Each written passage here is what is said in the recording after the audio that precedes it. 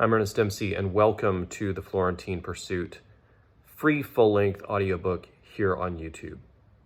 You shouldn't see any mid-roll ads during this story, so there won't be any interruptions or any crazy things happening in the middle of it, right when action is happening or when there's a big cliffhanger or anything like that. I do this because I don't want that sort of stuff when I'm listening to a story, and so I don't want you to have the same interruptions. There will only be ads at the beginning and at the end. Also, if you'd like to follow along with the story, there are links in the description below where you can pick up a free ebook version of the story, or if you would like to support my work, there's also a link to the Amazon version of the ebook or the paperback, either one. Not required, not necessary, but it's there if you want it. I hope you enjoy this story as much as I enjoyed writing it, and I hope it gives you a little escape from whatever is going on in your life that might be boring or tedious or whatever. So that's why we like fiction, and that's why I enjoy writing it and sharing it with people like you. So without the proverbial further ado, I present to you ad-free, well, maybe after like a first ad or a last ad, but no mid-roll ad-free, The Florentine Pursuit, a Sean Wyatt thriller. The Florentine Pursuit, a Sean Wyatt thriller, written by Ernest Dempsey. Prologue, Funchal, Portugal, 1921. He is here, Your Majesty. The servant bowed low, his tattered black jacket swinging behind his knees. The garments were far removed from their once stately appearance. Worn and unkempt, the clothes reflected the once proud station he served, and its fall. "You are a loyal friend, Johannes," Karl replied, "but you no longer need to bow before me. I am not the emperor anymore." He looked around the hotel lobby with subtle disdain. "I sit on no throne, only a sofa anyone with money can enjoy, and it wouldn't take much of that. You are my emperor, Your Majesty. That will never change until the day I die." Karl inclined his head and gave a regal, appreciative nod to the man. "Thank you, Johannes. Please, send in our guest. I'm most curious to hear what they have to offer." "At once, Your Majesty." Johannes spun around and walked back toward the front entrance of the hotel, passing an international assortment of guards along the way. The hotel was luxurious enough for most people, but for a man who'd been a member of the powerful Habsburg dynasty, Karl saw it for what it truly was, a glorified prison. The crimson tapestries, the mosaic tiles on the floor, even the plants growing in the corners seemed to mock him as he sat on the sofa, his arms stretched out across the back as he waited for his guest to enter the room. None of the guards seemed to pay him any mind, though Karl knew if he tried anything suspicious, they would snap into action. He'd been here for the last several months and nearly lost track of time more than once. The island was far away from his native Austria, and the seat his family had occupied for so long. Of all the wars, conflicts, and political battles his family had faced through the centuries, it had been Karl who failed in the most devastating way possible. He wore that like a cloak weighed down by anchors on both shoulders. The once proud posture he'd always carried had been replaced by the droop of defeat. A cough snuck up on him from deep within his chest, and he doubled over, leaning between his knees until the fit had passed. The coughing had become more frequent these last few days. Karl blamed the climate on the island of Madeira for being too humid. The reality was his body was quitting on him, and he knew it. Karl didn't let on to anyone else except his personal physician, a useless old drunk who could only prescribe liquor and rest to ease the sickness. What the former emperor wanted was to go somewhere warmer, drier, Morocco perhaps, or the sands of Tunisia. Anywhere along the North African coast would do. The dry air and hot air would clean him out, but Karl knew that would only last so long. His body was reflecting the stress and the utter devastation he felt as a result of being the one to lose everything his ancestors had built for generations. The truth was, he didn't want to live anymore. Not like this. He and his family were little better than commoners and prisoners of those who had defeated him and his allies in the Great War. He sat up straight again, breathing easier for a moment, but knowing that the fits would return again at some point. The guards at the doors stepped back as Johannes entered once more, this time followed by a man in a bowler hat and a matching black suit with white shirt. His black tie disappeared behind a black vest covering his abdomen. His mustache was wide like thick cat whiskers, as the fashion of the day dictated. He carried a black briefcase at his side, and from the way his shoulder hung low, Carl knew it was heavy. Carl stiffened slightly. Old habits were the last ones to go. He'd been trained at an early age to put on a regal appearance, to always be better than everyone else in a given room. He was, after all, the heir to one of the most dominant empires in history. Even in defeat, Carl wasn't going to let down a guard that had been forged since the day he was born. He raised his chin as the two approached and entered the makeshift living room on the right-hand side of the hotel lobby. Here, they would be uninterrupted, not that anyone else would be coming into the hotel for a room. The place had been evacuated, and the proprietors paid for its use to house the imperial family. Carl wondered if the taxpayers loyal to the victors knew about that little endowment. Not that he cared. Let them spend their money to feed and house him and his family. They were all beneath him anyway. It was his birthright. If he'd had his way and the war won, the world would have been bowing to him. He released the sense of regret as Johannes stepped onto the rug between the 4 sofas, positioned in a sort of rectangle near the windows. Once more, the servant bowed low and then extended his hand toward the guest. The man removed his bowler hat, something he probably should have done on the way into the building, and offered a nod of his head. It was a polite gesture, but also one that told Carl the man would not bow to anyone. That was to be expected from an American. They had a reputation for disregarding royal authority. It was, after all, how their nation had been created. Carl admired their spirit, to a degree, even though they had been a part of his downfall in the Great War. The Americans had entered the conflict in the late hours, but their involvement had sealed the fate of those allied with the Kaiser. Still, he didn't resent the man standing before him now. Rather, Carl appreciated his willingness to come, particularly because of the salvation he offered. Money had been in short supply since the imperial family's exile to Madeira from Switzerland. Sure, they had accommodations, food, and a few other niceties, but to someone accustomed to having everything he wanted, it felt like living in squalor. The building would probably be considered a mansion to most, even though it was nothing more than a modest inn with a few nice adornments and furnishings, masks to cover up its ordinary core.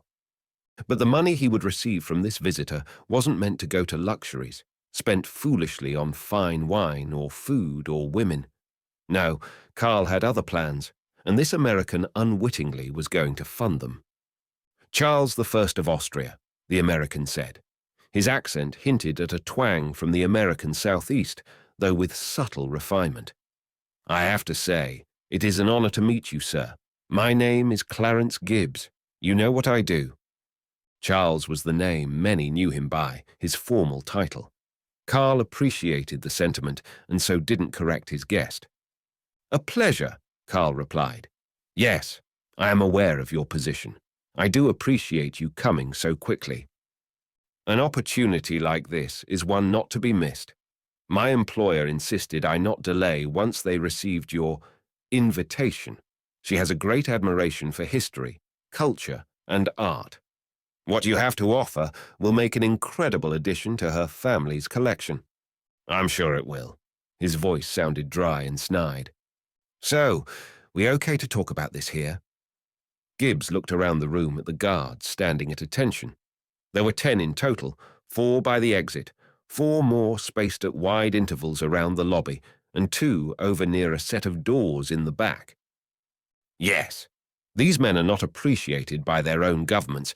Their job is an insult to their training, and they know it. They care not what we discuss. Gibbs shrugged. If you say so. He set the briefcase down on the carpet and nudged it toward the former emperor. "It's all in there," Gibbs said. "Count it if you like." "That won't be necessary, Mr. Gibbs."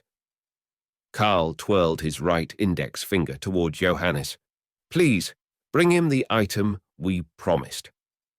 Carl noticed the eagerness in his guest's eyes, the hunger he'd seen before in the pupils of greedy men desperate to get their hands on something they prized. Johannes bowed, then scurried behind the sofa where his emperor sat.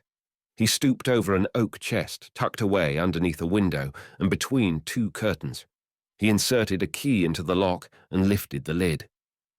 Gibbs watched the servant remove a silver box from the chest and close the lid before returning to his side. He extended the container to the American visitor, who accepted it with both hands.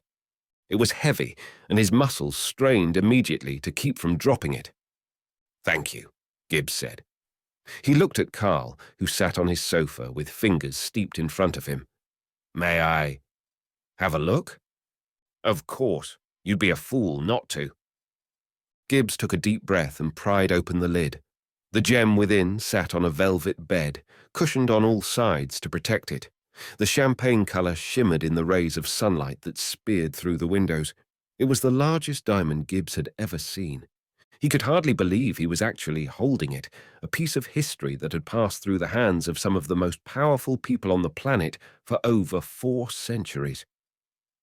He closed the lid and nodded. It was authentic. Such a forgery would not pass his expert eyes. Normally, he'd have used a few tools to make certain, but in this case, he knew it was the real deal. The cuts were perfect, and in keeping with everything he'd read about the diamond. "My employer will be pleased," Gibbs said. "I am curious, though, if your enemies may come looking for it." "All the more reason for me to sell it now. They have taken everything from me. Only a matter of time until they took this as well." "What will you tell them happened to it?" Carl's lips cracked into a broad, devilish smile. "That I had it cut up and sold in pieces," he answered. "Once it's gone, there's nothing they can do about that. I would rather sell it and keep it preserved by someone who appreciates it. Destroying it would be a pity." "Sounds like you have a plan." "The rumor that it was stolen and taken to South America worked well enough. As far as I know, that's what my enemies still believe happened. I doubt they will come around asking for it. Still, it's good to have a plan just in case." "I know what you mean, sir." Gibbs looked down at the briefcase. "I won't bother asking what you're going to do with $5 million. That's none of my business." He looked around the lobby again.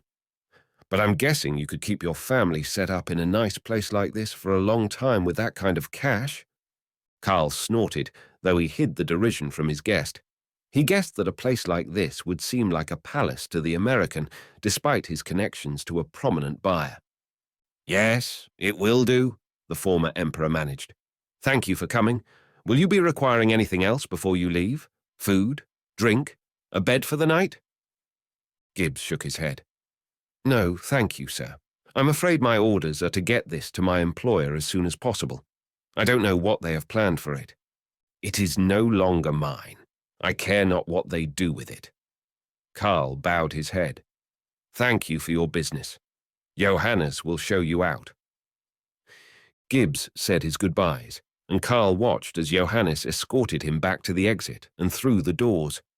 His eyes fell to the briefcase on the floor. He wished he could use the money contained within to fund a revolution of sorts, much the way Napoleon Bonaparte had done over 100 years prior when he was in exile on the island of Elba. But that coup had failed, and there was no reason to think that wouldn't happen with Carl, too. On top of that, he didn't have the numbers of loyal supporters that Bonaparte had. Something scratched in his chest, and the coughing fit returned, harder this time than before. When he was done, his eyes watered, and resentment filled his heart. This was how he was going to go out, sick and broke on a blasted Portuguese island in the Atlantic.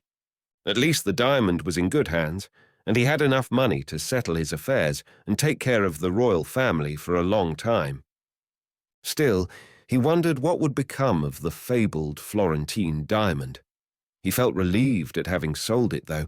It was, after all, only a matter of time until the thieves who'd been trying to steal it from him finally succeeded. Chapter 1. Orlando, Florida. Darkness enshrouded Sean Wyatt. The tiny windowless room felt stifling. Dim lights flickered from black chandeliers overhead and on matching aged shelves along every wall. Sean felt an odd sense of apprehension, nerves tickling his gut with butterfly wings amid roped knots. Normally, indecision was something Sean didn't experience. His years with the redacted government agency known as Axis had stripped away hesitation in even the direst situations. Something such as this shouldn't have even pinched his mind. It didn't help that the room was full of innocent people, all being ushered through the corral of rails toward the front. Eerie eyes stared down at him from creepy portraits hanging along the walls and propped on shelves near books laced with dusty spiderwebs. The place should have smelled like an old museum or a library brimming with thousands of dusty old tomes. Instead, the aromas that taunted the senses of those in the room were that of cookies, cakes, and pastries. Sean moved ahead through the line. He'd waited for nearly an hour to get in here, but now that he found himself almost to the counter, the pressure of what to do mounted despite the welcoming, friendly smiles on the faces of those standing behind the registers taking orders. Gideon's Bakehouse was legendary to those who were lucky enough to be in the know, and those who weren't were usually quickly converted by the sheer number of people walking around with bags of treats from the renowned bakery. By the time the place opened at 10 o'clock in the morning, the line to get in was 45 minutes deep and wrapped around the block.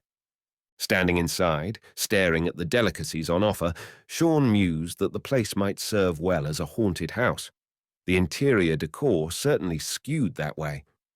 Sean shuffled past the models of cookies and cakes on display and forced himself to check his phone again to make sure he had what he needed. Tommy was, after all, a connoisseur of sweets, and if Sean screwed up the order, he'd hear no end of it from his friend. He would have told Tommy to get the cookies and cakes himself, but Tommy was preoccupied getting ready for a presentation in the city. "The things I do for that guy," Sean muttered. He approached the cashier, a cute young blonde with too much bright red lipstick, a nose ring, and caked on dark eyeshadow. If she was going for goth, the blonde hair shattered those aspirations, but otherwise she fit the bill. "Hey," she said cheerfully, "what can I get for you today?" She mirrored the attitude of seemingly everyone who worked here.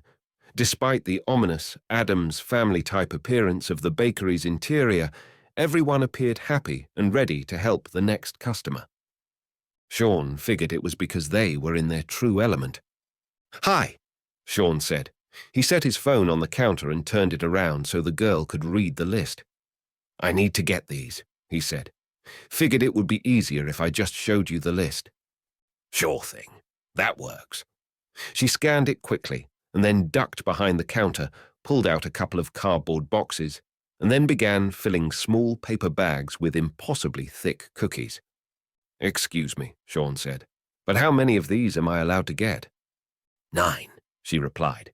9 per customer." "Oh, I'm afraid I have too many on there." She shrugged, winked at him, and leaned forward. "It'll be our little secret," she whispered. Sean nodded in appreciation, noting the name tag just below her left shoulder. "Thank you, Wendy." "No problem." She finished packing the cookies and a slice of cake that looked to be the size of Sean's head, then stuffed the boxes into a huge brown and black paper bag. "Anything else?" Wendy asked. "No, thank you. I think that's enough to last a while." "You have good taste." He shook his head as he removed a credit card from his money clip. "They're not for me." "Well, one is. The rest are for a friend." She arched an eyebrow at the admission. "Well, do yourself a favor and at least try a little of each of them. You won't regret it." She rang up the total and gave him the amount due. He passed the card to her. "You sure you don't want anything else?" she pressed. "No, thanks. I'm good. You've been very helpful." "My pleasure." She took the receipt from the register and placed it on the counter, then picked up a pen and wrote her phone number on the bottom before sliding the paper across to him. "If you change your mind and want something else, give me a call." Sean's head spun for a second, and he didn't fully grasp what was happening. His voice caught, and he had to clear his throat. "Sorry," he said, holding up his left hand to show off the black tungsten wedding band on his ring finger. "Married, but thank you." "Oh," she said, only blushing for a second. "Lucky girl. Enjoy those cookies." Her smile never faded as he turned and walked toward the door. Sean chuckled to himself. The girl was probably half his age. "Still got it, Sean. Still got it." He pressed the heavy black door open and was immediately blinded by the bright central Florida sun, along with the late morning humidity that seemed to never go away. The two young women at the front door smiled and bade him a good day. Sean thanked them, offered the same, and descended the steps. He turned right at the head of the line that still wrapped around the entire block, disappearing past the corner. People stared at his bag longingly as he walked by, and a few jealous eyes met his with what he thought looked a little like disdain. "These people really are rabid for this stuff," he mused, glancing down at the heavy bag. He felt the intense need to get to the parking garage where he'd left his car. The delights in the sack might melt in the swelling heat, even if it was October. Sean cut to the left and walked past a clothing shop, then over an arched wooden bridge that spanned a fake pond and stream with a painted concrete base. The outdoor shopping area played home to high-end clothiers, bars, restaurants, and a variety of other shops for people vacationing to America's most expensive getaway destination. Sean hadn't come here much as a child. He recalled one visit with his parents, and then again with a girl he dated in college. This outdoor mall wasn't here during his childhood and was a new attraction in the late 1990s when he'd returned. At this hour of the day, the wide promenades were still mostly empty, though that would change as the lunch hour drew near. He found himself wanting a cup of coffee and kept walking straight after crossing the bridge, continuing on the sidewalk past a booth selling sunglasses, another with myriad varieties of socks, and more shops all around. He caught the aroma of brewed coffee on the dancing wind that funneled and swirled through the open-air corridor before he could even see the shop around the corner. Sean hoped the line wouldn't be too long yet, but at this time of day, he figured that would be the second longest line in the place behind the bakery he'd just left moments before. The shop appeared with its signature sign protruding in big, bold white letters across the facade that hung over the counter. Chains dangled from posts in the floor to lead customers through the line before splitting at the front and separating patrons toward one of two registers where orders were taken. A long line of people waited to the far right at the drink pickup station.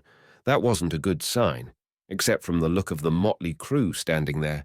Sean guessed that most of them had ordered half-calf, almond milk, no whip, triple chocolate mocha, blended iced coffee.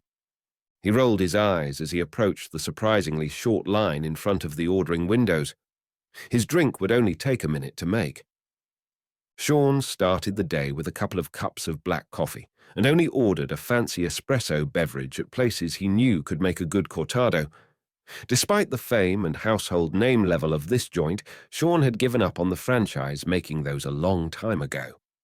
A man in a red polo and white ball cap placed an order for some kind of chai latte beverage with around 60 modifications and then stepped around to the corner where the rest of the picky drinkers waited for their orders.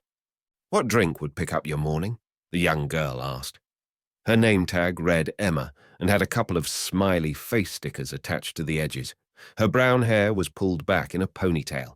Her matching eyes were kind, welcoming, and portrayed a joy of working that too few possessed these days. "Double espresso, please," Sean said with a grin, and whipped out his money clip.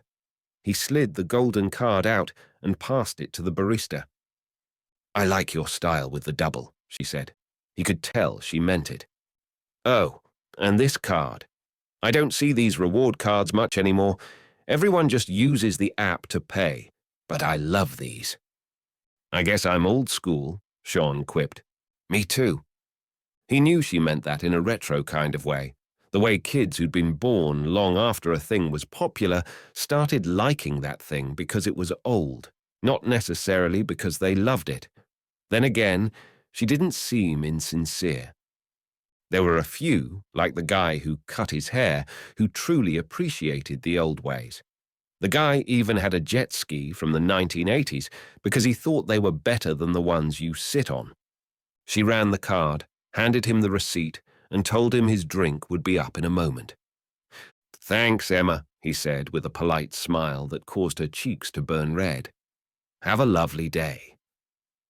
"You too," she said, with a nervous twinge to her voice. It was less than 2 minutes before one of the baristas called out, "Wyatt!" Sean stepped up to the counter and picked up the little paper cup, once more drawing the ire of the people waiting on their drinks who'd probably ordered 10 minutes before him. He grinned like the devil in a sauna as he turned away from the pickup window. He would have taken a step back out onto the promenade, but a slender woman with black hair blocked his way.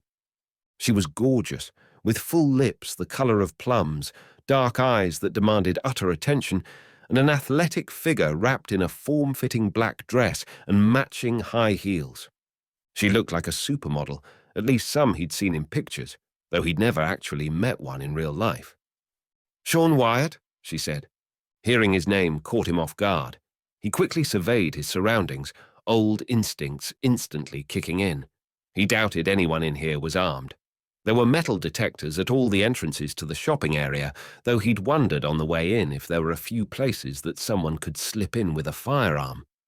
He didn't notice anything or anyone suspicious and met the woman's eyes. "Who's asking?" He raised the espresso cup to his lips and took a drink, partly to take a second to figure out who this woman was. Nothing came to mind. "My name is Giulia Agosti," she said. Her accent was unmistakably Italian, and the name reinforced that. "What part of Italy are you from, Miss Agosti?" Her right eyebrow reached up for a second, and her jaw tightened. "Tuscany," she said. "Nice area." "Yes, it's beautiful. Great food, history, wine, all the things Americans love to talk about." It sounded like she'd grown tired of the cliched travel conversation long ago. "I just meant the scenery," he corrected. "But yeah, all that is good too." He cocked his head at an angle. "So it isn't every day that a stranger comes up to me and says my name, particularly in a place I don't frequent. To what do I owe the pleasure?" Her expression softened, as if she realized she'd been a little harsh before. "I need your help, Mr. Wyatt." "My help?" He looked around, eyes panning the passing pedestrians amid the sounds of popular dance music pounding from hidden speakers. "What kind of help?"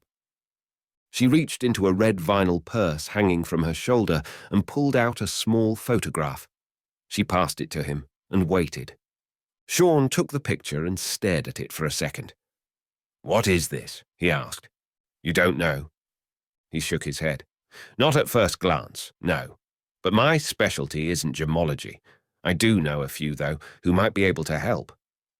He started to hand the picture back to her, but she didn't extend a hand to accept. "That, Mr. Wyatt." "Sean, okay? You're an adult. I'm an adult. Doesn't matter if you're younger than me."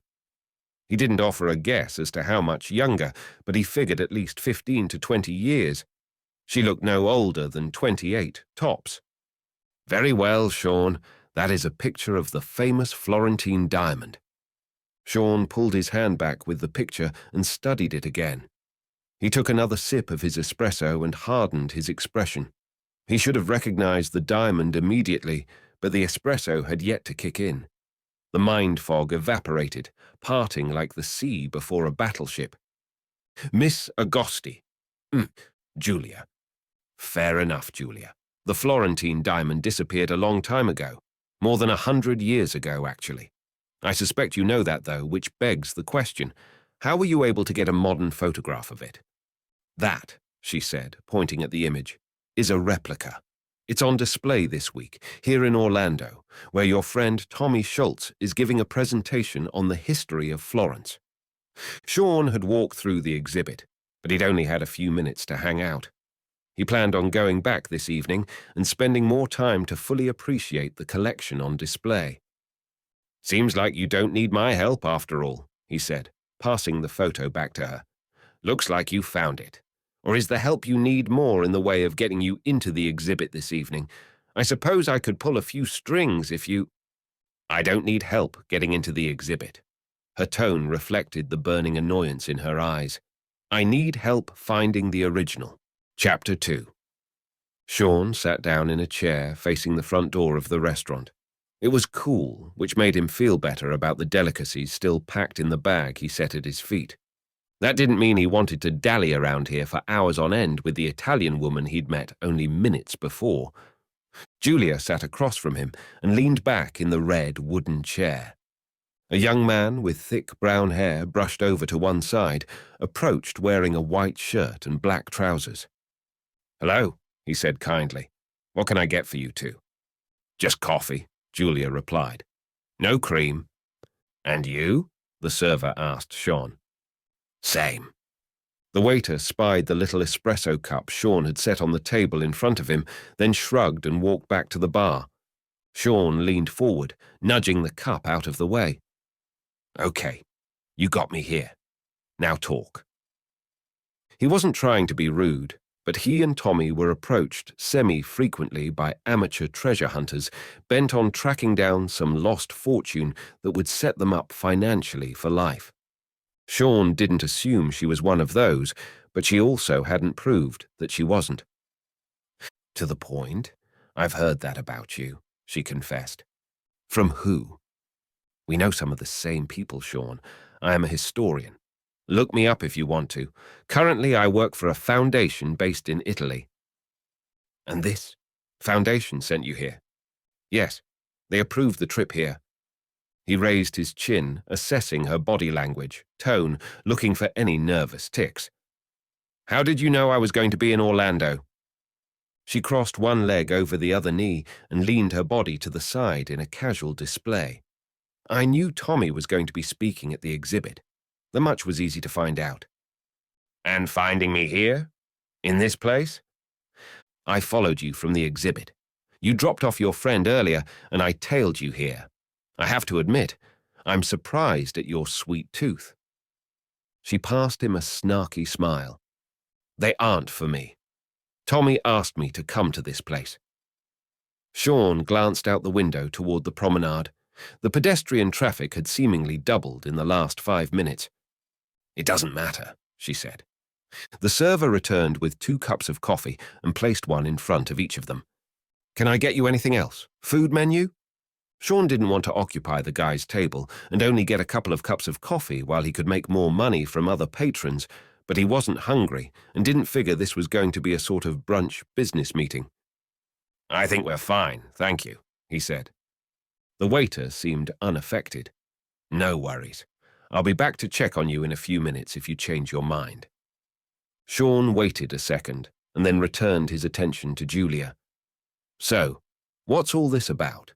You want help trying to track down the real Florentine diamond?" She didn't miss the cynicism in his voice. "There is a message on the base of the diamond, the silver part that holds the gem in place." Sean picked up the red coffee cup and twisted it around so he could grip the handle. He didn't need the extra caffeine, particularly after a double espresso, but if it was in front of him, he might as well have a few sips. He raised the cup to his lips, took a drink, and set the steaming cup back on its saucer. "I'm sure that piece has been thoroughly inspected. In fact, I'd wager Tommy analyzed it himself. No one made any mention of a secret message on the bottom of it." "That doesn't surprise me. The message is innocuous in nature." "You've seen it?" "Not with my own eyes, no. And before you ask, I don't know what it says, but I know it's there." "How?" Her throat pulsed once as she swallowed. He'd unnerved her, something Sean could tell wasn't easy, because the last will and testament of Clarence Gibbs only provided 2 things. One, that his fortune be given to children's charities, And the second. She leveled her gaze at him. Only one sentence. It said, "The dance of the stone begins at the bottom." Sean waited before saying anything as he considered the line.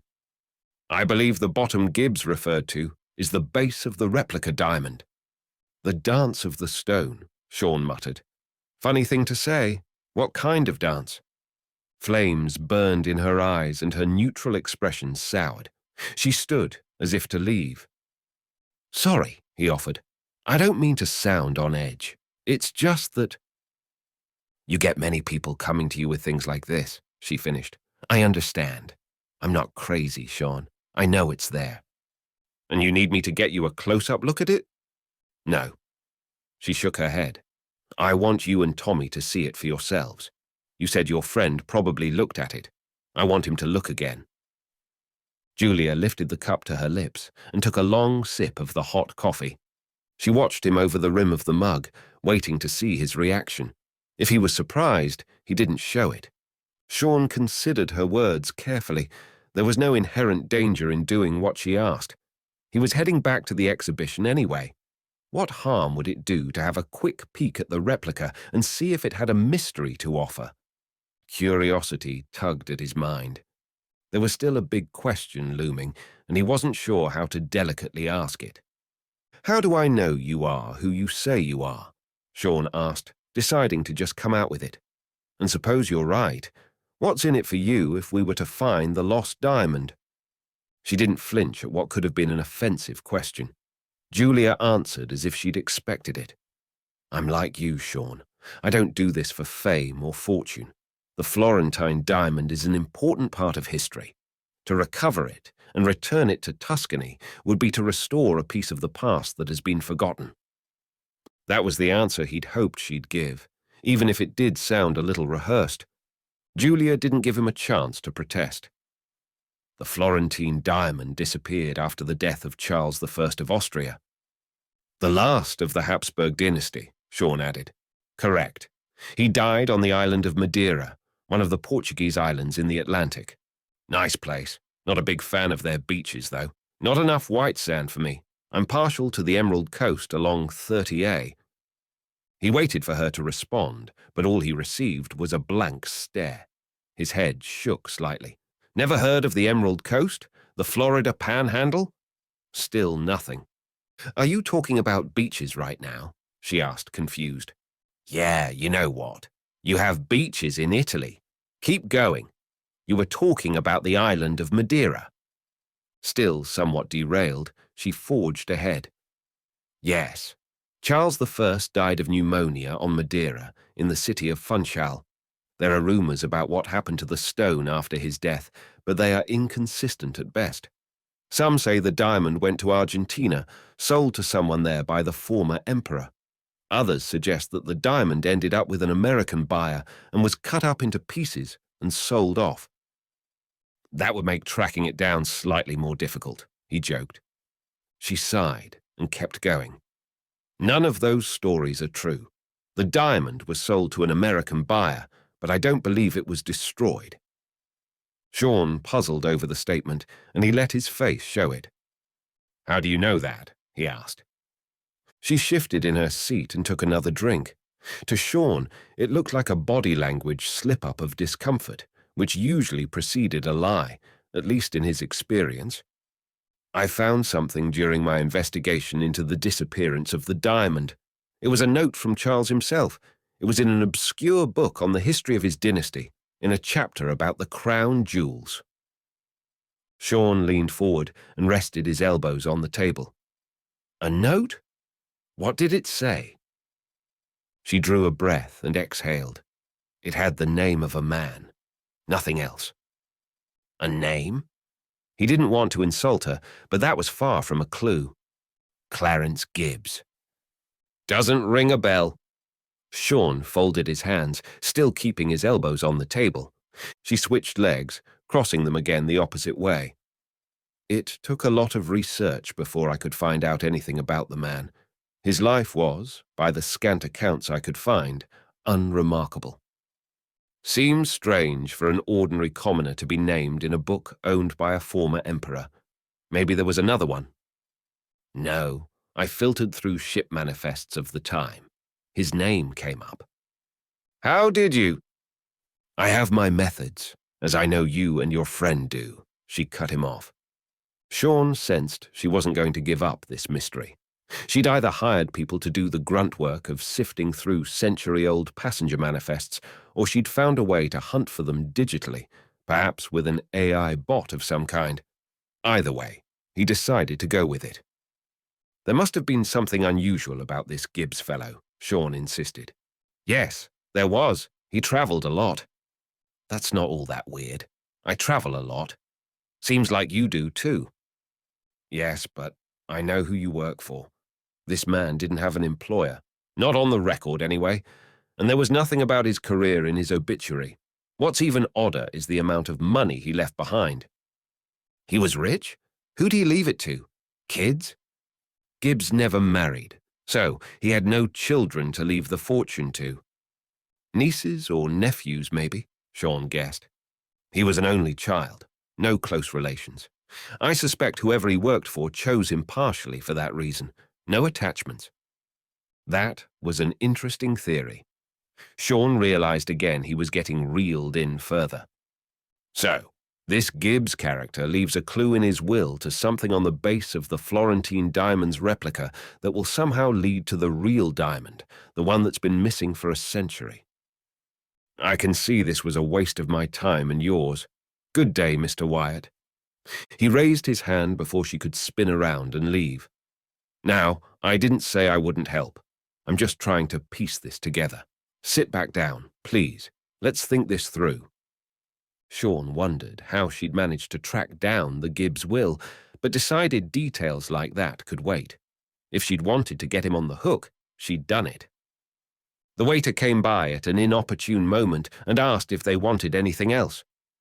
No, thank you, she said, taking a 20 out of her purse and passing it to him. Keep the change. Sean looked impressed. That's a big tip for someone from Europe. Most of my European friends are shocked at how much we leave in tips over here. Your workers aren't paid the same in places like these. I know the deal, Sean. When in Rome, no? He caught the cute play on words referring to her native country. You don't have to do that. I'm happy to... I'm not going to ask for your help and then make you pay for my coffee. I'm not a parasite. Well, grazie, he said, raising his mug. Prego. I'm afraid I need an answer, Sean. If you won't help me, then I will have to find another way. Sean delayed his answer for a few seconds, but he'd already made up his mind. He didn't like the sound of her suggesting she would do something under the table to get what she wanted, but there would be no need for that. He was heading to the exhibition anyway, and it wasn't going to open for another 7 hours. That should be more than enough time for him and Tommy to take a look at the diamond and see if there was anything unusual. Did you get here in a rental, or did you take an Uber? Sean asked. Uber? Why? She raised her nose slightly, peering across at him with suspicion. Just want to know if you needed a lift, or if you're going to get back to the exhibit on your own. Chapter 3. You're sure about this? Tommy asked, glancing back over at the woman in the black dress, suspicion dripping from his narrowed eyes. Nice outfit, by the way, Sean said, ignoring the question as he gave his friend's outfit a once-over. The navy blue blazer, light blue button-up shirt, and white pants were definitely off-brand for the usually casual Tommy Schultz. You look like you're about ready to go on a 3-hour tour with Mrs. Howell. Hilarious, and thank you. Now I won't be able to get the theme song to Gilligan's Island out of my head. What are friends for? Sean chuckled with a shrug. They stood in the lobby of the exhibit hall, just outside a set of 8 black metal doors. Nothing was going on at the moment, other than a few last-minute preparations. A couple of workers rolled a cart full of plastic chairs up to one of the doors.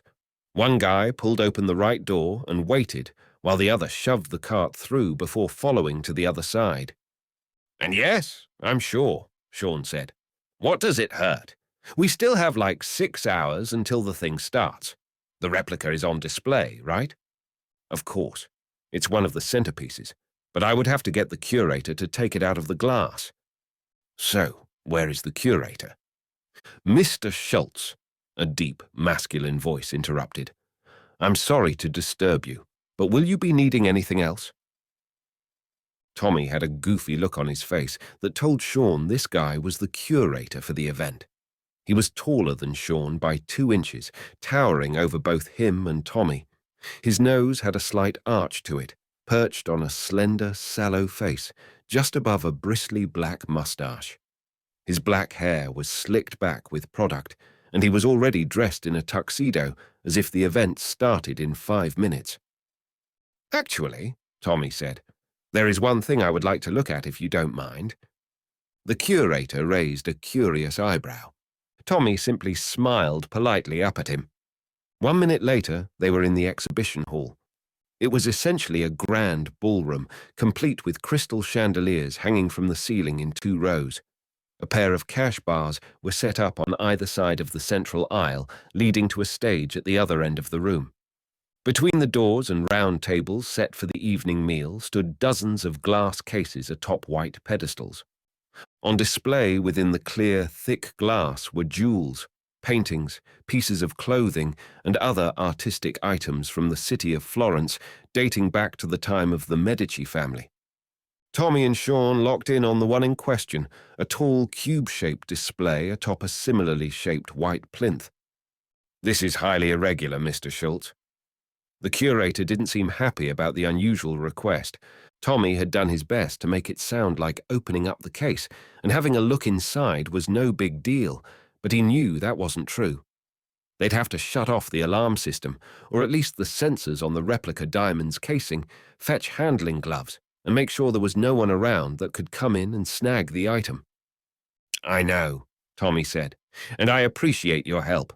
There's just one more thing I need to confirm. Our people have been thorough. Yes, I know, this for my curiosity. While the answer didn't please the curator, it seemed to satisfy him.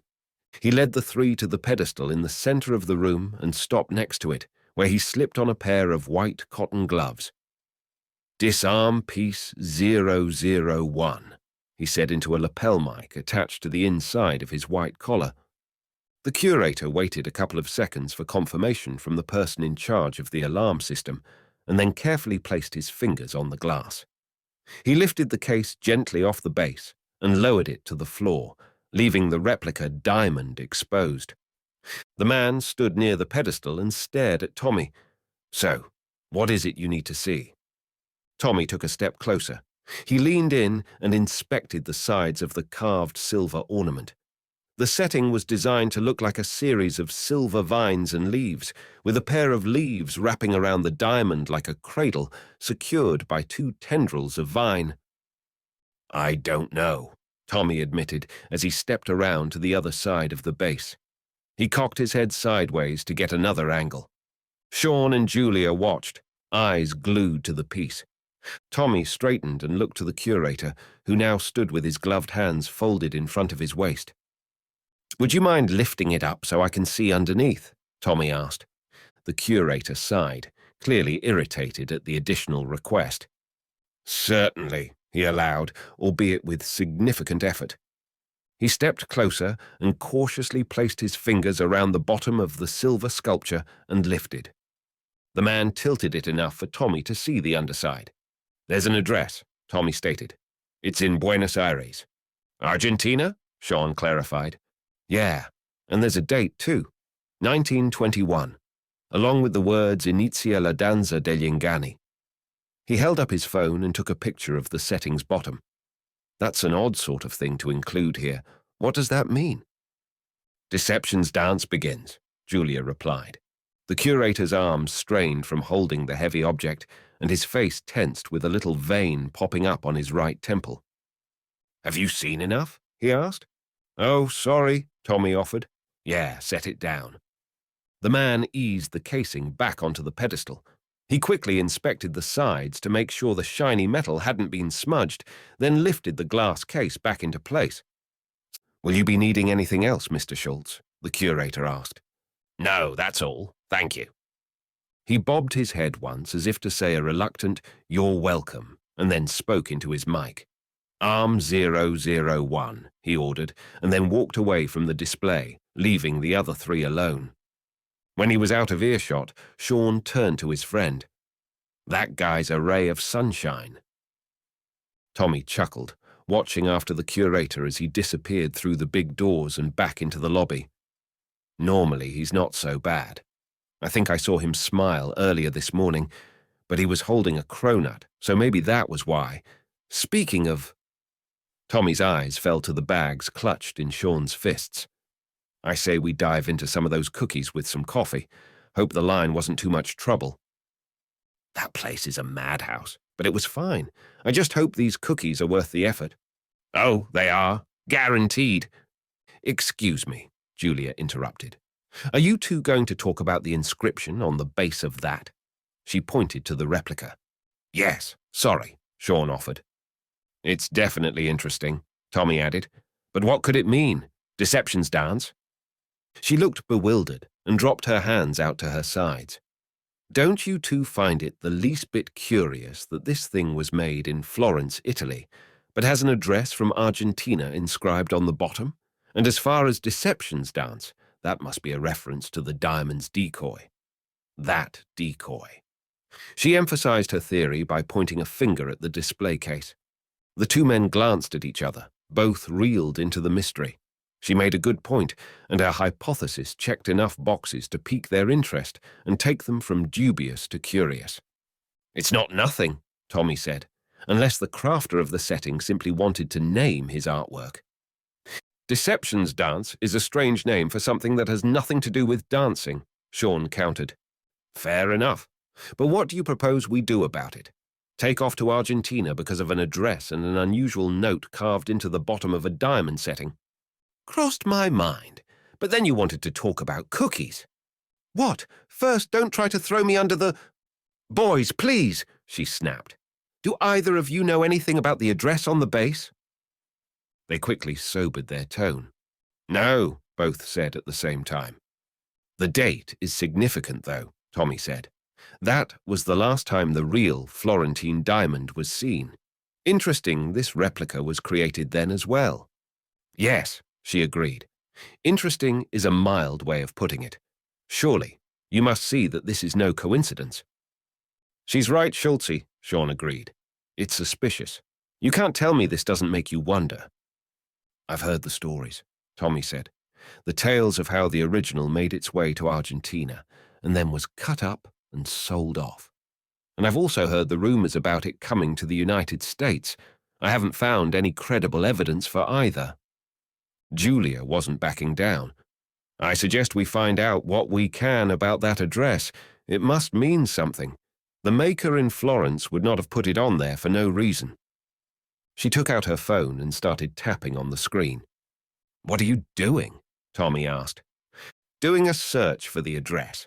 Could you please give it to me?" "Sure." He shook his head, realizing the woman wasn't going to take no for an answer. He looked at his phone and read off the numbers, the street name, and the other details included with the inscription. She finished typing in the address and then hit the search button. Sean moved over to her side and looked down at her phone. The results populated within seconds. "It's just a house," she muttered. Tommy hummed thoughtfully at the revelation. "A house. Deception's dance, 1921, Buenos Aires. I'm going to be honest, I got nothing." "Maybe," Sean hedged. He took his phone out of a front pants pocket and tapped on the app that connected him directly to the IAA's artificial intelligence, also known as Malcolm. "Malcolm, I need you to find any information you can about this address." He gave the street name and number as well as the city, before adding, "Prioritize ownership history and what was in that location in the year 1921. "What are you doing?" Julia asked. "Who's Malcolm?" "Aye," Tommy answered for his friend. "We created it a few years ago. Now it seems everyone is using AI for something, but we like to think ours is ahead of the game. Most of the ones available to the public have limited databases, sometimes with out-of-date information. Malcolm can track down far more than those publicly available tools. I won't get into the details of how. Frankly, I don't understand half of it. I leave that to our team in the lab." She looked dubious, but accepted the answer nonetheless. "So, you think this Malcolm is going to be able to figure out who lived in this place back then?" "Maybe." He stared at the device.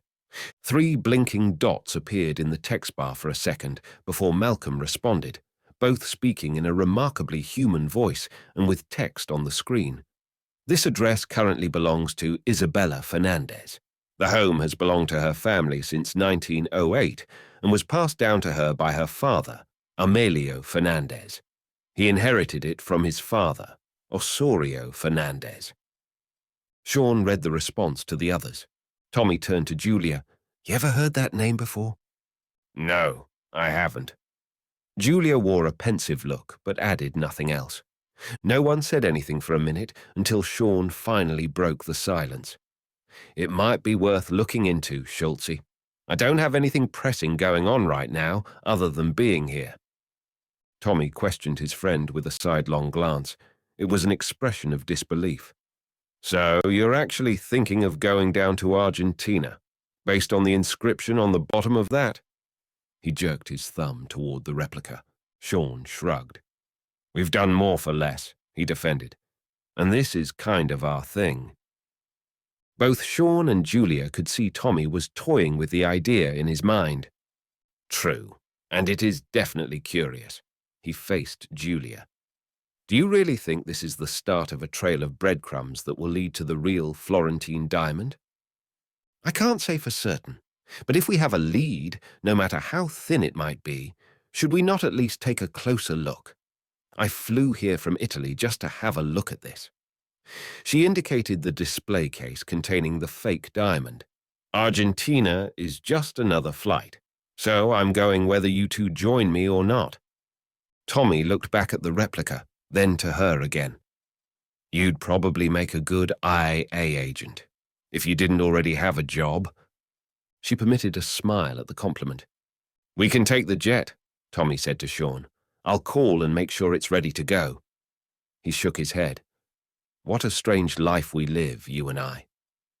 Wake up in Orlando and then fly to Buenos Aires on a lark the same day." "Yeah," Tommy said with a chuckle. "Not a lot of people live that way. I'll have to tend to things here for the day, and then I have the presentation tonight, but we can leave after that. I'm not staying for the festivities tomorrow." "Looks like we're at it again." "So it would seem." Tommy directed his next words to Julia. "Get your things." Julia beamed, surprised at their sudden decision to help her. "Thank you," she said. "So, you're serious about flying to Argentina after your presentation tonight?" "Unless you know a better way to visit that house and talk to the homeowner." "Talk to the homeowner?" Sean grinned at her. "He's right. There must be something about the address. Maybe this Isabella person knows something, or we just stay here and forget all about it. Up to you." The two men watched as the gears turned in Julia's eyes. "Is this how you two always operate? You just decide in a matter of seconds to fly around the world investigating leads?" "You sound reluctant, but yeah, pretty much." "Okay," she said after another few seconds of thinking. "I'll go get my things at the hotel. If it's all right, I'll give you a lift." "Are you sure? You're already doing so much." Sean nodded. "Compared to flying to the Southern Hemisphere, this is nothing." He winked, then looked at his friend. "We'll meet you back here later," Sean said to Tommy. "Excellent," Tommy said, as he took out his phone and began texting the pilot. Sean took a deep breath and sighed. "Been a while since I've been to Argentina. Hopefully this time is less dramatic than the last." Tommy finished his text and looked down at the bags dangling from Sean's hands. "Yeah, just make sure you leave those cookies with me." Chapter 4. Barone Totti watched the hotel building from the driver's seat of his black four-door sedan. He'd parked behind a hedgerow to conceal his position. The woman he'd been following had gone into the exhibition hall with the man she'd met, apparently, at the outdoor shopping area. Totti had been assigned to tail Giulia Agosti, and he had done an impeccable job of it up to this point. His organization, the Rossi clan, had kept a close eye on her in Italy from the moment she began snooping around, hunting for clues to the whereabouts of the real Florentine diamond. The head of the family, Lorenzo Rossi, had been correct in his assessment of the woman. She was clever and resourceful and would stop at nothing to recover the fabled diamond, wherever its current location. A diamond that Lorenzo desperately wanted for his own. He claimed that his family had ties to the powerful House of Medici that had been so prominent during the Renaissance in Italy. It was a claim that Totti had never looked into, nor did he care to. His boss paid him well, and Totti's loyalty had helped him climb the ranks in the organization.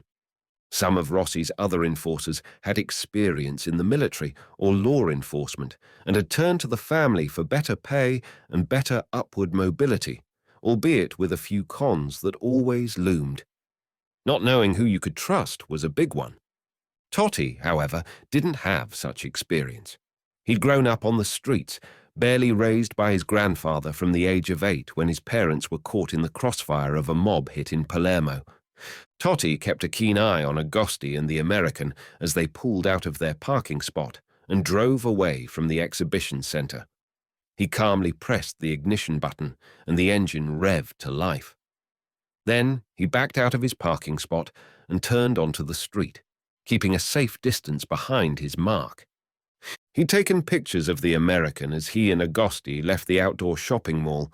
It had surprised Totti to see the woman leave with the man, but he quickly surmised that the American had been the reason she'd gone to the shopping district in the first place. Totti didn't know who the man was, not at first, but he'd sent a picture of him to his contacts within the organization, and before he'd arrived at the exhibition center, received a text message with a concise dossier on the man. His name was Sean Wyatt, a security and recovery specialist with the International Archaeological Agency based in Atlanta, Georgia. Apparently, this Wyatt character was considered dangerous. A note had been attached to the dossier suggesting that Totti use extreme caution if dealing with Wyatt. Totti always operated that way. It's what had kept him alive during his upbringing on the streets. He'd seen others fall by the wayside, often as the result of nothing more than sheer carelessness. One such victim had been a friend, inasmuch as someone like him could have a friend. Totti recalled seeing Giacomo's eyes staring lifelessly up at the sky, blood soaking his grey button-up shirt, riddled with bullet holes. Giacomo had underestimated a debtor to the Rossi family and had ended up dead as a result. Totti made sure the killer took a long time to die as payback for the death of his friend, a death that proved to be a cautionary tale for anyone who ever worked for the family. Totti allowed a few cars to merge into the lane ahead of him to give an extra buffer to the vehicle he was tailing. He could still see them up ahead and easily followed as they merged onto the ramp to get on the I-4. He maintained a safe distance for the next 5 minutes until the car indicated it was exiting the highway. "Looks like they're going back to her hotel," he muttered to himself. A hint of judgment frayed his tone. He continued following the car until it turned into a hotel parking lot. The driver steered the vehicle into a spot near the main entrance, while Totti veered around them and drove to a spot closer to the back. He found an empty slot underneath a pair of palm trees and backed his car in so he could leave at a moment's notice if necessary. He cracked the windows and killed the engine and resumed watching as Agosti exited the car, leaving Wyatt behind in the driver's seat. "What are you doing?" he wondered. Chapter 5. Sean kept his eyes on Giulia until she disappeared inside the hotel lobby. He'd offered to accompany her up to her room to assist with getting her things, but she'd declined, and he hadn't pressed the issue. The last thing he wanted to be was insistent to the point it started to seem inappropriate. Still, it was in his nature to be protective, and now that they were going to be flying to Argentina together, he felt a certain sense of responsibility in making sure Giulia was okay. His wife, Adriana Villa, was out of the country, as was so often the case, this time conducting research into a particularly valuable piece of art that had gone missing during World War II. They shared a mutual understanding of each other's occupations, but more and more he felt the need to be away from her less. He'd never loved anyone so much as he loved Adriana, and as he grew older, Sean felt as though every minute they spent apart was a minute lost. Sean crammed the last bite of the Oreo stuffed cookie into his mouth and chewed slowly. Tommy was right. It was the best cookie he'd tasted in his entire life. And Tommy would never let him hear the end of it once Sean let on. He could see why the line outside the bakery was so long, why people waited for hours to get a couple of bags loaded with the culinary treasures. Sean looked down the row toward the back of the parking area. A car had gone in behind them and parked in an empty place under a couple of palm trees, probably 20 cars down. The driver, however, had not left his seat behind the wheel, not that Sean had noticed, at least. Sean couldn't see the driver through the myriad vehicles between them. Perhaps they had slipped in through a side entrance. Either way, he registered the note in his mind, just in case. He waited patiently, returning his thoughts to Adriana and his long-time dream of retiring to the coast along the Florida Panhandle. From here, in Orlando, it was about 6 hours away to where he wanted to be, which was no closer than from Chattanooga, and an hour farther from his place in Atlanta. Sean had tried to call it quits once. He'd opened a kayak and paddleboard shop in Destin and done all he could to forget his past and all the ghostly faces that came with it. He'd never felt regret over the killings. The people whose lives he'd taken were vicious and would have harmed innocent people had he not intervened with lethal force. Those faces weren't what bothered Sean. It was the one that stared back at him in the mirror every day that haunted him most. He was a monster, a tool sharpened for an unholy task. The world needed people like him, though, whether the world cared to admit it or not. Because the truth was, it took a monster to fight a monster, and there were plenty of bad ones out there, always hiding in the shadows, waiting for the opportune moment to reveal themselves. Sean checked the clock on the dashboard.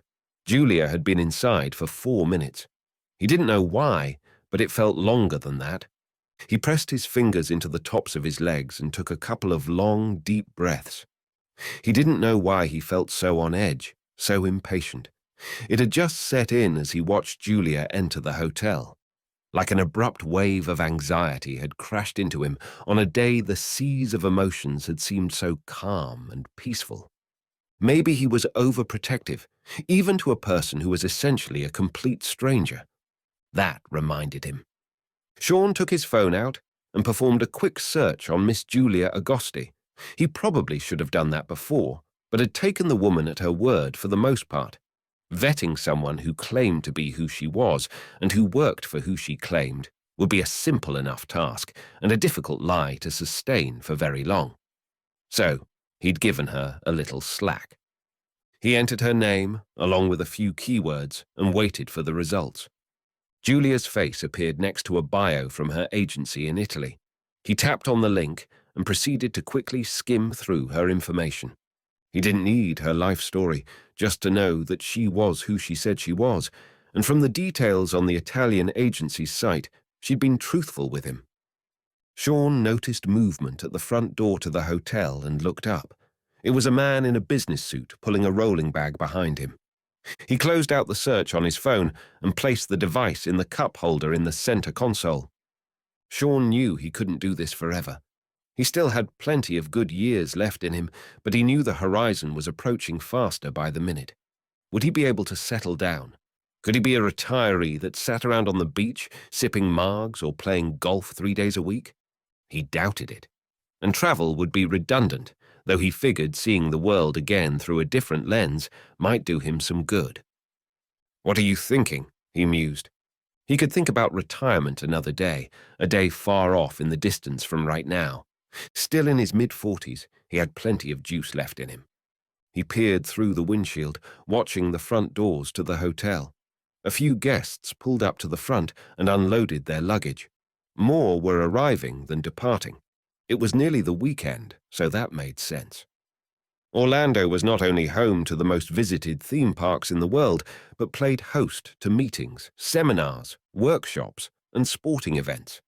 And that didn't include the many dignitaries and high-profile visitors that would be attending tonight's exhibit. A man in a grey sport coat, white button-up shirt, and grey slacks walked into view from Sean's right. The guy was wearing aviator sunglasses to shield his eyes from the blazing sun. He was lean, athletic, and tanned. The 5 o'clock shadow on his face looked intentional, accentuated by a clean-shaven neck. He looked like he'd jumped straight off the cover of GQ and onto the pavement. Sean noted all the details within 2 seconds, but paid especially close attention to the way the man walked and the suspicious way he turned his head back and forth, as if afraid he was being watched. Sean glanced down at the empty cookie wrapper next to him as the guy passed and looked his way. Had he noticed him? So what if he had? Sean looked back up and was about to dismiss his paranoia when he saw the man's jacket flap up in the breeze, exposing the pistol tucked into a concealed holster inside his belt. "Great," he muttered. Sean didn't know how he'd missed the tail, though he hadn't been as vigilant as he could have been. His mind, while usually alert to trouble, had been on other things, and up until now he hadn't had a reason to be concerned. He reached over to the door handle and gently pulled it, then nudged the door open without making more than a muted clicking sound. He paused, watching the man continue to the front door to the hotel, ignoring the valet who greeted him with a pleasant smile that immediately turned sour at the rude gesture. Sean slid out of the car, shut the door, and scurried across the lane to the walkway leading from the asphalt to the entrance. A wide awning loomed over the drop-off where people unloaded their vehicles, and the instant Sean reached the shade, he felt 10 degrees cooler. "Good morning," the valet said, having recovered from the slight from the previous guest. "Morning," Sean said with a pleasant nod. The automatic doors opened, parting in the center. Cool air blasted out from the lobby, casting a chilly blanket over Sean's skin as he walked in. He swept his gaze across the room, taking in a lounge to his immediate right, a collection of tables and chairs along with an empty buffet counter, then the concierge desk to the left. A cluster of tourists stood in the center of the walkway, leading to the elevators just beyond the bar at the lounge. Sean stepped to his left to see beyond them and found the man he was looking for.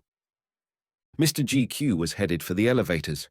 Once he was on the lift, Sean had no way of knowing where he was going, and stopping him from reaching Julia in time would take more than just a little luck. It would be nearly impossible. Sean hurried around the group, doing his best not to look like he was in a hurry. The man Sean followed seemed to be walking with a sense of urgency as he neared the elevator atrium. The second the guy disappeared around the corner, Sean picked up his pace. The second he got on one of the lifts, it was over. He cursed himself for not getting Julia's room number. That would have been an awkward ask, and coming up with an explanation as to why he needed it would be a creative endeavor in its own right. He could have asked for her phone number in case she needed help with something, but that, too, would have come across as odd. The truth was, he hadn't even considered either of those things. This should have been a simple stop. She goes in, gets her things, comes back out to the car, and they return to the exhibition center. Why did everything have to be so bloody difficult? Sean reached the elevator waiting area and rounded the corner.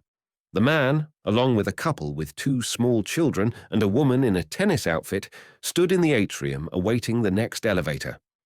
An up arrow above the lift to the right glowed white, and then Sean heard a ding indicating the elevator had arrived. The silvery metallic doors opened, and the people inside stepped off and around into the lobby. Julia was the last to leave the lift. She pulled a small burgundy suitcase and carried a grey backpack over one shoulder, along with a black makeup bag in her free hand. She eased past the doors and the people waiting to get aboard, and stopped when she saw Sean standing on the fringe of the group. The others started getting onto the elevator, including the man he'd been following. The guy had taken off his sunglasses and made his way through the doors in an orderly, calm manner. "Sean?" Julia said. Her confused frown told him what she was thinking before she said it. "What are you doing in here?" Sean waited 3 heartbeats as the doors closed and the elevator took off toward the second floor. I just thought maybe you needed some help, so I was going to come see if you did. The puzzled expression on her face only grew stronger. But you don't know what room I was in. How would you have come to help me? Right, Sean said, pointing at her as if she'd answered a game show question. I didn't think of that until I got here to the elevators. He looked down at her luggage. I don't suppose you do need any help, do you? Sean felt like an idiot and knew he probably looked the part too. No, I'm fine. Thank you. She left the sentence hanging there, and in the meantime, the second lift arrived. The bell dinged and snapped Sean out of his awkward trance. Great. Okay then. Let's get going. He rounded toward the exit, with his cheeks burning from embarrassment. Halfway through the lobby, he glanced back toward the elevator. He'd been so wrong about the man he followed into the hotel. It was moments like that Sean felt like he was losing his touch, like the edge he'd leaned on for more than a decade was now blunted from overuse. The doors parted, and the two walked through. Sean nodded to the valet again. The man bade them a good day with a cheerful wave of the hand. Sean and Julia crossed the thoroughfare back to the row of cars and veered left, walking toward their parking spot. Sean took the key fob out of his pocket and clicked the unlock button twice. A warm breeze blew through the lot. The palm trees lining the edge just behind the curve waved gently, the huge heaves rustling against one another as they overlapped. Sean pressed another button on the fob, and the trunk of the car clicked and opened. "I'll take those," he said, and turned to relieve Julia of her belongings. Sean froze. Julia's face was pale with fear, her eyes full of panic. The man Sean had seen before was standing just behind her, his right hand hidden in the small of her back. "Get in the trunk," the man ordered in a thick Italian accent. "Now." Chapter 6. Sean knew the man held a gun to her back. The assailant stood at such an angle that no one behind him or driving into the parking lot from the street would see.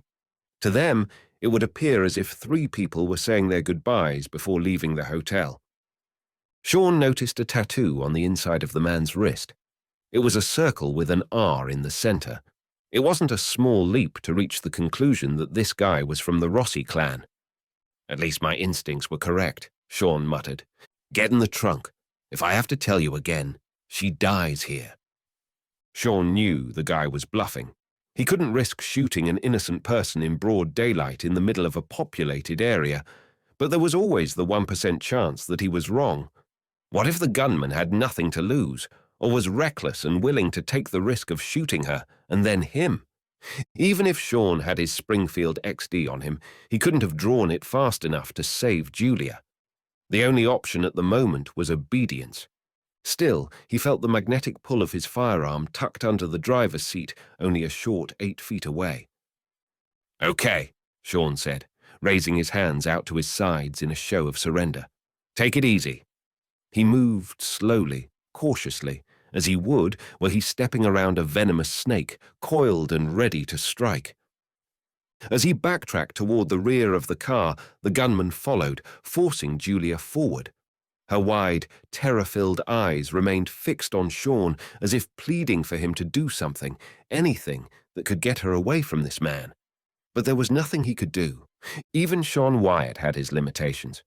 He felt his way backward with his heels, only willing to risk a slight turn of his head to make sure he didn't trip.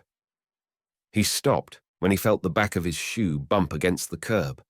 The trunk was to the right in front of him. "Get in," the man ordered again.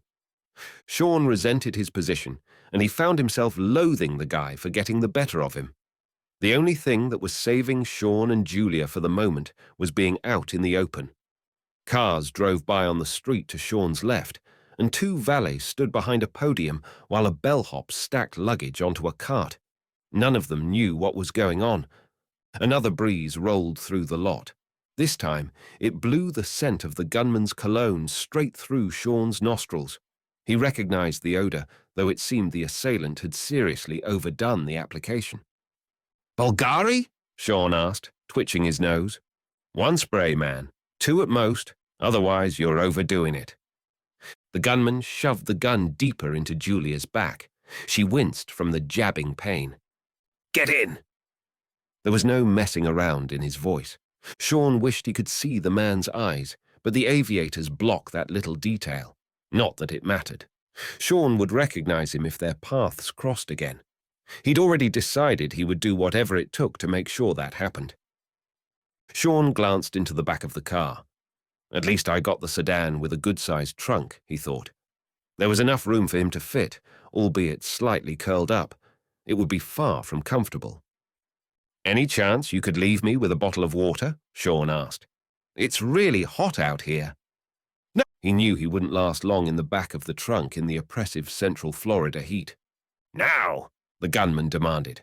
The pained look on Julia's face worsened to the point that tears pooled in the corners of her eyes. Please, she begged through clenched teeth. Help me! Sean could only nod and pray silently for some kind of miracle. Normally, he could make the impossible happen, but this time he felt like his luck had finally run out. The sound of a car motor and tires rolling on the asphalt filled his ears. The high pitch of brakes that needed to be replaced followed. Sean twisted his head an inch to the right and watched as a white Toyota minivan eased past them into the empty parking spot beside his car. A man in his mid-30s drove, with his wife on the passenger side and 2 small children in the back. The rear window had a neatly applied row of one of those stick-figure families, each representing an occupant of the car, including a dog, and each wearing a pair of oversized mouse ears. No way Sean was getting into the trunk now. The little boy, he guessed to be around 7 years old, and his slightly older sister across from him, both stared at Sean as if he were in giant mascot costume waiting to welcome them. The gunman said nothing, but Sean knew the man was probably doing his best to be patient with the change of circumstances. 1 second, he'd been in complete control, about to rid himself of a problem.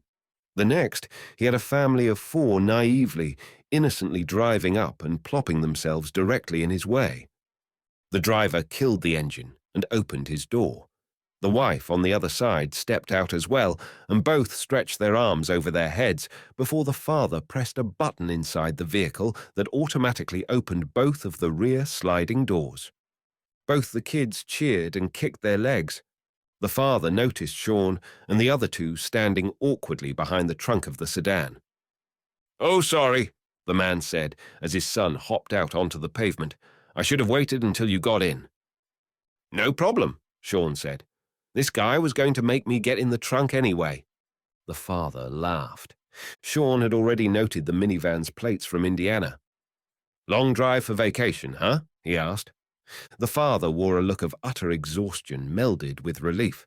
"Yeah, we stopped in Tennessee on the way here and stayed the night before coming the rest of the way. I can't do a trip like that all in one leg." "I hear you. What part of Tennessee?" "Chattanooga.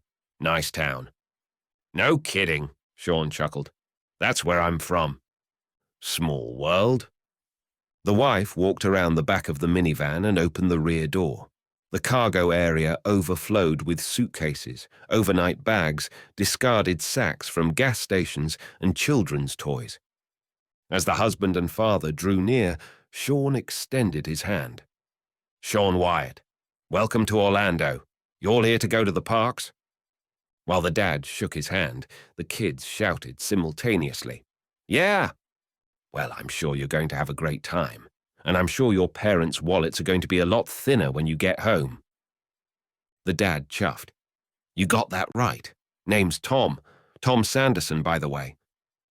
These are my friends Julia and her husband Beaumont, but everyone calls him Pookie." Tom clearly couldn't see where the moniker came from, but he reached out to shake their hands anyway. Sean smiled as he watched Julia uneasily clasp the man's hand and shake it timidly. What he really enjoyed was watching their assailant try to conceal his weapon in his pants without raising suspicion before accepting the stranger's obligatory handshake. He clenched his jaw as if he'd just swallowed a spoonful of bitter medicine, then extended his hand. Tom frowned at the feeble handshake. and when he was done, he leaned in closer to Sean. "Your pal here has a handshake of a dead fish. He's an interior designer. Works alone most of the time, so he doesn't meet many people." "Ah," Tom said, nodding. "Looks like you guys have a lot of luggage. Would you like some help getting your stuff to the front?" "I don't want to be any trouble," Tom said. "I probably should have pulled around to the front drop-off first." "That's what I said," the wife chimed in.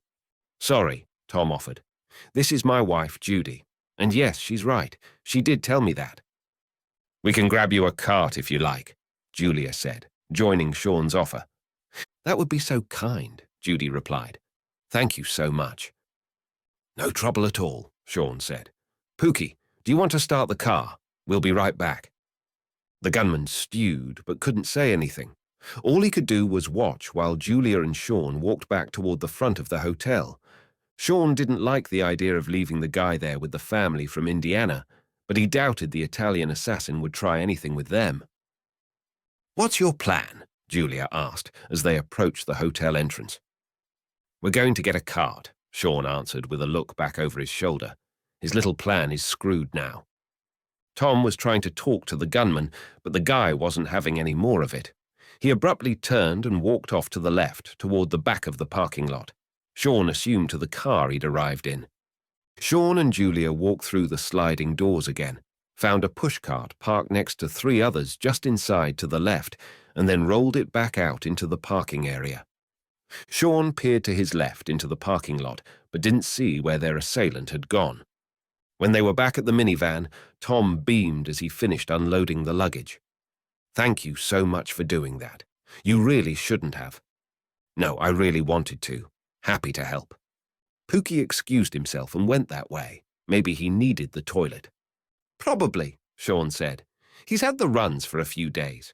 Too much shellfish, I think." "Whoa, TMI, my man," Tom laughed.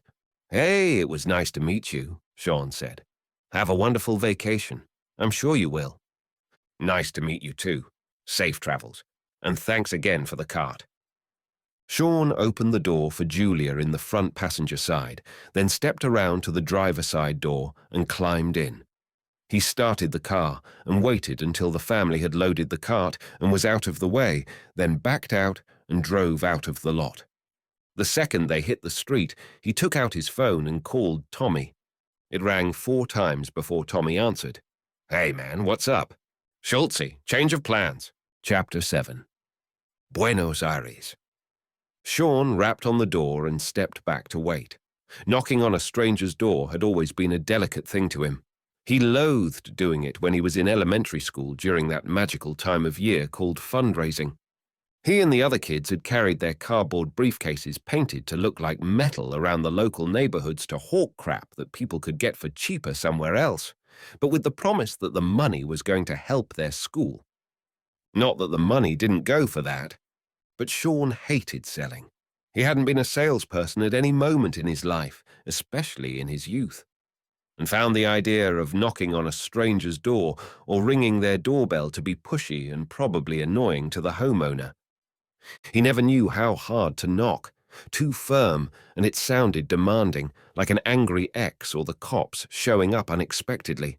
Too soft, and the resident wouldn't hear. "Do you think she's home?" Julia asked, interrupting his train of thought. He didn't know, and was about to step forward and knock again. The sound of movement inside the home signaled his middle-of-the-road approach had at the very least been heard by the occupant. "I guess so," he said. The house was one of the more uniquely painted homes Sean had ever seen. The window frames were bright green, surrounded by shutters of yellow and outer walls painted Carolina blue. It was squeezed between a purple and white house to the right and a yellow and orange one to the left, all part of the same structure. Isabella Fernandez's house was one door down from a street corner in old La Boca town, a truly unique barrio near the port of Buenos Aires. Sean had conducted some research on the long flight down, since there was only so much sleep he could get on a plane, and with 10 hours to fill, he had to do something other than watch in-flight movies. The neighborhood saw an influx of Asian and European immigrants in the early 20th century, the latter primarily coming from Italy, specifically the Liguria region. Sean didn't let that last little detail slip by him. Any connection to Italy and the Florentine diamond had to raise some flags, and it certainly added to the probability that somehow the original diamond had made its way here. He'd also tried to learn as much as he could about Isabella's ancestors, but there wasn't much to go on beyond the names. The record keeping from those days wasn't in any database Malcolm could access, and an internet search engine was even more useless. All that meant if Sean were going to learn anything useful, he'd have to get it directly from Isabella. A lock clicked from the inside the house, and Sean stiffened. The door creaked, opening a few inches so the woman inside could peek out. A tarnished brass chain tensed around her eye level. "Who are you?" she asked in Spanish, her face still mostly concealed in shadow. "My name is Sean Wyatt, and this is Julia Agosti," Sean answered back in the woman's native tongue. He knew the names would mean nothing to her. "Are you Isabella Fernandez?" Her eyelids squeezed tight, eyes analyzing the strangers standing in her doorway. The woman inched toward the opening, the light striped across her face and hair. From the sliver of a view, Sean figured Isabella was in her mid-60s.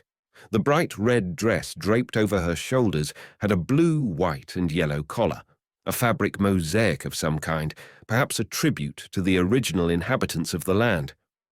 Isabella wore black glasses with floral patterns on the temples that stretched back to her light blonde hair. Her sky-colored eyes gleamed in the light. There was a brightness to her, one that mirrored itself in her choice of clothing and apparel. The locket dangling from her neck was the only accessory that seemed out of place with everything else. It was old and scuffed, inscribed with 2 letters on the front, YP. It hung by an unremarkable silver chain. Sean guessed the thing must have been an heirloom. "I know this is strange, and I apologize for arriving on your doorstep unannounced, but I didn't know how to get in touch with you. I couldn't find your phone number." She smiled at him as she would a strange dog begging for food. "How can I help you, Sean Wyatt?" He took a deep breath, suddenly feeling extremely awkward and intrusive. "I work for the International Archaeological Agency in the United States, and my colleague here is with an agency based in Italy.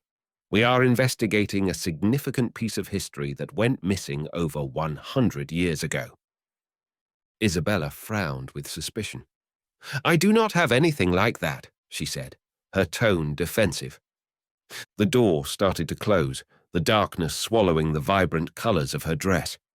"No, wait," he pleaded. "Please, we have a question. It's about your grandfather." Isabella paused, the door stopping halfway to the frame. "My grandfather?" Hope widened Julia's eyes as she saw curiosity pause the woman's retreat. "Yes," Sean said. "It's about the Dance of the Stone." The statement caught her breath as she sucked in air with a quick, subtle gasp. The door widened again, this time farther than before. "What do you know about that?" Sean shook his head, trying to convey as much honesty as he could. He had no idea if this woman had been bothered for her entire life over this, or if he were the first one who'd come knocking.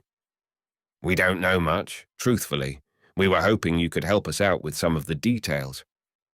She studied him for a minute that felt like an hour. She glanced at Julia, assessing her quickly. Then, finally, she surrendered by unlatching the chain.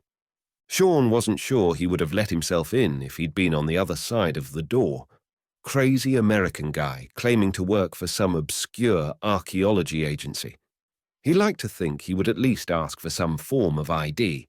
He figured having Julia with him probably helped with the trust factor. "It wasn't my grandfather," Isabella said, the words catching Sean off guard. "I'm sorry." Julia spoke for him, the first thing she'd said to the Argentine woman. "You're mistaken in regard to my grandfather." That didn't sound good. They'd traveled all the way down here under the assumption that her grandfather was a key piece to solving the Florentine pursuit. Then again, Sean felt like he should have remembered what happened when one assumed. That adage seemed to never fail. He saw the rest of her dress, covered in white, yellow, and pink flowers. It was a beautiful distraction for a moment that made forming the words in his brain more difficult than it should have been. "Oh," he said. "I see. My grandfather was a carpenter. My great-grandfather was a dancer." "Oh, I'm sorry, I didn't—" She smiled at him, easing his worries. "You didn't have any way to know. Come in. I was just making some fresh coffee. You can ask me anything you like. I don't get many visitors, and most of my friends have left the city." He stole a quick glance at Julia. She looked surprised and impressed that they'd earned an invitation into the woman's home so easily. They followed Isabella inside the dimly lit foyer, and she shut the door behind them, then turned back down the narrow hallway. Sean saw the kitchen at the other end, a room that opened up to a small antique table by a window looking out over a courtyard. He and Julia kept their movements steady to the point of reverence. They didn't want to make any sudden moves that might startle the woman. It still surprised Sean that Isabella had allowed them into the home. Even with Julia with him to add a certain level of trust, Sean knew that sort of thing would be unheard of in the United States, including some of the posher neighborhoods, though that depended largely on what city and state one lived in. Where he grew up in Tennessee was substantially safer than most places. Then again, Sean wasn't as familiar with local customs in Buenos Aires. He knew crime had been rocketing skyward thanks to government corruption, hyperinflation, and lack of employment opportunities. Two of those three things were affecting the United States at the moment, the number of jobs being the only one that seemed in plentiful supply, even if few seemed interested in working. He and Julia passed pictures hanging from brown-painted walls, the images in the frames mostly black and white photos of what Sean guessed were relatives, probably long since passed. A little table sat against the wall to his left, with more picture frames resting atop it. He recognized Isabella in a few of them, with who he assumed were her parents. The wooden floor creaked under his weight as they neared the kitchen. Isabella stood at the counter to the left. The stovetop to her right glowed bright orange. She scooped coffee out of a tin and dumped it into a percolator, then closed up the tin, set the brewing device on the stove's eye, and motioned to the table by the window. "I have one similar to that," Julia said, indicating the coffee pot with a nod. Sean looked out through the window and saw that the courtyard was surrounded by a stone wall with an arched iron gate in the center. The grass was green, surrounded by a garden filled with an array of flowers. Isabella pulled out a chair and sat down. Her guests joined her at the table, Sean taking the seat across from their hostess, Julia the one adjacent to her. "Do you always allow strangers into your home like this?" he asked. "It's a crazy world out there." "I sense things about people," she said. "You're not a danger to me. You have honest eyes, and you're an attractive man. I found most criminals around here are ugly." Julia shifted uncomfortably at the love fest. She rubbed her palms on her thighs to dispel the awkwardness. Sean laughed, his cheeks burning red. "Well, thank you." "And you're American. It isn't every day one of your people knocks on my door, or an Italian for that matter." She cast a sidelong look over to Julia, who smiled politely in return. "When was the last time?" Julia asked. "Never." The Italian nodded, having anticipated that response. Sean changed directions. "You said your friends left the city. It almost sounds like you wished you could have left too." Her head twisted slightly, and she stared out the window at nothing in particular. "I cannot leave my family home. No matter how bad things get in the cities, it is my home. It's been in my family since my great-grandfather." Sean understood what she meant. That was a thing people in the old countries did more than back home in the States. On one of his visits to Germany, he'd met a family who'd been in the same house for 500 years. He remembered thinking the old adage, "They don't build them like they used to," and truly appreciating that phrase for every ounce of its worth.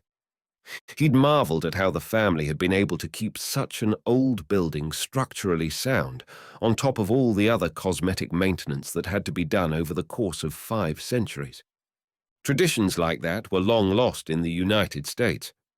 Sean considered his next words carefully, not wanting to jump straight into the point of his visit, but at the same time also reluctant to waste the woman's time. "I am working on an investigation into the disappearance of a highly valuable item," he said. "You mentioned that." Isabella smiled politely at him. The percolator on the stove bubbled and hissed. "One moment. The coffee is ready." She stood and walked over to the stove, removed the brew from the top, and took 3 white mugs out of a cupboard to the left, above the counter. As she poured the coffee into the cups, the aroma filled the room. "Sugar and milk?" she asked. "Please," Julia said. Isabella looked to Sean. "No, thank you," Sean answered. "I take it black." She returned to the table with 2 cups, placing them on the surface in front of her guests. "What is it you're looking for?" She shuffled over to the fridge and removed carton of milk, picked up a jar with sugar, and set it in front of Julia before returning to her seat. The woman seemed interested in her visitor's plight. That was a good sign. At least, she'd listen. Sean took a breath and began. In 1921, a jewel known as the Florentine diamond disappeared. Isabella stopped stirring her coffee, as if abruptly paralyzed by his words. "What did you say?" Sean immediately felt as though they'd crossed a serious line and slapped on his most apologetic face. "The Florentine diamond. Have you heard of it?" He knew she had. The astonished look on her face was a blatant confession, the "how did you know" in her eyes. His host cleared her throat and resumed stirring the coffee.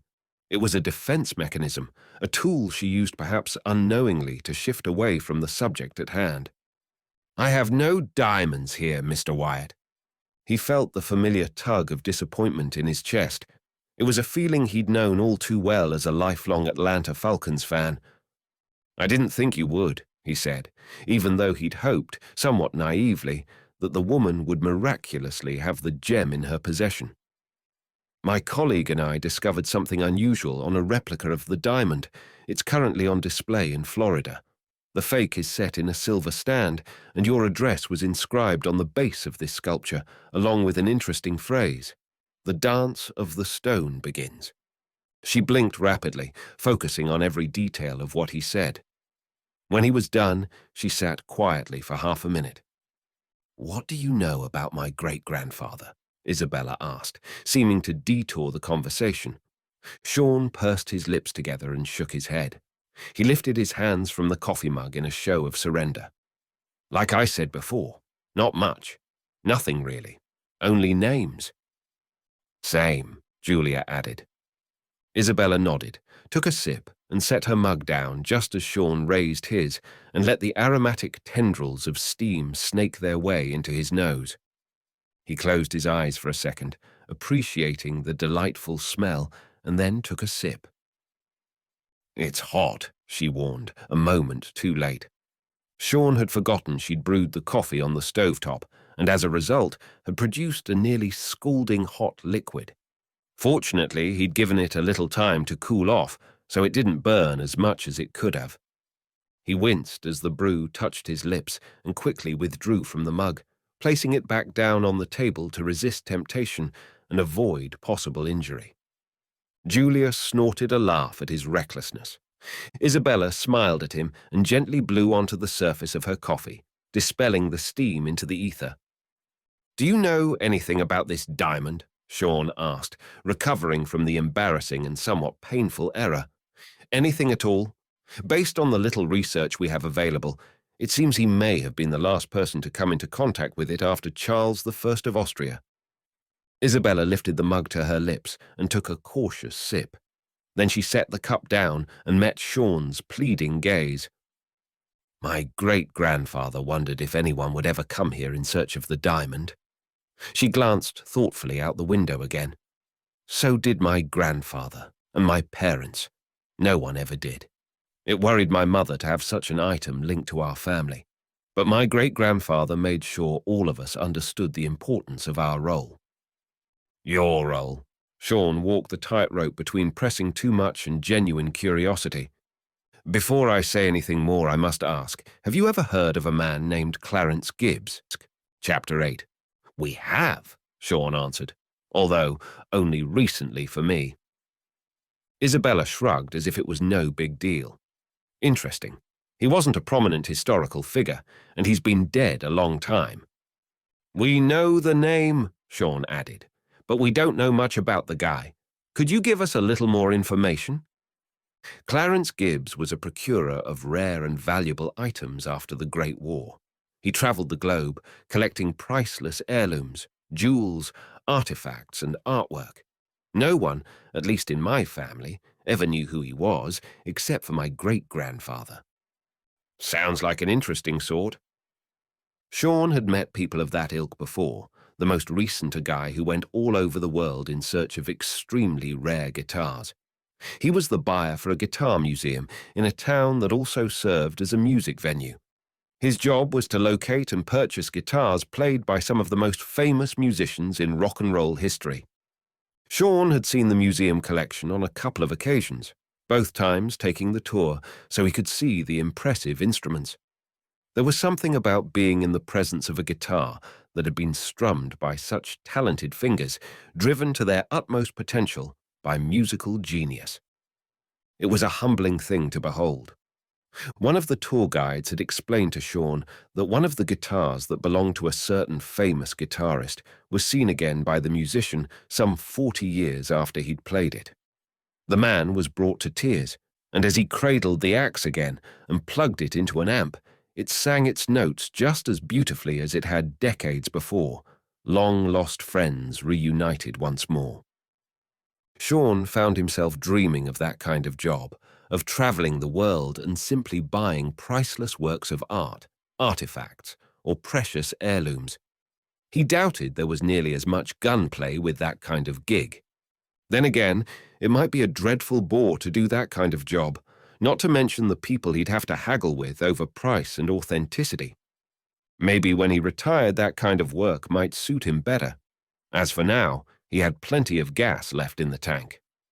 I don't know much about Gibbs, other than the little information that was passed down by my family, Isabella continued. He was an American, though I'm not sure what part he came from. It's a big country, Sean said. Is there anything else that you can tell us about him? Their hostess rolled her shoulders. I wish there was more, but I truthfully don't know anything else. Except for one thing. The room seemed to fill with anticipation, like a balloon ready to burst. Sean felt himself lean forward involuntarily, and even the stoic Julia was breathless with anticipation. Isabella raised her mug once more and held it close to her lips, concealing half her mouth before she continued. The only other detail I know about Mr. Gibbs was that he worked for someone very powerful and very interested in the preservation of historical artifacts, particularly after the Great War. Gibbs sounded like the kind of guy Tommy and Sean could use at the IAA if he hadn't lived so long ago. I don't suppose you know who his employers were, do you? Julia ventured. No. According to my family, he was a secretive man. Sean still had one more question, and even though he knew the answer wouldn't lead them to the diamond, at least it would fill in one gap in the story. How did your great-grandfather come to know Mr. Gibbs? Isabella's lips spread into a smile. Clarence Gibbs was a resourceful man, according to my mother. He knew that there would be many who would try to steal the diamond from the former emperor. So Gibbs bought it from him a few months before Charles I died. Sean's jaw nearly hit the table. The coffee mug in his hand tilted almost to the point of spilling some of the hot liquid over the rim. What did you say? Sean asked, his mind grasping at clarification. Gibbs bought the Florentine diamond. That's how I was told it happened anyway. What did he do with it? Julia asked. It was a loaded question, full of potential backfires. But she wanted to know. They'd flown all the way to the bottom of the planet to find out that answer. That is the correct question. The two guests waited, desperate to learn the secret. Gibbs knew the people who wanted the diamond would find him sooner or later, no matter how good he was at evading enemies and thieves. He also believed that the emperor himself would try to reacquire the diamond after Gibbs left the hotel where he was exiled on the island of Madeira. Sean quickly put the pieces together. So, Gibbs left Madeira anticipating an ambush or theft and came here to Argentina. Correct. And he gave your great-grandfather the diamond to keep it safe, Sean finished. Yes, Mr. Gibbs was a trusted friend of my great-grandfather. I don't know how or why they met, but I do know that my parents claimed he was considered part of the family. I believe Gibbs helped my great-grandfather at some point, though I'm not sure in what way. I was told he was a kind man. Julia listened and waited for a break in the conversation before speaking.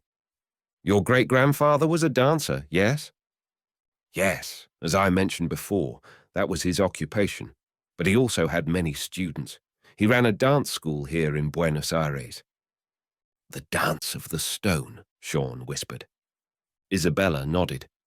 I was told that someday I might meet a visitor who came asking about the diamond and mentioned the Dance of the Stone. I believe that was Mr. Gibbs's final clue to the whereabouts of the gem. It was his way of paying tribute to my great-grandfather for taking on such a dangerous charge, keeping a priceless piece of history like that safe. So it was here, Julia realized, but not anymore. No, it wasn't in this place for very long. Mr. Gibbs gave my great-grandfather specific instructions for it. Instructions? Isabella took a sip of coffee, then set the mug down. Sean and Julia watched as she reached her hands up behind her neck and fiddled with the clasp. After a few seconds, it came free, and the chain drooped. She lifted it and passed it across the table, setting it in front of the two guests. This was what my great-grandfather left behind for the one who came searching for the Dance of the Stone. Sean studied the locket. Julia did the same, neither willing to reach out and take it to have a closer look. No one else has come here in the last 100 years and uttered that phrase? The Italian asked. No, Isabella said, twisting her head back and forth slowly. It would seem Mr. Gibbs hid his secret well. Sean didn't want to be indelicate, but he had to know more. They were close, but it also felt like he was just arriving at the trailhead for wherever this was going to lead. The locket, he said. What does YP mean? Yolanda Perez, Isabella answered. Sean didn't know the name, but he'd waited as long as he thought it appropriate to pick up the locket and have a closer look. He reached across the table and pulled it toward him. Isabella nodded approvingly and continued drinking her coffee. Who is Yolanda Perez? Julia wondered. Yolanda was a friend of my great-grandfather. I don't believe there was anything romantic between them. If there was, my great-grandmother would not have allowed that to stay in the family. She must have been close, Sean noted, turning the locket over in his fingers. Yes. My grandparents told me that my great-grandfather saved her life when she was crossing a road here in Buenos Aires. Cars were still very new back then. She was walking across a street, and a driver didn't see her. My great-grandfather happened to be going the other way, grabbed her, and dove clear of the oncoming car, narrowly missing it. They remained friends until he died. Julia shifted in her seat, leaning closer to Sean to get a better look at the locket. What happened to her? Yolanda was originally from Cuba, but her home was in Miami, where she owned a bookstore. Apparently, she was visiting Buenos Aires in search of some rare books to add to her shelves. My great-grandfather maintained correspondence with her the rest of his life, even after she returned to Miami. Miami? Sean lifted his gaze to look at their hostess. Yes. Sean's mind spun at 5,000 RPMs, but one very clear realization stood out amid the swarming thoughts. Your great-grandfather entrusted Yolanda with the diamond. Julia looked up at him, startled by the abrupt and seemingly random leap to the conclusion. What? She turned to Isabella, who continued smiling, although with sparkling mischief in her eyes. Yes. As I said before, I was trusted to keep that locket and its secret for whoever came asking about the Dance of the Stone. I have no children of my own, so I feared the truth would die with me when my time comes. I could leave it with a friend, but this feels like a family matter." Sean felt his heart beat faster, the same way it always did when clues started unraveling in front of his eyes. "May I?" He held up the locket. Isabella nodded and took another sip of coffee. Sean carefully pried open the locket at the seam and unfolded it until he and Julia could see inside. On the right side was an address, inscribed in tiny letters and numbers. It was a locale in Miami and reminded him of the address they'd seen on the bottom of the sculpture holding the replica diamond. On the left interior side of the locket was a piece of glossy paper with a butterfly printed on it. The yellow and black wings had faded through the decades, but it was still easy enough to imagine what it might have looked like when it was first created. "A butterfly?" Julia questioned. "Yolanda loved butterflies and books. That's really all I know about her as a person, other than the friendship with my great-grandfather." "Butterflies," Sean repeated. He turned over the locket in his hand, inspecting the inscription. The address burned into his memory. "I guess this is the next place we're supposed to look." "Yolanda has been gone a long time. I don't know what that address is for, but I'm certain she must have left a clue to the location of the diamond. It wasn't in Mr. Gibbs's plan for it to disappear forever." "It would be nice if we knew who he worked for," Julia mused. Sean huffed his agreement. That would be nice, he thought. He started to pass the locket back to Isabella. "No, you can keep it," she said. "That was what my great-grandfather intended." Sean grinned at her. "It's okay. You keep it. I have the address memorized. I wouldn't want to take something that's been in your family for over a century." She mirrored his smile, but there was a subtle difference in her eyes. Was it appreciation or pity? Normally, he could read people's body language and expressions with ease. It was a skill that had served him well throughout his life. Now, though, he wasn't sure. "As I said, you are the one who is meant to have it now. I can't take it with me after all." Sean flashed a concerned look at her. She quickly caught the meaning. "Oh, no," she added. "I'm not dying. Well, we're all dying, but I plan on living many more years. But you must take the locket. I insist." He knew there was no way she was going to let him refuse. As guilty as he felt for taking a family heirloom, he understood. This was part of the game, a piece of a puzzle that had been hidden for decades.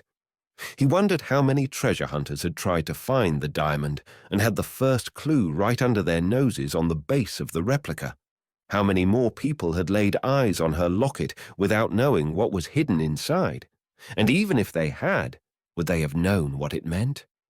Doubtful. Sean learned long ago that the best place to hide things was often in plain sight. Edgar Allan Poe had taught him that. "Thank you," he managed, closing the locket and slipping it into a pants pocket. "I'll take good care of it." "I know you will."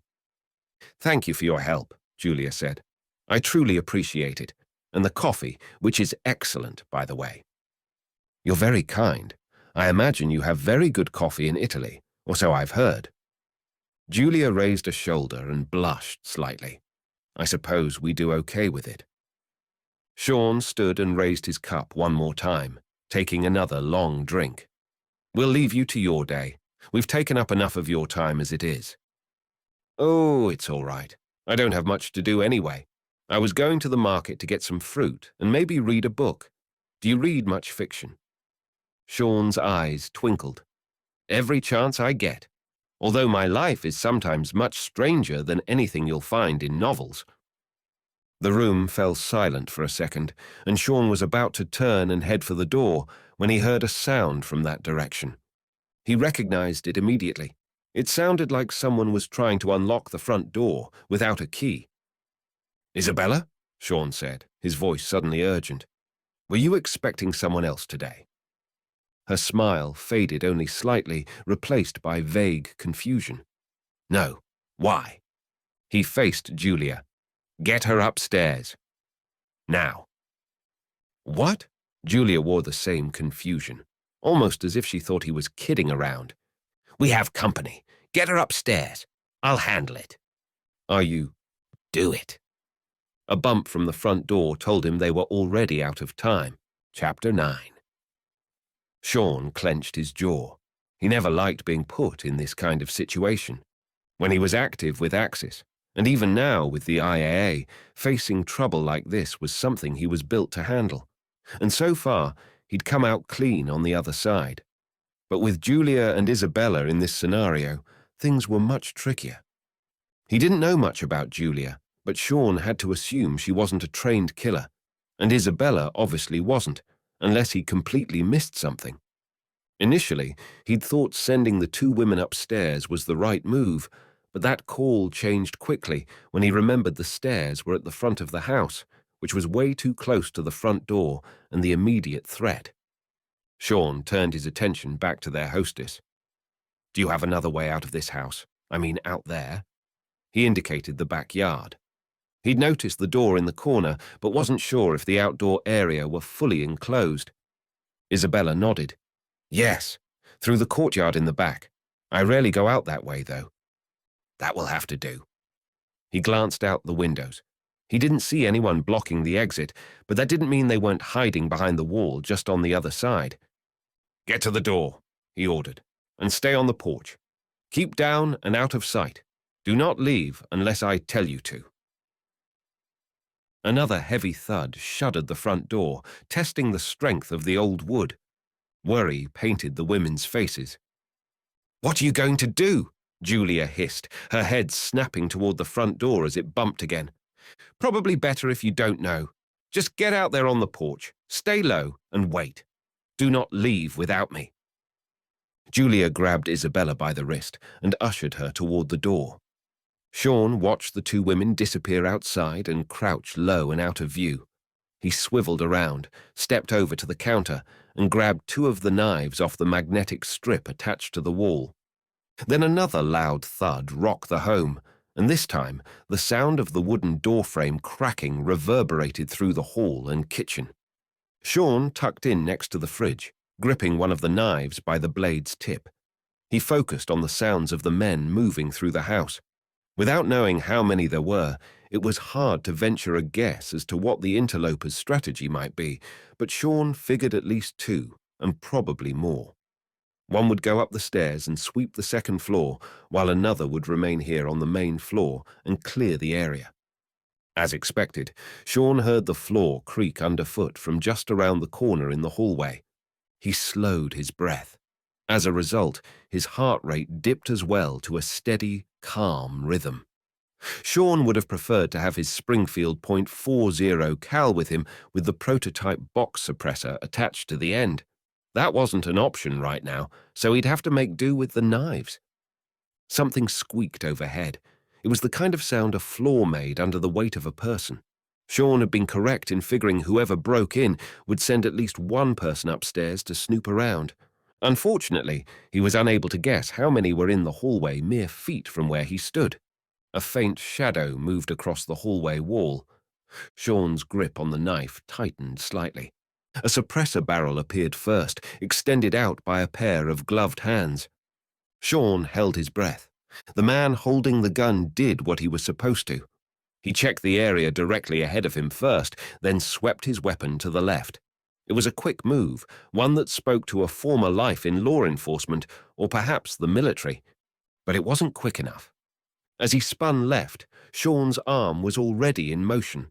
By the time the man realized the danger, it was too late. The knife sank into his left eye before he could fire a shot. The gunman staggered as his consciousness was severed from his body, and then he slumped against the wall, sliding down to the floor in a heap. Sean heard the next threat react from a few steps behind the first guy. He knew the second would be more careful. He flung open the refrigerator door just as the second gunman whipped around the corner and fired. Rounds plunked into the door but didn't puncture it. Sean stayed low behind the door and then leaned out, flicking the next blade at the shooter. This throw was less calculated and sailed wildly at the gunman. Still, it was flung with enough force that when the base of the hilt hit the guy in the head, it dazed him for a second, and he stepped back. Sean sprang from his cover and charged the gunman. The shooter reacted, regaining his composure enough to raise the weapon once more. Sean grabbed the suppressor before the guy could get off another shot. He jerked the gun to his right, then twisted it up and back toward the assailant. The man winced, but jabbed at Sean's face with his left hand. It was a pathetic effort, and while it would have probably been good enough in a street fight with most of the hoodlums out there, it was a simple punch to dodge for Sean Wyatt. The man's trigger finger snapped as Sean continued to twist the pistol. He yelped in pain and instinctively let go, immediately on the offensive with his good hand. He launched another punch, this one more accurate and faster than the first. Still, the gloved fist merely glanced off Sean's cheek as he turned the pistol upside down and fired with his pinky finger on the trigger. The muzzle clicked and puffed, sending a round into the man's chest. Sean twisted the weapon up slightly and twitched the trigger a second time. The bullet went through the man's neck and out the top of his head, painting the wall behind him in an abstract crimson. He slumped to the floor with his back hitting the wall on the way down. Sean doubted the guy upstairs heard the innocuous muted gunshot, but he may have heard the bodies hitting the floor. A quick check toward the back of the house produced no sign of the women. That was what he'd hoped, for them to be out of sight. And for the moment, no attackers were creeping across the courtyard or over the wall in the back, both good signs. He heard the ceiling creak overhead. The guy upstairs was moving around. Something thudded and crashed. He's tearing up the place, Sean thought.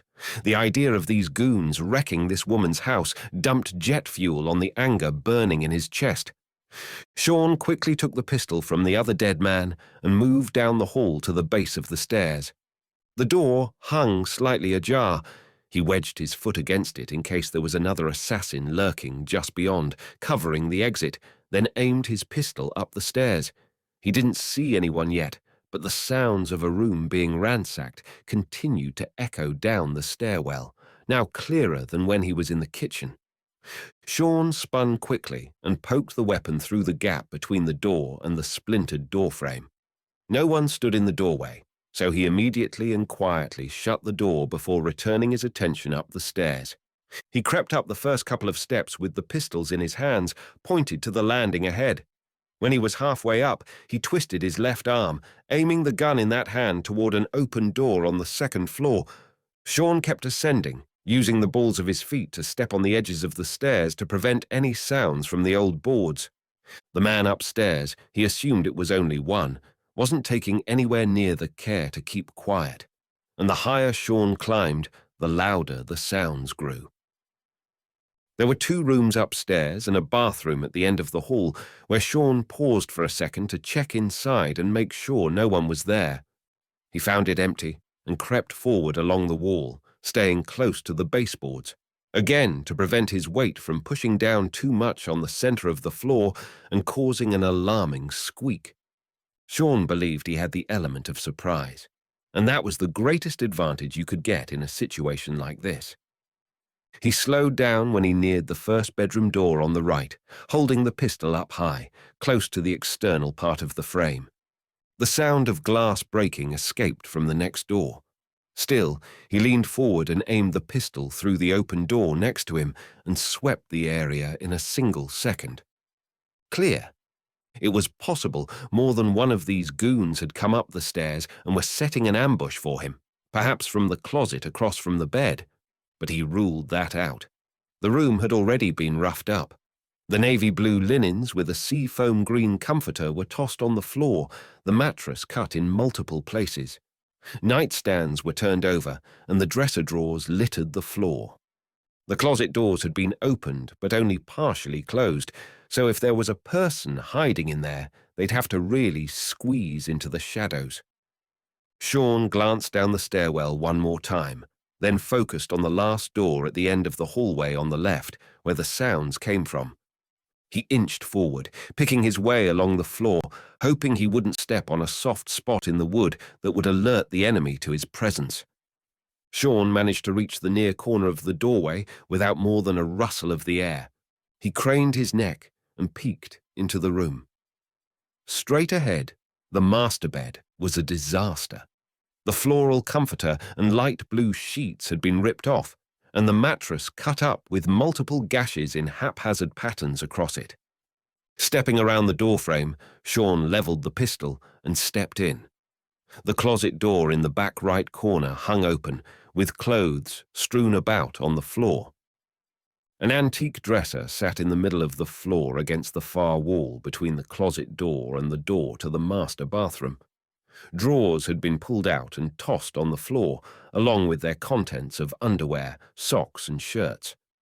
Sean found the thug responsible in the master bathroom, jerking out a vanity drawer and sifting through them before moving on to the next. Lining up the pistol's sights with the man's left shoulder, Sean tensed his trigger finger. "Don't move," he ordered. The gunman in the bathroom snapped his head around to see the American standing in the doorway with a pistol trained on him, a pistol that looked an awful lot like the one in his right hand. He was halfway bent over with his left hand on a drawer handle.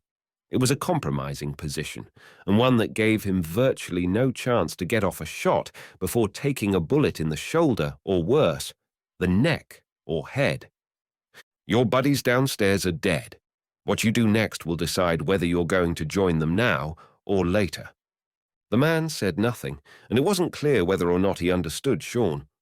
Because he was hunched over, it was hard to tell how tall the guy was, but Sean guessed a few inches shorter than him, but with broad shoulders like a rugby player. His dark, nearly black hair was pulled up in a man bun, and he peered back at Sean with eyes that nearly matched the bluish-grey of Sean's. For what it was worth, the assassin obeyed Sean's order to not move, though it was easy to see that was primarily due to his brain trying to figure a way out of this mess. "If you want to live," Sean said, "put the gun down and tell me who you work for."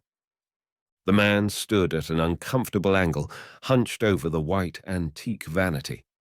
He couldn't stay in that position for long before his lower back started aching, or maybe that was something that didn't happen until the mid-40s.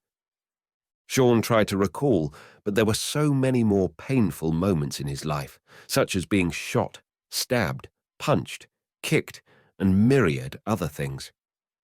"There's no way out of here," Sean promised him. "We have the exits covered. You and your friends walked into a trap."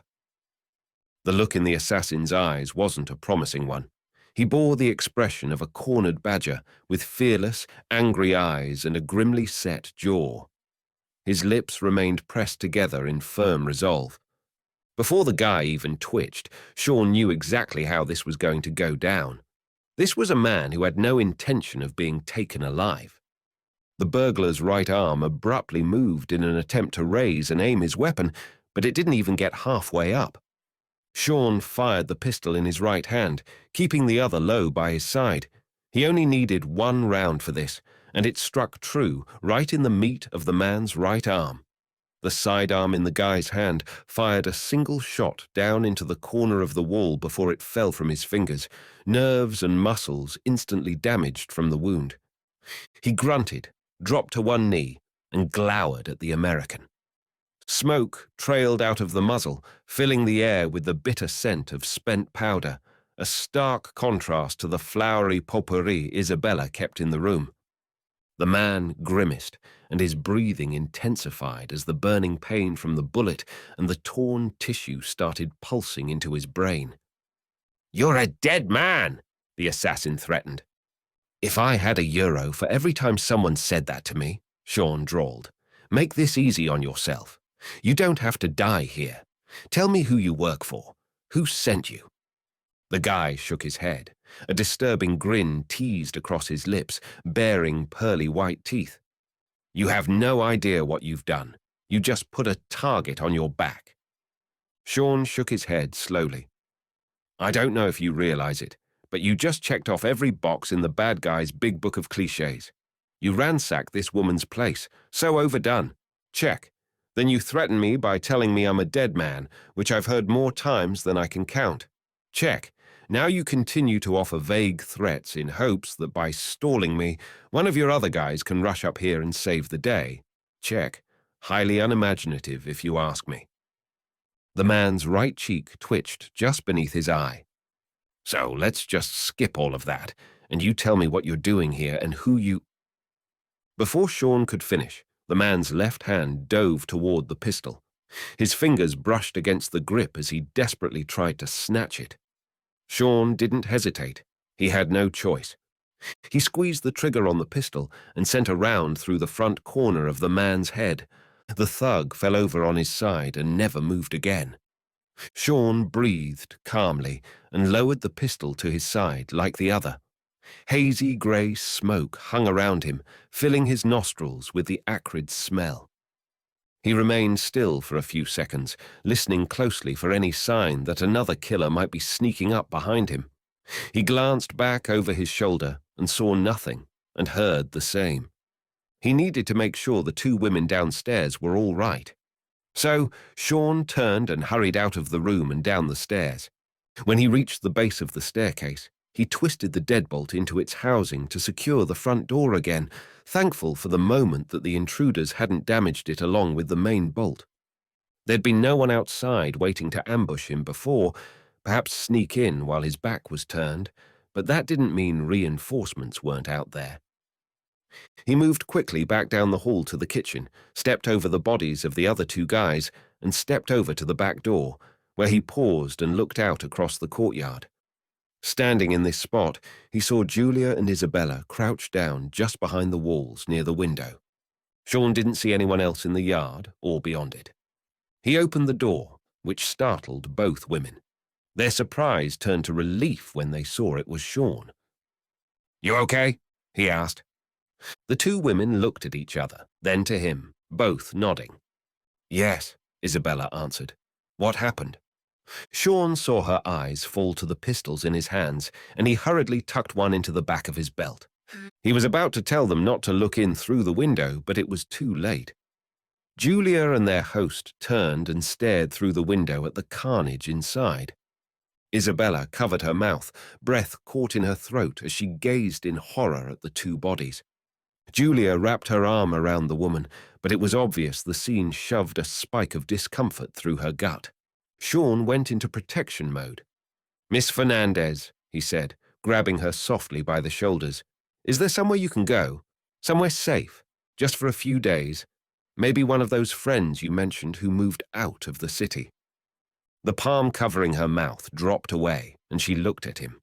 Confusion filled her eyes, giving off the appearance of being completely lost. Somehow, she managed to nod her head. Yes, I have somewhere I can go." "Good." He turned to Julia. "Call the police. After they arrive, she can go upstairs and collect whatever she needs to take with her out of town." "Yes." "Okay," Julia said. "I have another call I need to make while you do that." Sean took out his phone and thumbed through the contact list until he found Emily Starks. Julia was a little slower getting her phone. She was too busy staring in rapt bewilderment at Sean Wyatt. Isabella's gaze was locked on him as well. "What kind of archaeologist are you?" their hostess asked. Sean pressed the phone to his ear and heard it start ringing. "Not the kind you see on the History Channel." Chapter 10. Totty steamed from an alcove across the street where he'd parked the car. It was shaded by the building next to it, making the vehicle a little less visible to anyone who might have looked out of the home. He'd seen Julia Agosti go in the building with a man he'd come to learn was Sean Wyatt. The American had a particularly unusual career working for the International Archaeological Agency. With some digging, Totty had learned the man always seemed to escape legal trouble even when he found himself in deep. There were several killings linked to the man, all in self-defense, of course. Totty initially rolled his eyes at the thought. A single defensive killing was rare enough, but for someone to have more than one was preposterous. That meant Wyatt had some kind of pull, probably at a high government level. What Totty couldn't figure out was what Wyatt had done before he started working for the IAA. His record was oddly blank between the time he graduated and the time he joined the archaeological agency in Atlanta. There were plenty of people with that sort of background. He might have taken some years to go travel the world or worked in an anonymous job somewhere. If he'd been a bartender or carpenter, ranch hand, landscaper, none of those things would have come up on Totty's searches. But those possible explanations didn't jibe with the man's exploits as a so-called archaeologist. There was something more to this Sean Wyatt. Totty simply couldn't put his finger on it what it could be. Typically, signals such as these pointed to government work, or perhaps paramilitary, special ops, or mercenary employment. For all Totty knew, it might be every one of those things. Still, it shouldn't have been a problem for the 3 men he sent inside the Fernandez house. They were all killers to their core, each with more than a few notches on their belts for the lives they'd taken. Lorenzo Rossi didn't accept just anyone into his organization.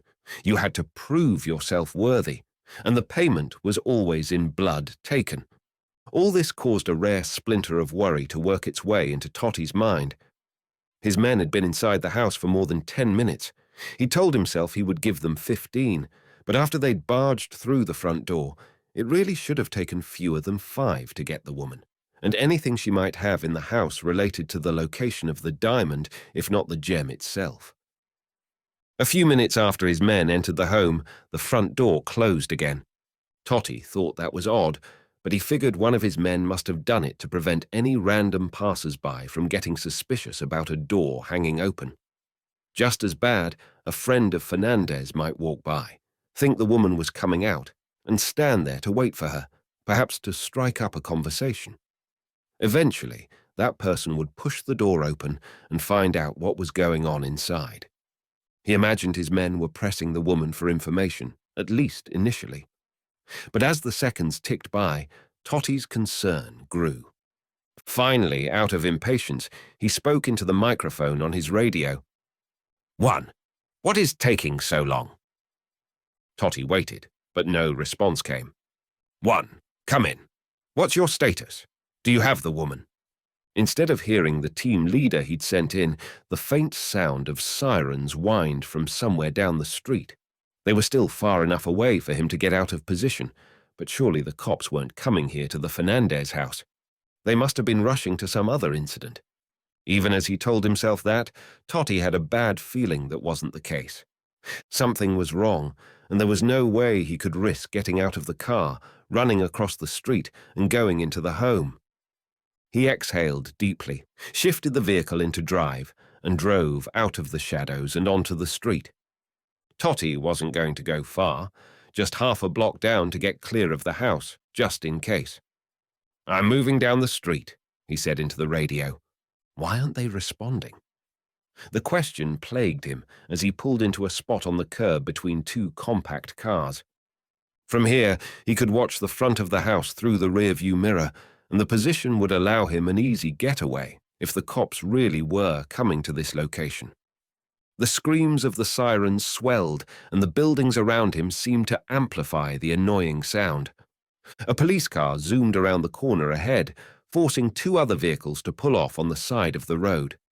The cop sped to the front of the Fernandez house, where he stopped abruptly and jumped out of the vehicle. Not good, Totty thought. More sirens filled the air in the usually quiet neighborhood. People on the sidewalks turned and looked as 3 additional police cars flooded the scene. 2 came from the other direction and blocked the street behind Totty, just beyond where he'd been parked only a moment before. The other did the same only 20 meters behind where he currently sat. He knew he needed to get out of there. Abandoning his men wasn't an option, not usually, but they were done for now. It wasn't as if he could jump out of his car and start picking off the cops. There were too many witnesses standing around watching the scene play out. "Get out of there now," Totty ordered into the radio, but he knew it was in vain. There was only one reason none of his 3 men would answer him. Even if they were torturing the people inside the house, one of them would have answered. That meant all 3 of them were dead, or worst-case scenario, unconscious. He doubted that, but the paranoid part of him did wonder. If the men were still alive, they could talk, and no one talked about the Rossi clan. As far as he knew, only a scant few members of the organization had ever squealed on the family, and those men had died gruesome, torturous deaths. A single question in Totty's mind was how they'd been taken down by the American and the 2 women. Perhaps there was more to this Wyatt, as he initially suspected. It certainly wasn't the Italian archaeologist. Her dossier was easier to read than a children's book. Good grades in school, college, graduate degree in archaeology, rented an apartment, paid her taxes. It wasn't compelling reading. With this Wyatt, however, Totty felt like maybe he'd found a challenge. The idea excited him slightly. He hadn't run into a problem that needed solving in a while, and when it had happened in the past, it was easily dealt with. Perhaps Wyatt would be a worthy adversary, and Totty would relish killing him, especially to avenge the deaths of his men. He glanced in the rearview mirror again, watching the cops go up to the front door and knock. Then he shifted the car into gear and accelerated away slowly, passing another police car as it whipped around the curve en route to the crime scene. It didn't look like the cops had paid him any notice. That was the only victory Totty would take from this failed operation, and he knew Lorenzo Rossi would not be pleased with the results. The only way he was going to avoid catching the boss's wrath was to make sure it didn't happen again. He took out his phone as he slowed to a stop at a red light and looked up the name of one of his most trusted henchmen, Vincenzo Bartolo. Totty pressed the green button and raised the device to his ear. "What kind of trouble did you run into this time, Barone?" the man asked. His tone was every bit as gruff as the guy himself. "I don't know." Silence followed the response. Interesting. Totty knew his honest response would catch the man by surprise, and not because he was telling the truth. Bartolo was well aware of Totty's methods and his skill set. Bartolo was a problem solver too, a brutal one. "Who's the mark?" the man grumbled. Totty grinned. "An American named Sean Wyatt, and I want you to find out everything you can about him." Chapter 11. Sean waited in a chair in the kitchen as the police siren zoomed in on the street in front of Isabella Fernandez's house. He told the two women to go upstairs and start collecting some necessities for Isabella to take to a friend's house, and when they were done, they had returned downstairs and were now out on the back porch. Sitting in a room with a couple of dead bodies wasn't the kind of thing most ordinary people could handle. He could only imagine the horror the women must have felt, first stepping over the bodies here in the kitchen and then seeing the one upstairs. Sean hadn't so much as covered them, which he figured might have been helpful in hindsight. But this was a crime scene, and the fewer things he tampered with, particularly around the bodies, the better. He'd spoken to Emily Starks, who, he guessed, had already gotten in contact with the Buenos Aires Police Department to let them know what really happened, and that her former agent had acted in self-defense. So far in his life after Axis, her phone calls had dragged him out of more than a few sticky situations. As the director of one of the most secretive agencies in the world, Emily Starks had some serious pull, and even Sean didn't always know how or why. He heard doors slamming outside the house and glanced back out through one of the rear windows to make sure the two women were still okay. They sat on a couple of patio chairs, both looking extremely nervous. Sean waited, a cup of coffee sitting next to where his elbow rested on the table. Several hard knocks at the door signaled the cops were there. "Enter!" he shouted in Spanish. He'd unlocked it before returning to the kitchen and pouring himself another coffee, and within a second of giving the command, the men in uniform poured into the house. As expected, their weapons were trained on him almost instantly as they pushed ahead through the hallway. Sean kept his hands where the police could see them and remained almost perfectly still. "Stay right there," the lead cop ordered. He looked young, probably mid-20s, but Sean guessed the man had already seen more than a few bodies in this town. Sean waited until the man spoke to him again. "Where is the gun?" the cop asked. The question was expected. Sean first answered the man with his eyes, a quick look over to the kitchen counter next to the sink. "There are 3 on that counter," Sean answered in fluid Spanish. "All belonged to the dead men." The cop followed his eyes to the pistol sitting on the bar. 3 other men in uniform entered the building, all hanging back behind the first. "Check upstairs," he said to no one in particular. It was the kind of order he expected to be followed by at least one of the men. The man in the back turned and scurried up the stairs, keeping his pistol aimed high as he climbed.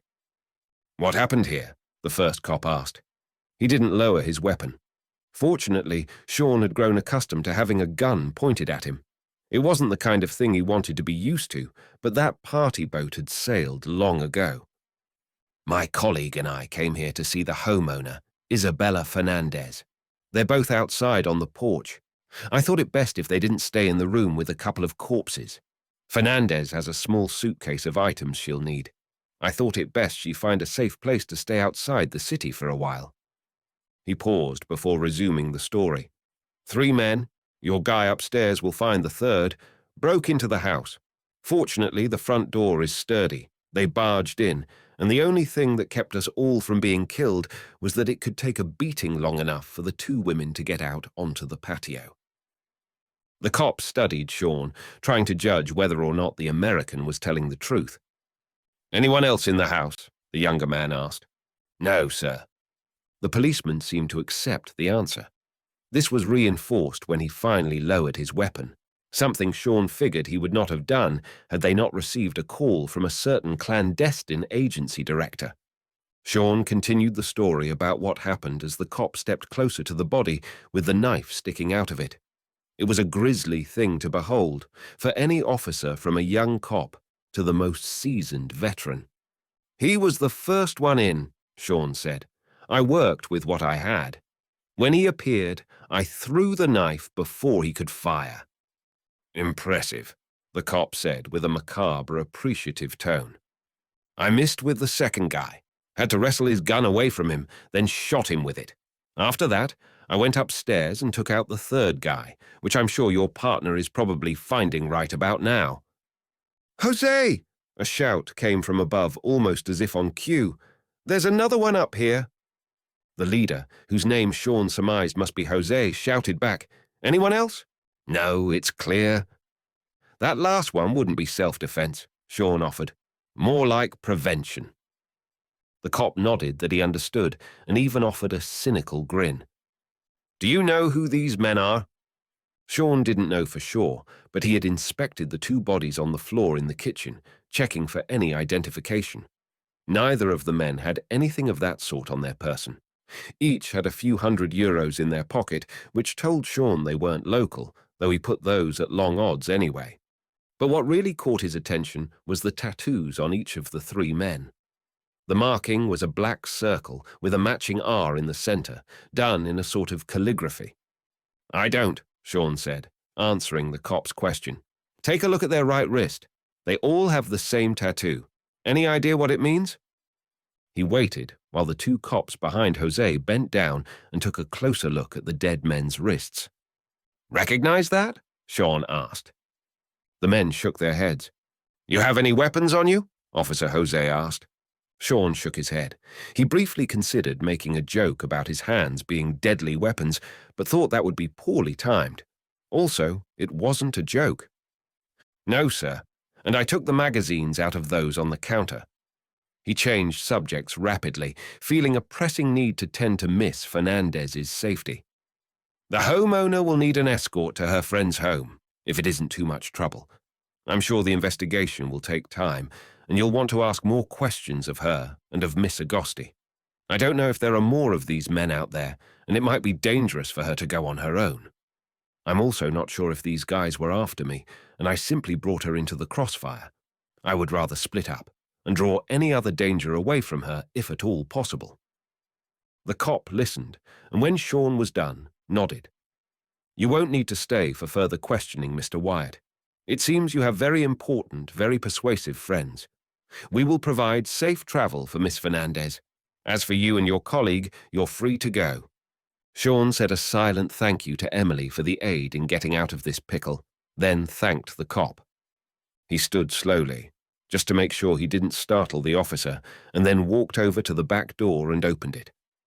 The 2 women looked over at him. A combination of fear and confusion brimmed in their eyes. Isabella, you're safe now. The police are here and are going to take you wherever you need to go. Julia, you and I should go. We need to put as much distance between us and her as possible. If you want to go back to Italy, I understand. I can keep going with the investigation and let you know what I find if... You're trying to get rid of me? Julia asked. Sean stumbled over his answer. No, I'm coming with you. That is non-negotiable. This is the closest anyone has ever been to uncovering the location of the Florentine diamond, and I am not going to bow out now. Sean appreciated her courage, though he wasn't sure she fully understood the danger. Whoever sent these assassins would not be pleased their men had been killed. In his experience, that only made things worse. If they find us again, there will probably be more of them, Sean said. Her burning stare never wavered. Then I guess we need to stay one step ahead. Sean looked back to Isabella. She seemed to have calmed down, particularly now that the police were there. He still felt guilty for bringing this kind of trouble into her home, but it could have been so much worse, and there were no guarantees that the dead men wouldn't have found her on their own. "Thank you for your help," he offered. "I am sorry for all of this." She managed a feeble smile and shook her head. "You saved my life. I will always be in your debt for that." Sean dismissed the notion as Julia stood. "You'll be all right?" the Italian asked. Isabella nodded. They'd only been in Buenos Aires for a matter of hours, and now it seemed they were already leaving. If Julia had wanted to take in some of the sights, it would have to wait for another trip. For now, they were heading back to the States, and the only direction they had was a name and a locket. He felt the necklace in his pocket and repeated the name in his mind. Yolanda Perez. Isabella said the woman had owned a bookstore. It was unlikely the shop was still around, but it was the best place to begin, along with the name. He just hoped whoever sent the dead men wasn't able to track him on the next leg of the journey. Sean had no misgivings about that. He'd have to assume those hunting for the diamond would be right behind him, which meant he'd have to be ready. Chapter 12. "Find anything?" Julia asked. She sat across from Sean in the IIA Gulfstream jet, a cup of coffee sitting in the cup holder to her left. "Yolanda's obituary from 1982, Sean said. "This says the name of her bookstore was The Hidden Gem." He lifted his eyes to meet Julia's gaze. "A little on the nose, if you ask me." "A secret message in plain sight," Julia said, the realization hitting her immediately. Sean nodded. "Anything else?" she asked. He drew a breath and exhaled. "Not much. From what I can tell, her grandkids run the store now." "So it's still open? That's good." "Yes, but it doesn't get us very far. What are we supposed to do? Walk in and tell them we're there to find out about a priceless diamond that their abuela secreted into the States and kept hidden for safekeeping?"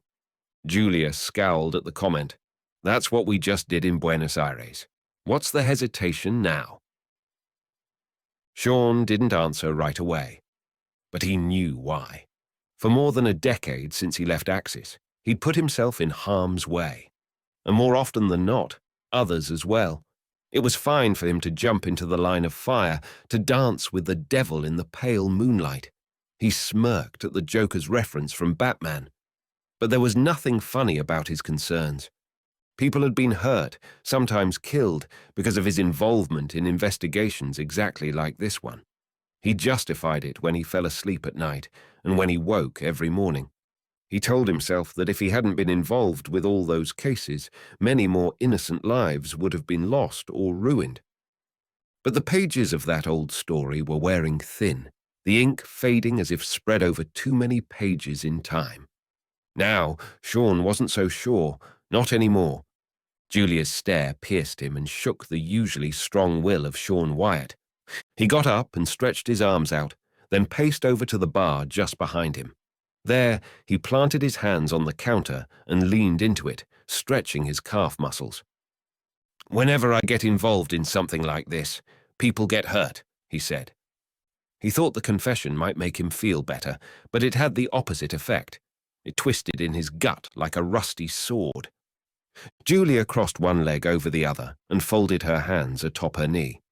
It was a pose not unlike a therapist might take in a session, but there was no couch for him to lie back on, and Julia wasn't in the mental health field. She was a student of history and cultures. "So, you blame yourself for some bad things that happened in the past. Everyone carries those kinds of regrets." He shook his head, a grim resolve setting his jaw firm. "No," Not like me. People die because of me, because of what I do. We were lucky with Isabella back there. The only thing that kept her from being on a coroner's slab right this minute was the fact that her front door was able to absorb enough blows from the intruders for the two of you to get outside, so I could— So you could protect us? He nodded, but he didn't like the answer, even if it was right. Sean, Isabella would be dead right now if you weren't there. I would probably still be in Italy, doing whatever research fell in my lap. At least you wouldn't be in danger, he muttered. You don't know that. She cut herself off before saying more. Sean turned his head and looked at her. An epiphany darkened his eyes. What? Julia looked frazzled and shifted her eyes away for a second, unwilling to face the silent judgment. Nothing. No, why did you say that? Why wouldn't you be safe if you were back in Italy, or even Orlando for that matter? She straightened her jacket in an attempt to stall or maybe come up with an explanation. But there was no getting around it. Julia knew she had to come clean, and Sean could see it in her body language. I think the Rossi clan was following me. She waited for him to yell at her or get some kind of rebuke. Instead, she received silence, which was in some ways far worse. Why would you think that? He asked, after a long, deliberating pause. Julia visibly tried to relax. They approached me in Italy. Some of Rossi's men asked me about the diamond. They wanted to know what I knew about it. And what did you tell them? That the diamond was lost, that all the trails I followed turned out to be dead ends. How did they know you were working on locating the diamond? The question was blunt, but Sean didn't feel like beating around the bush. He almost never did. She swallowed, still clearly afraid of his judging stare. It was no secret that I was trying to find the Florentine diamond. I didn't try to hide it. Not at first. People have been searching for it for decades with no success. I shouldn't have been on anyone's radar. I guess they noticed me because I have a good reputation in my field. I am not a treasure hunter. And as someone who approaches history and archaeology in a very pragmatic way, I suppose that may have worked against me in drawing the Rossi clan's attention. Sean listened, and everything made sense. He didn't appreciate the way she looked at him when she used the term treasure hunter, but he let it slide off his shoulders. In certain circles, the IIA definitely carried that kind of criticism. But those within the agency knew that wasn't the case. They didn't do it for fame or money or glory. It was about preservation. They just happened to do it in unconventional ways. It wasn't as if the IAA didn't operate in some of the usual manners, some of the standard protocols. There were several archaeologists on staff who, even at that very moment, were overseeing dig sites around the world. But that wasn't Sean's gig. He was in charge of recovery and security. And in a world of bad people with even worse intentions, that job sometimes got dangerous. You said they approached you, Sean said, and that you told them everything you'd done resulted in dead ends. It wasn't a question. Yes, she confirmed. I told them nothing. Nothing about the replica? The one we saw in Orlando? Nothing. If I had told them that, they would have inspected it before us, or stolen it. They may not have been able to decipher its meaning, but there would have been signs of their presence. I can assure you of that. Sean didn't know much about the Rossi clan, and there were few, if any, useful resources online about them, as one would expect from trying to find information about an organized crime syndicate. Those weren't the types to leave loose ends lying around. There was more information out there about some secret societies than these people. I guess they didn't believe you, he said. That's why they followed you. She nodded. Yes, it would seem so. They must have tailed me to Orlando and then to Buenos Aires, but now they won't know where we're going. Sean stood up straight and slapped on a dubious expression. I wouldn't be so sure about that. What do you mean? Worry splashed on her face, the kind that she tried to hide under a mask of false confidence. You killed those men. They weren't the only ones. What? How do you know that? Fear started gripping her facial features. Her cheeks paled, her jaw tightened. He knew she clenched her teeth just behind those full, rosy lips. For starters, teams like that always have a handler, someone who knows where they are and what they're doing. Sort of like a puppet master calling all the shots. Those guys in Isabella's home were just the tools. They weren't the craftsmen. Second, it's possible they are tracking your phone or one of your other devices. He nodded with a look at her phone sitting on the seat next to her, plugged into a USB port. You haven't noticed anything unusual going on with your devices, have you? Puzzled, she glanced over at the phone. No, not that I have noticed. And no one else has touched my phone, my computer, tablet, nothing. All your accounts are secure? Email, social media, all that? Julia shrugged, looking a little less assured about that answer. Yes, I change my passwords regularly, and I don't use simple ones, or the ones that the computer recommends. She was ahead of the game in that regard. Sean knew plenty of people who didn't think stuff like that was important, and that kind of thinking made things so much easier for hackers. For the time being, he wasn't ready to question her tech security further. It was more reasonable to think that someone had followed her to Orlando, then to Buenos Aires, and that someone was still out there. It was futile to try to think of who it could be, the handler who'd sent the death squad into Isabella Fernandez's home. But they would reveal themselves sooner or later. Waiting for that to happen would require patience, planning, and caution. Whoever was giving the orders for the Rossi clan was willing to do whatever it took to find the diamond. Sean wondered if whoever had tailed them to Argentina was right behind them at that moment, on another plane en route to Miami. There was no way he could know that. For now, tens of thousands of feet in the air, they were safe. For now.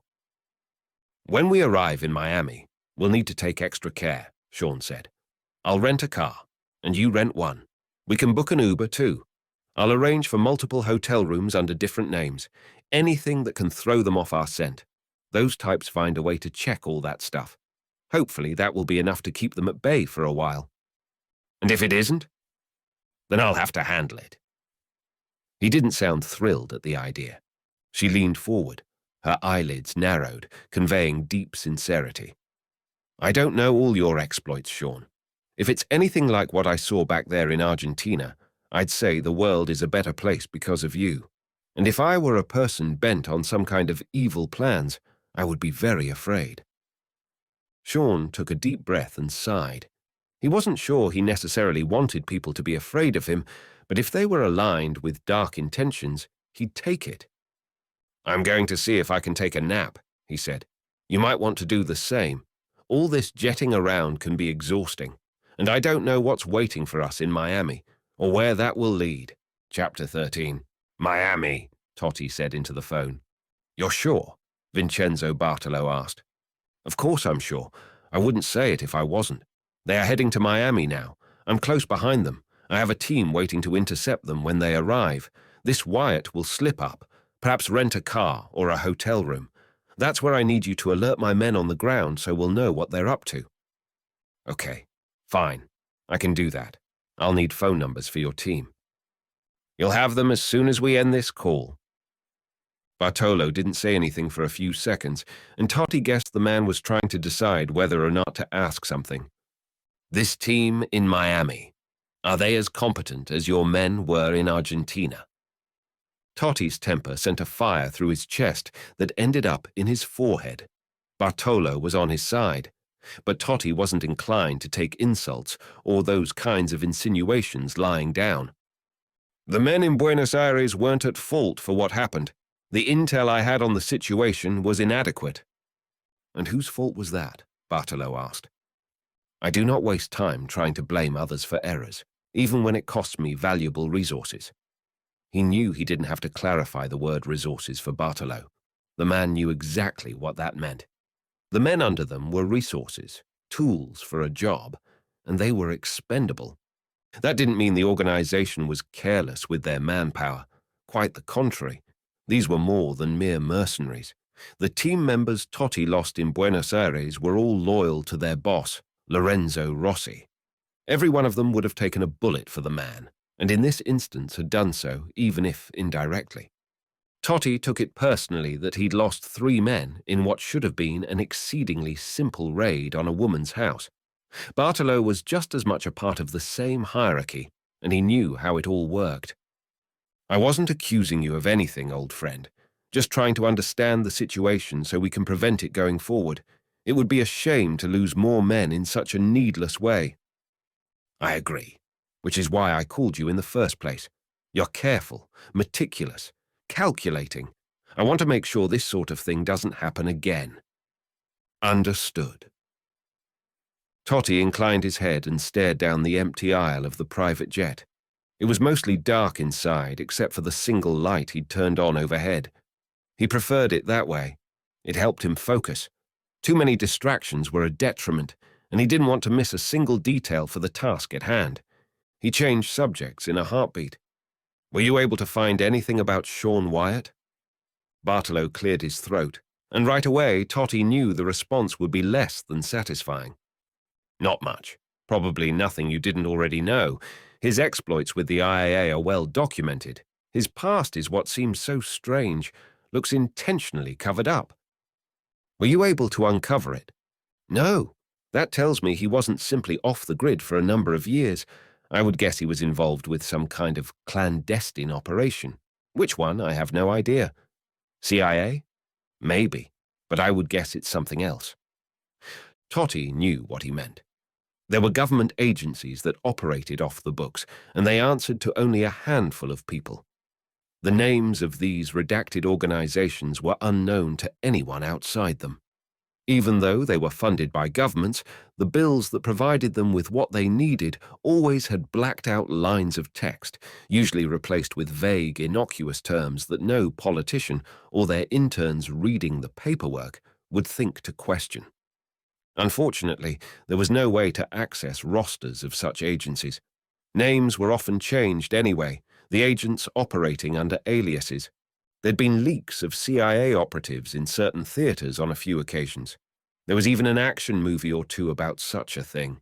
But the names of more secretive organizations would never be revealed, because they were already erased. That meant Totty was flying blind, at the moment, quite literally, into the next phase of the operation. He'd have preferred to have better intel, but simply knowing that both he and Bartolo had been unable to source any information about Wyatt was enough to assume that the man was extremely dangerous, and dealing with him would require caution. No more barging into houses. Vermin like this were venomous, dangerous to handle. Only swift, calculated force could remove the problem. "I'll need 6 more men on the ground in Miami, in addition to the 3 I already have there." "What?" Bartolo blurted. "Do we have?" "Yes. Get them there. I don't care if they have to come from Italy."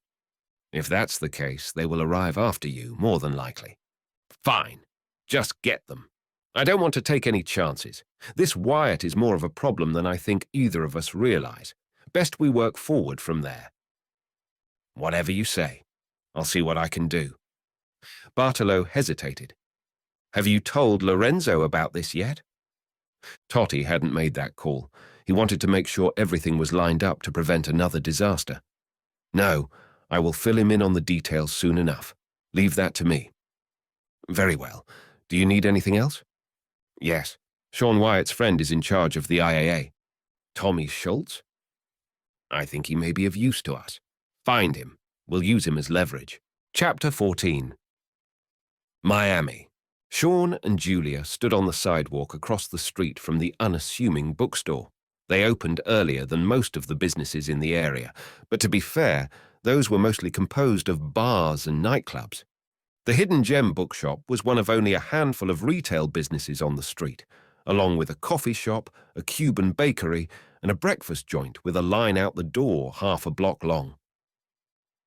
Arriving late the previous evening, Sean went through the processes he'd discussed on the plane, the rental cars, the hotel rooms, the whole 9. He always kept 2 additional passports on his person at almost all times, particularly when on a job such as this. The forged documents allowed him to pass through customs with total anonymity, and enabled him to do numerous other things under assumed names. Security had changed over the years. Now airports use facial recognition software, even retinal scans at some of the more capable locations. Big Brother was getting more and more invasive as the years went by, and as the technological capabilities rapidly evolved. "I wonder why they opened so early," Julia said, staring at the bookshop with measured apprehension. The two had waited on the sidewalk under a palm tree planted in a soil square amid the concrete. The street was lined with the tall plants. The broad leaves rustled in the morning sea breeze, waving back and forth in a subtle dance. The sun hadn't appeared yet over the tops of the buildings, but if they'd been at South Beach only a half-mile away, they'd have seen it well on its way into the cloudless Miami sky. Cars passed by carrying people to their jobs, along with maybe a dozen upright scooters, favored by the young and hip and pressed for time in Miami. Pedestrians passed too, most of them stopping to get a bite to eat or a cup of coffee before heading to work. No one seemed to be paying any attention to Sean and Julia. That was the point of their standing on the sidewalk, to observe. Even with all the caution Sean had exercised, all the steps he'd taken to ensure their safety, there was still a chance that none of it had worked. And it was safer to operate under the assumption that the henchmen from the Rossi clan knew they were in Miami and were aware of their next destination, the Hidden Gem bookshop. A two-door Bentley drove by with the speaker system turned up to what had to be a deafening level for the occupant. What assaulted Sean's senses more was the color the owner had chosen to paint the expensive vehicle, flamingo pink. He cringed as the car passed and stopped at the next light 80 feet away. "Why do Americans like to listen to their music so loud?" Julia asked. A similar disgusted look painted her face. "Only a few do," Sean said. "Usually those with self-esteem issues. It's often a cry for attention, like painting a work of art that color." She snickered at his comment, but he wasn't kidding. Sean had studied psychology in college and had maintained an interest in the subject and in human behavior ever since. While he loved history and all things surrounding that subject, psychology had proved useful for him on many levels during his time with Axis and with the IAA. The things he'd learned in the psych program, along with his natural ability to read body language and understand people's motives, were a potent asset in the field. "What color is your car?" Julia asked, suddenly curious about the subject. "Black. All my cars are black. Most of my motorcycles are too, with a few exceptions." "You ride motorcycles?" She sounded surprised. He smirked. "Not as much as I'd like." "What does your wife say about that?" Sean turned his head and leveled his gaze. He didn't flinch, didn't crack. "She would say she's faster than me." He looked back to the bookshop, then down the sidewalk to the left. He hadn't noticed anything suspicious or unusual, and they'd been standing in this spot for 10 minutes. If someone were going to pop out and try to make a move on them, they'd have done it by now. Unless, of course, they were waiting patiently like a fisherman on a pond. If the Rossi clan had been able to track their location, any of their henchmen might simply be sitting by until they entered the bookstore. Once inside, they'd be cornered. Or their plan may have been to wait until Sean and Julia left the shop with whatever item they'd uncovered while inside. There were a couple of ways they could be ambushed, but doing it in the bookshop made the most sense. Out here on the street, there were too many witnesses on their morning commute. It would be anarchy if a death squad started lighting the place up with gunfire, even if that sort of thing did happen in certain parts of Miami with alarming regularity. "Should we go in?" Julia asked. "Or are we just going to stand out here like a couple of tourists waiting for a bus with no stop?" Sean chuckled. She had moxie. He had to give her that. She'd felt all prim and proper when he first met her, a first impression of someone who is all business and no play. Maybe he'd been wrong about that. "Let's go," he said. They waited for the light to change, then crossed the street to the entrance of the bookshop. A metal sign coloured in light green with dark green lettering displaying the name hung out over the entrance, a recessed black wooden door. A yellow butterfly was imprinted on a book next to the shop's name. "Interesting choice of logo," Sean said, noting that both the building and the sign appeared to be quite old. The sign looked to have been repainted, probably many times over the decades. That can't be a coincidence, Julia said. Sean felt the locket in his pocket to make sure it was still there. His fingers pressed against the object before he reached out and opened the door, holding it for Julia to enter. As she passed, he surveyed the street in both directions, paying particular attention to a row of shrubs just down from where he'd been standing. The bushes grew next to the curb. They were dark and dense, but if someone were behind them, he'd have noticed before from where they were standing. And even if a tail had rushed over and hid behind them, Sean would see their feet from here. He wasn't exactly comfortable with this setup, but it was good enough for now. Sean would have preferred not to be boxed in.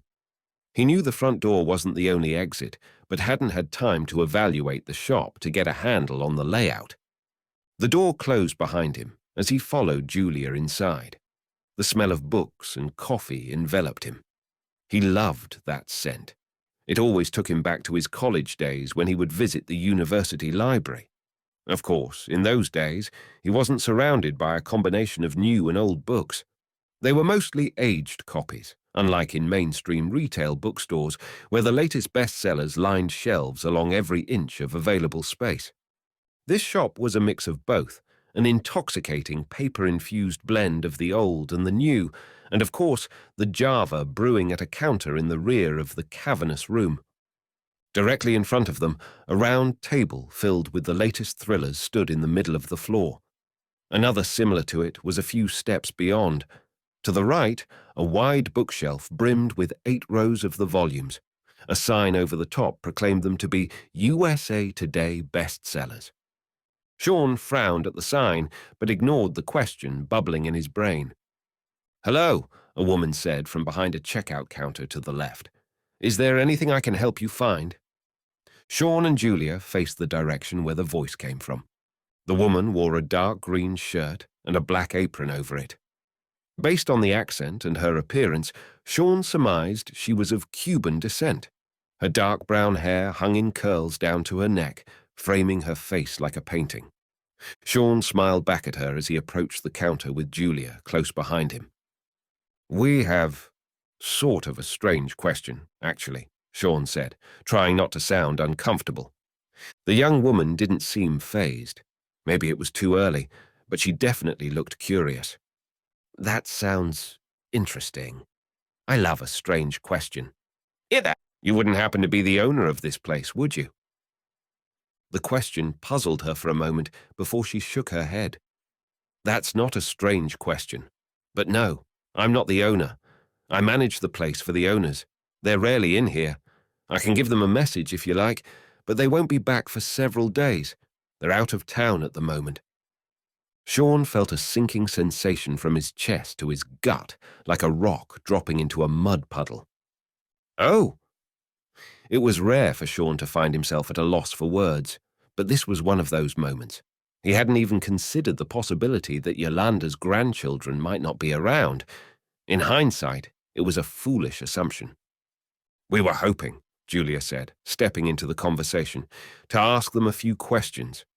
"About books? If you're looking for something rare, we do have a selection of first editions in the walk-in display in the back." She pointed to the rear left corner of the room, where a room made of cedar and glass protruded from the wall. Even from 50 feet away, Sean saw that the books contained within the little room were much older than the rest of the stock put out on display. "That's very cool," Sean said, staring at the room.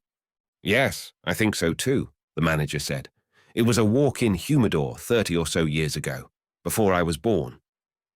The last little tidbit stung Sean's ego, reminding him of how old he was. He also wondered about using a humidor as a place to store books.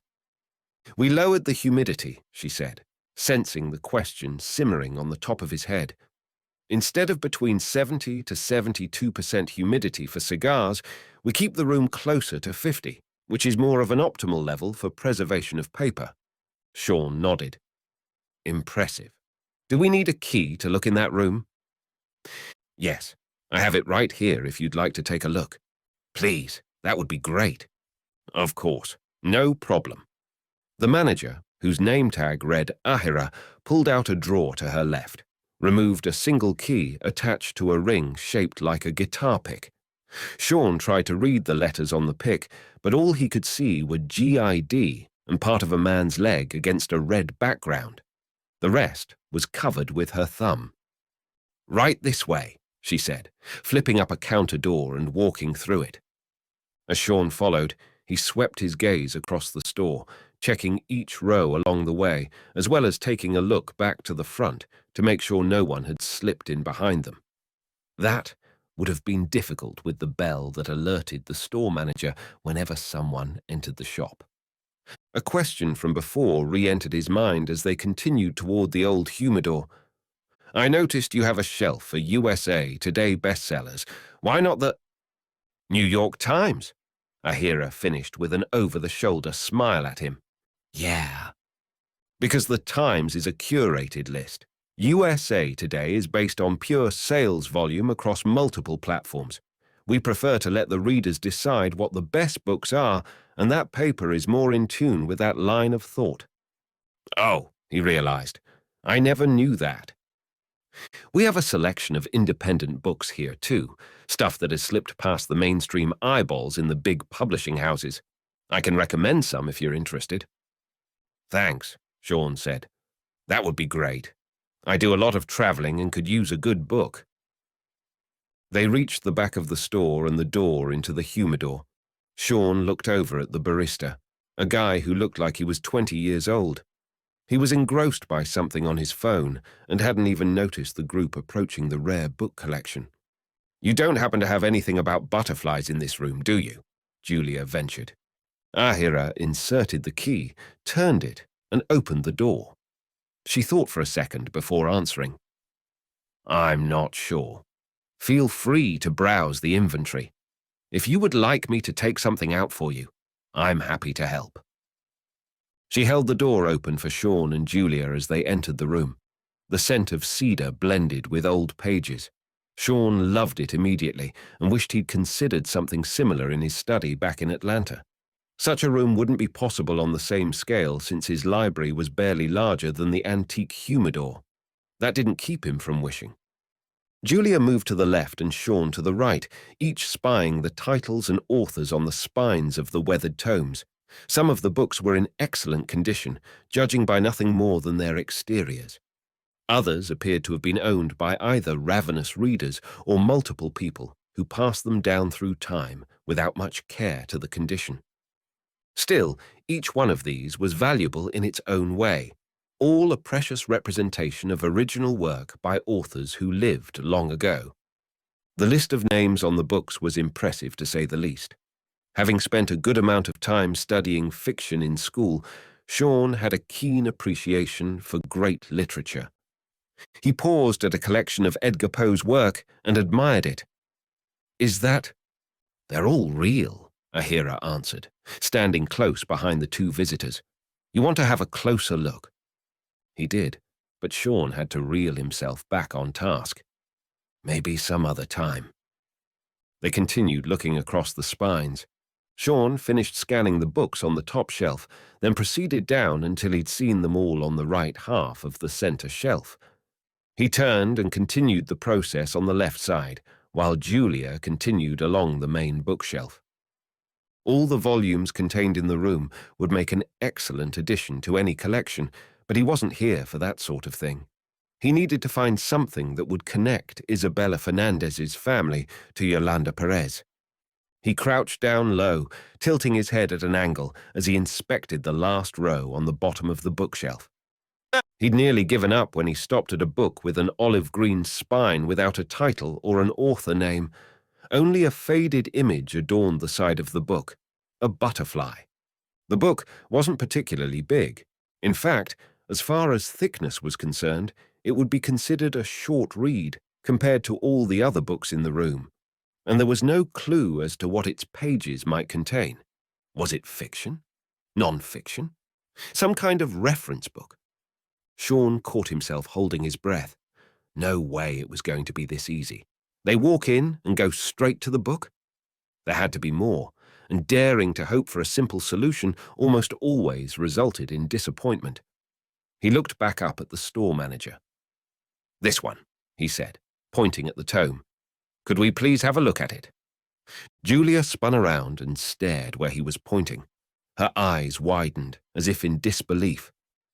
"Certainly," Ahira said. She turned to a white wooden end table just inside the door and pulled open the only drawer. She pulled out a pair of white gloves from a stack within and slipped them onto her hands before moving past Sean and carefully removing the book from the shelf. Ahira returned to the end table and laid the volume down on the surface. "If you would like to have a look yourself, please use the gloves provided in this drawer." Sean nodded. "Thank you. I would like to." He took out a pair of gloves and slid them onto his fingers. She didn't seem bothered by how quickly he answered. Sean peeled back the cover, revealing the first page. It was signed, along with a hand-penned dedication. "For Yolanda, you are a fountain of beauty." The flourished name on the signature was a familiar one, a name Sean had just learned in Argentina. Clarence Gibbs, Chapter 15. Julia leaned over Sean's shoulder and read the entry. "Gibbs." She turned her head and looked at Sean. He did the same as the epiphany hit. Sean shook his head. "Gibbs gave Yolanda this book. But why?" He looked up at Ahira. "You don't know anything about this book?" The manager thought for a couple of seconds before shaking her head. "Sorry, I don't. Actually, I've never seen it before." She looked back to the front of the building. There was still no one there, but from the look on her face, Sean could tell she felt like she needed to get back to the register.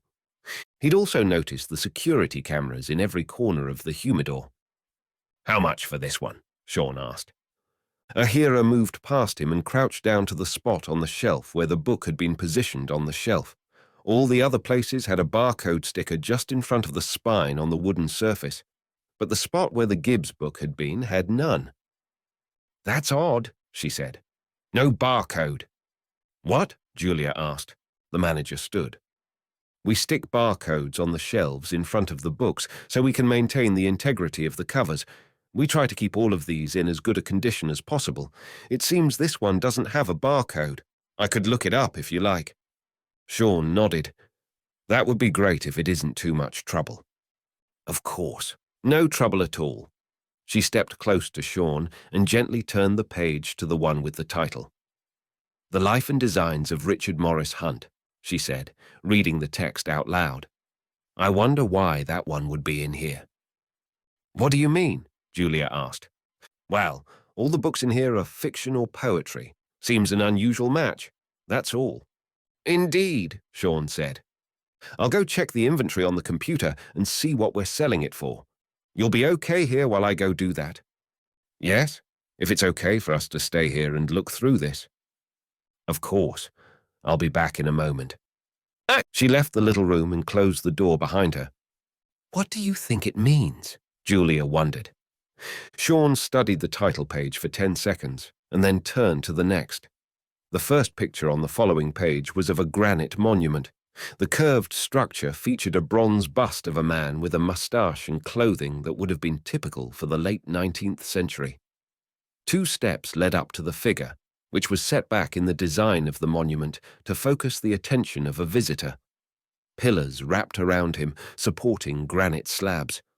On one end of the U-shaped structure, a statue stood holding a paint palette. Opposite, another figure held something else, but Sean couldn't make out exactly what. Underneath the image, the text read, "Richard Morris Hunt Memorial." "Who was this person?" Julia whispered. "I have never heard of him." Sean admitted he didn't know. "This is a new name for me, too."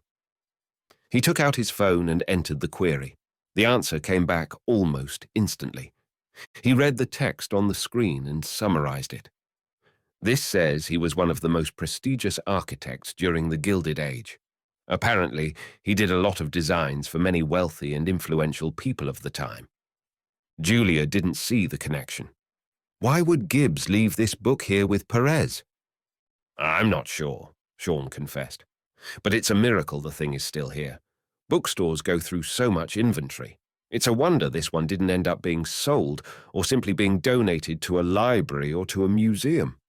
He glanced through the glass as Ara walked through the counter opening and stopped behind the computer at the register. True, but that doesn't tell us what we're supposed to do next. I think it does, Sean countered. This image of the Hunt Monument. What if the monument is where we'll find the diamond?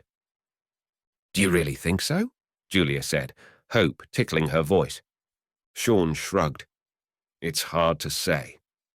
He leaned closer and inspected the image further, then turned the page to see if there was anything else that might lend a clue.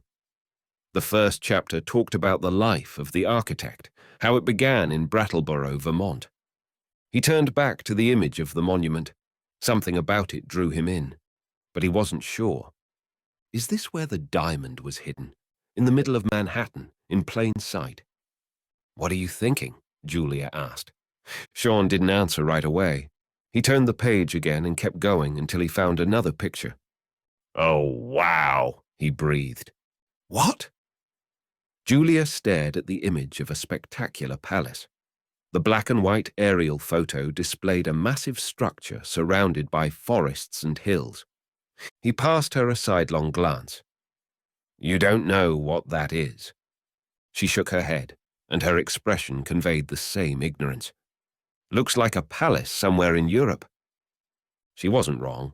It did portray that appearance, which was no accident on the part of the designer. That's in the mountains of North Carolina, Sean said. Here? In America? Yes. I didn't know you had such palaces here. We don't. Not in the traditional sense. I guess that would technically be called a mansion, but to the level of opulence of some of the greatest palaces in Europe. That is the Biltmore estate. She blinked for a moment, thinking.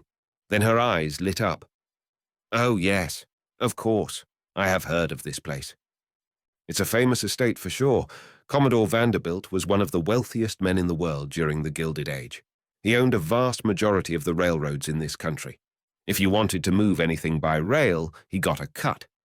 His wealth was rivaled only by a handful of others: Carnegie, Morgan, Rockefeller. His descendants were patrons of the arts and culture. I can't recall exactly, but I believe his daughter ended up moving to Europe because of all that. Sean's eyes fell to the picture again. I didn't know who the architect was until now. He continued turning the pages, careful not to tear the edges of the delicate paper. Wow, Sean exclaimed quietly. Scroll and Key. That's the secret society house for skull and bones at Yale. On the next page, he noted another building at Yale University that Hunt had designed. This guy was the hottest architect of his day. Sean caught movement near the front of the store. The door opened. He and Julia barely heard the bell ding from inside the humidor. Two men walked in wearing light windbreakers and jeans. Sunglasses concealed their eyes. Both of them had the same look as the men he'd killed in Argentina. Get down, Sean said. Before Julia could protest, he put his hand on her head and gently pushed her toward the floor. He lowered himself at the same time, dipping below the wooden wall that held up the huge panes of glass surrounding the room. What is it? She hissed. Trouble. Chapter 16. The first stop Sean had made when they arrived back in the States was at a friend's place in Homestead near Miami, a friend with a federal firearm license who used to operate his own gun shop out of his garage. This wasn't just any garage. The reinforced concrete block structure sat off to the right of Terry's 4,000-square-foot home. It was one of those places people hang vintage gas station signs on the exterior walls. The inside, however, wasn't anything like a car garage. Beyond the doors, Terry's shop was a firearm aficionado's paradise, filled with racks and glass cases of nearly every type of legal gun one could imagine. Terry had been more than accommodating for his out-of-state friend. While Sean couldn't purchase a firearm since he was from another state, Terry could give him some weapons and simply transfer the paperwork associated with the serial number on the lower receivers. Sean knew the state of Florida considered guns to be private property, and as such can be transferred to another person with little to no hassle. Julia had also been taken aback by how easily and quickly Sean could get a firearm on such short notice. 2 firearms to be exact, a pair of Springfield XD 9M subcompact single stacks. She'd balked at the notion of using a gun for anything, but he figured she would either get on board with it or he'd simply have 2 weapons. He would have preferred to carry his usual .40 caliber XD with a full-capacity magazine, but the single stack was more easily concealed, though he didn't like the narrow feel of the weapon in his hands. Still, discretion was king. No sense in worrying others with the sight of a pistol grip sticking up out of his belt. He had a concealed carry holster for such weapons back home, but they felt bulky and uncomfortable tucked inside the waist of his pants. These slim models were much easier to deal with, and packed enough stopping power for someone as lethal as Sean. Julia's attitude about the guns didn't surprise him. Sean knew several Europeans who acted the same way about firearms. One of his close friends didn't understand what he called American gun culture and the love affair with the weapons. Sean had long ago given up the notion of trying to explain it, always leaving it with the same comment. If bad guys have guns, I'll have them too. No sense in giving evil an advantage. When he put it that way, she seemed to accept it, albeit with significant reluctance. Still, he carried both weapons with him to make her a little more comfortable with the situation. Now, he wondered if she was glad they'd made the purchase. "Looks like we were followed," Sean whispered. He peeked up over the edge of the wooden paneling and saw the 2 men walk up to the counter where Ahira stood. Fear snaked through Sean's gut. They'd unintentionally put the manager in danger, as well as the barista in the back. He glanced over at the guy still standing by the espresso machine, staring at his phone. Whatever he was doing must have been truly engrossing, probably checking out Instagram models or scrolling through YouTube shorts. Sean drew the pistol from his side, held it up near his shoulder, and chambered a round. "Remember what I taught you?" Fear smacked Julia across the face with the realization of what he was asking her to do. She shook her head vehemently. "No, I can't." "You sure?" he asked. Deep down, he knew that would be her reaction. It didn't surprise him, not in the least. "Definitely." He'd given her a few pointers in the car, showed her how to handle the weapon, how to squeeze the trigger instead of pulling it, how to point and shoot without thinking too much about what she was seeing or feeling. "Okay," Sean said, turning his attention back to the men at the front. They were talking to Ahira. To her credit, she seemed to either be completely composed or entirely aloof to the danger. Sean figured it had to be the latter. It was a warm morning, as most were in Miami, and these 2 guys had jackets on. The only possible reason for that would be they were hiding guns. But Sean had a bad feeling that would change the second they saw him and Julia. "We need to get out the back," Sean whispered. "How?" There was an exit sign behind the coffee counter over a door. That must lead behind the building, maybe to an alley or something. "They'll see us if we try to get out that way," she protested. "Not if we're quiet." Sean wasn't going to keep the debate going. If they stayed here, they were cornered, with only 2 extra magazines and very little cover. On top of it, they were surrounded by glass, which would only complicate things. He remembered watching the greatest Christmas movie of all time in the 1980s, where the fabled cop John McClane cut up his feet walking around barefoot on broken glass. Of course, Sean had no intention of removing his shoes, but there were plenty of other ways glass shards could cause problems, particularly if they were exploding in toward his and Julia's faces. He reached up and grasped the doorknob. "Sean!" Julia hissed. He froze and looked at her. He'd thought the discussion about the plan was over. "The book," she said, indicating the tome with a nod. "Right." He reached over and closed the book, remaining low as he did so. Then he turned and handed it to Julia. "You're going to have to carry it while I cover us. You see the coffee counter?" She said that she did. "Follow me past that last row of books. Once we're behind that, we have good cover until we reach the center aisle. From there, we'll keep going behind the next row, then up the stairs to the coffee bar." "What about the barista?" Julia asked. Her eyes flashed to the guy standing by the espresso machine, still staring with glazed eyes at his phone. "I'm still working on that." He reached up again and turned the doorknob. Thankfully, it didn't make a sound as the latch retreated from the housing in the frame.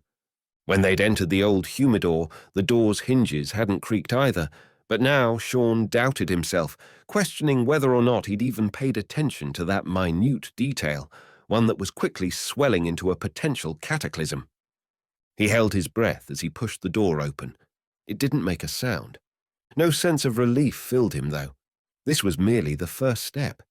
He looked over at Julia and held his finger to his lips to signal silence, probably redundant at this point, then leaned out through the opening. If the men at the front counter had seen the door open, there'd be trouble. But as Sean stole a quick look their way, he saw that both men were intently focused on Ahira. The last thing he wanted was for bullets to start flying and for her to be hit by one that went astray. Satisfied for the moment, Sean led the way on hands and knees, crawling out through the door and around the corner of the last row of books. Once there, he stopped and looked back, holding up the gun in front of him to both be ready to return fire and to keep the weapon concealed from the aloof barista. There were two of them. Where are they? Sean heard one of the men at the front ask. To her credit, Ahira must have sensed the danger and been deflecting the men's questions.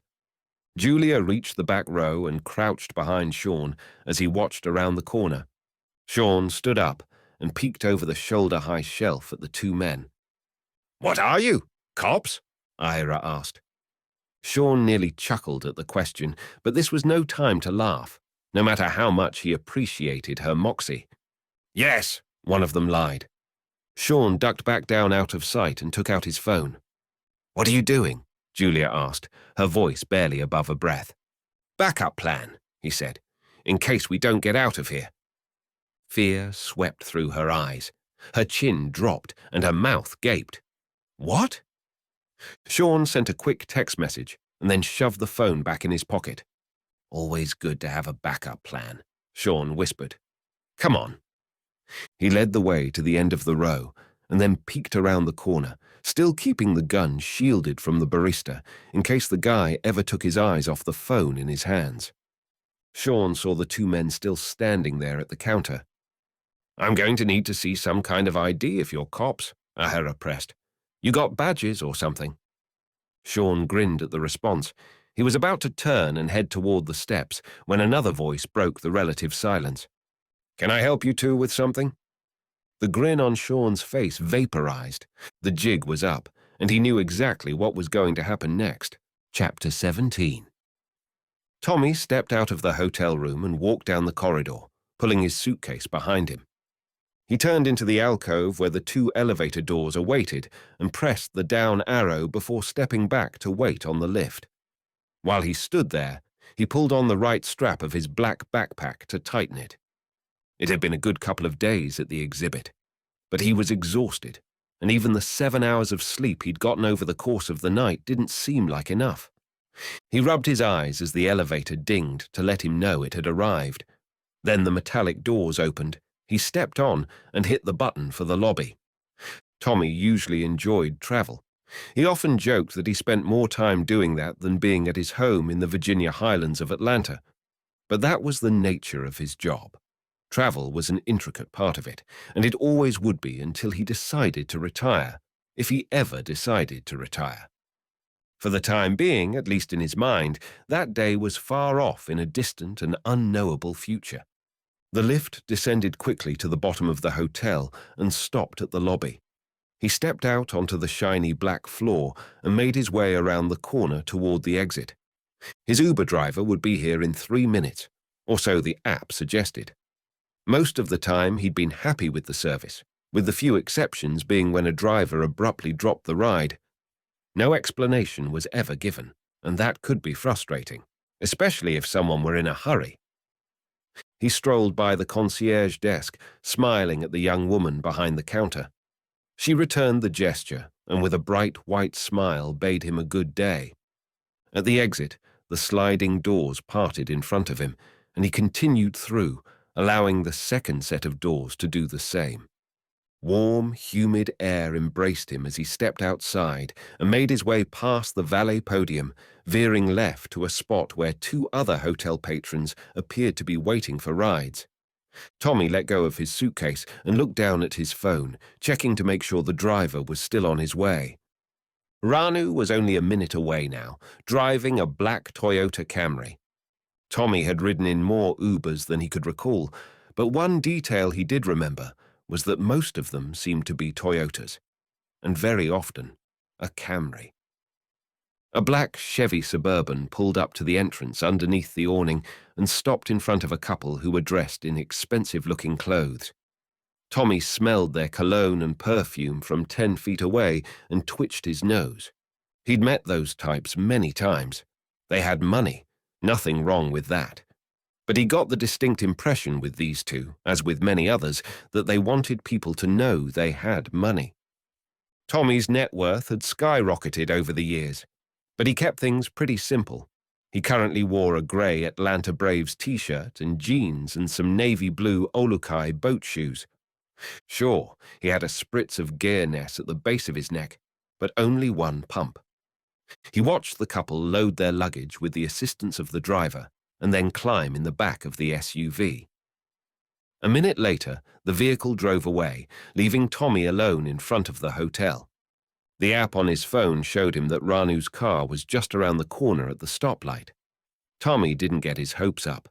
There'd been a couple of occasions where the map displayed his ride close by, and then abruptly shifted it several blocks away. He wondered if the GPS connected to the ride-share apps had a bug in it, but that was something the developers could have fixed long ago. The car on the screen began moving again, and Tommy looked up to see the Camry come into view. The windows were tinted so dark it was nearly impossible to see through them, and as a result, the darkened interior only revealed a dim glimpse at the driver. "No way, those are below the legal window tint limit," Tommy muttered. The law only allowed for windows to be smoked to a certain level. Beyond that, fines could be imposed on drivers whose glass was too dark. It was a reasonable law on multiple fronts. Drivers needed to be able to see out their windows at night, and if they were too dark, that became a safety issue. Furthermore, cops needed to be able to see inside a vehicle if they pulled someone over. Their jobs were hard enough. Tommy often wondered if police ever got used to the tense moment of approaching a total stranger in a vehicle with no way of knowing what the person might be thinking. The sedan's driver looped into the hotel entrance and stopped in front of Tommy. The passenger side window rolled down a little. "Are you Tommy?" Ranu asked. He was a clean-cut guy, late 20s, and wore a dark blue polo. He looked Italian, but with a name like Ranu, he could have easily been of Middle Eastern origin, or perhaps even North African in certain spots.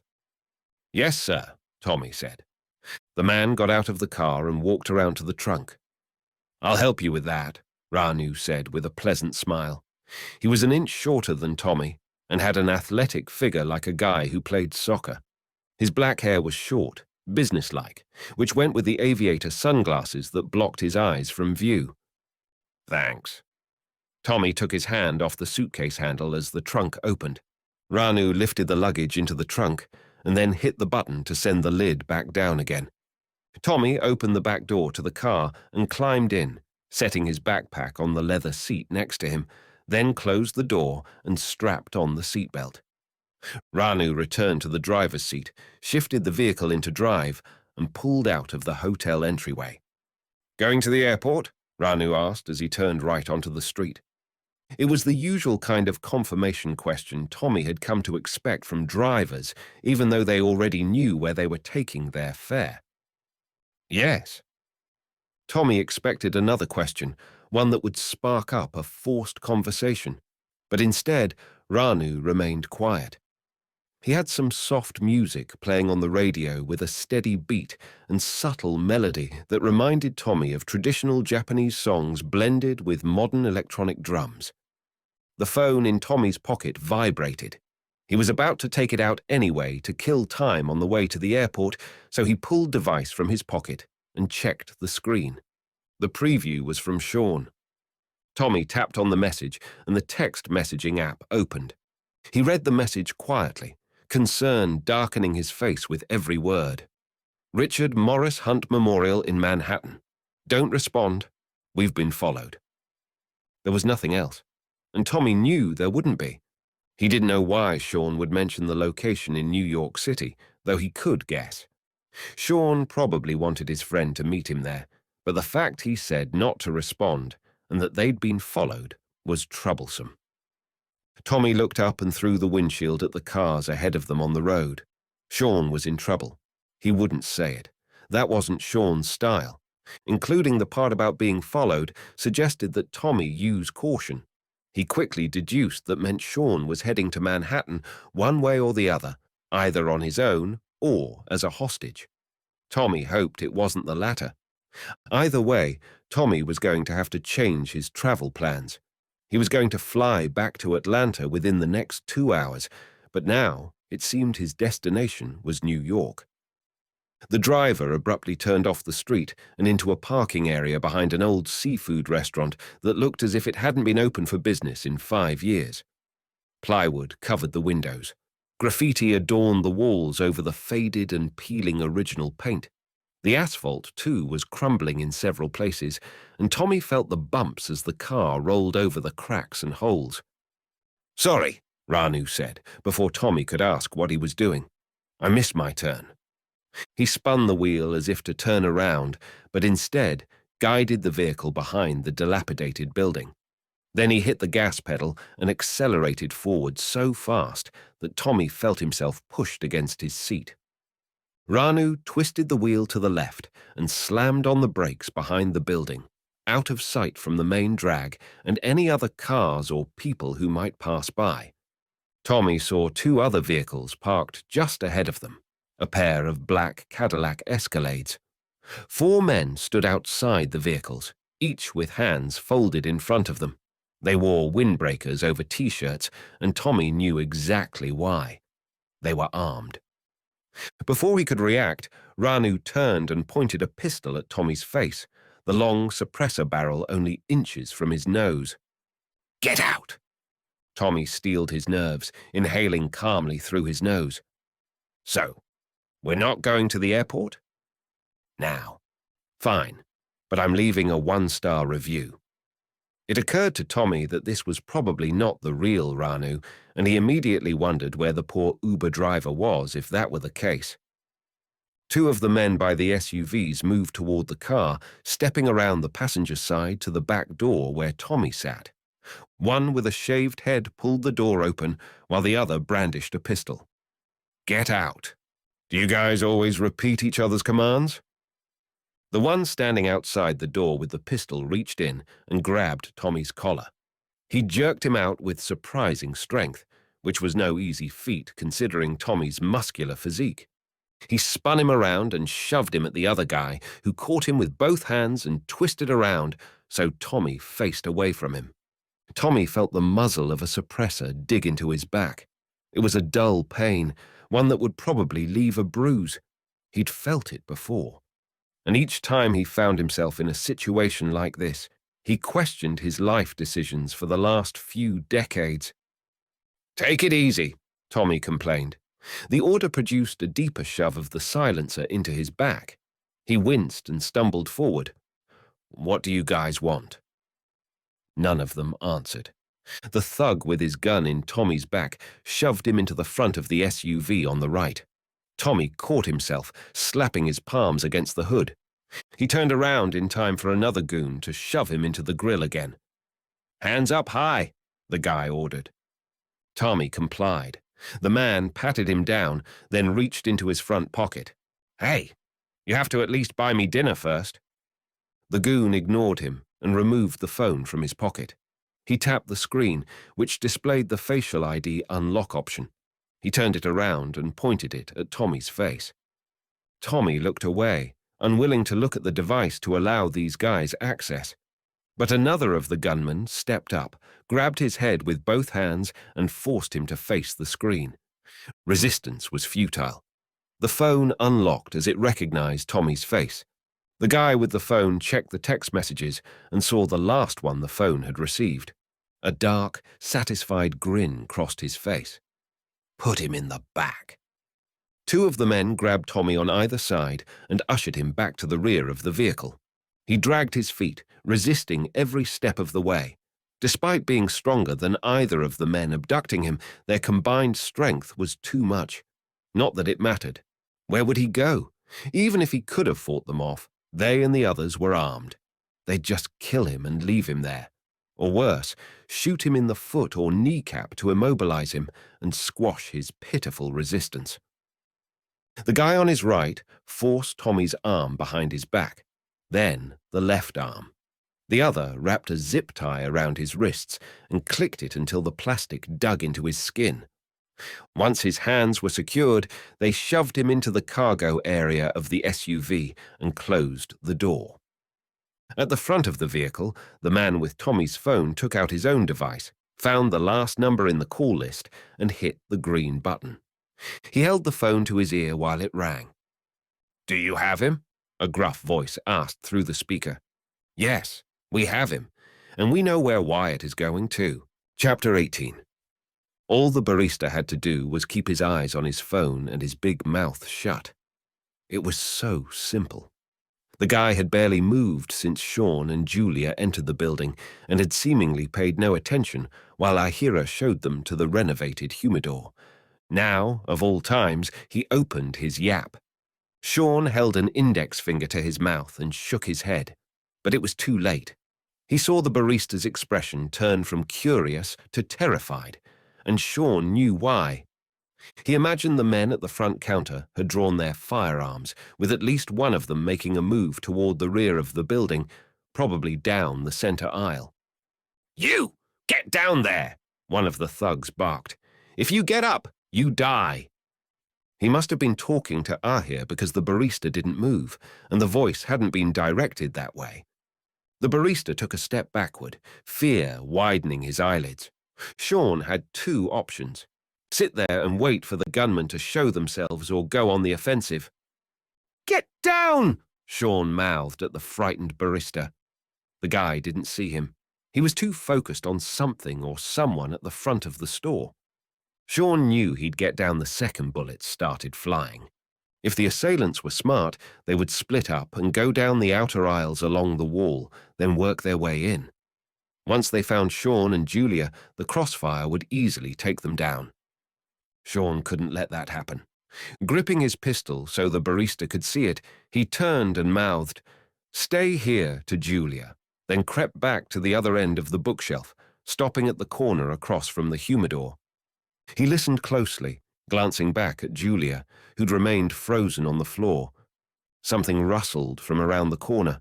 It was difficult to estimate how far away, but Sean guessed 20 feet. He didn't know what made the sound: a gunman's pants swishing together, a book poster flapping as he walked by, or had it just been Sean's imagination? Sean had to shoot first, that much he knew. But spinning around the corner and locking the sights on the target was another thing. He clenched his teeth, steadied his breathing, and twisted around the bookshelf with the 9mm extended out. The gunman was halfway down the aisle to Sean's position and had been in the middle of checking a row when Sean appeared. The man tried to turn and protect himself, whipping a pistol to the right, but his reaction wasn't fast enough. Sean fired 2 shots, one in the gut and one into the upper chest. The guy fell backward onto the floor like a sack of sand. Smoke filled Sean's nostrils with the all-too-familiar smell of spent powder. The other gunman would have been equally caught off guard by the gunfire.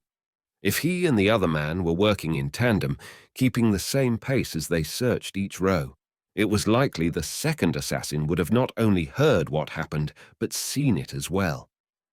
Sean hurried back over to Julia and handed her the second pistol. She shook her head, but he wouldn't take no for an answer. She reluctantly accepted the weapon, probably now because the gunfire had forced the grim reality on her that they were in a very real gunfight. And the last thing anyone wanted to do in a gunfight is not have a gun, even if she had never used one before. Sean hoped it didn't come down to that. Most people weren't emotionally equipped to handle killing. He never understood why he had been so immune to its usual effects, but that numbness also carried with it a more frightening burden. He'd worked through that over the years, his strange sense of purpose in taking out the world's evil trash. But doing so had also caused more questions to bubble to the murky surface of his soul. Sean quickly ducked around the corner and aimed down the center aisle. No sign of the other guy, which confirmed his suspicion that the man would be moving along the opposite wall from his partner. The second Sean failed to see the second gunman. He darted across the aisle, careful to make as little noise as possible. He kept his head down and waited for a second. It was a game of cat and mouse now. The gunman could either approach down the row directly behind Sean's back and step around the corner for a point-blank kill, or he could continue along the far wall and appear at the other end of the bookshelf. Sean had moved up one row toward the front when he crossed to keep Julia from being in the immediate line of fire.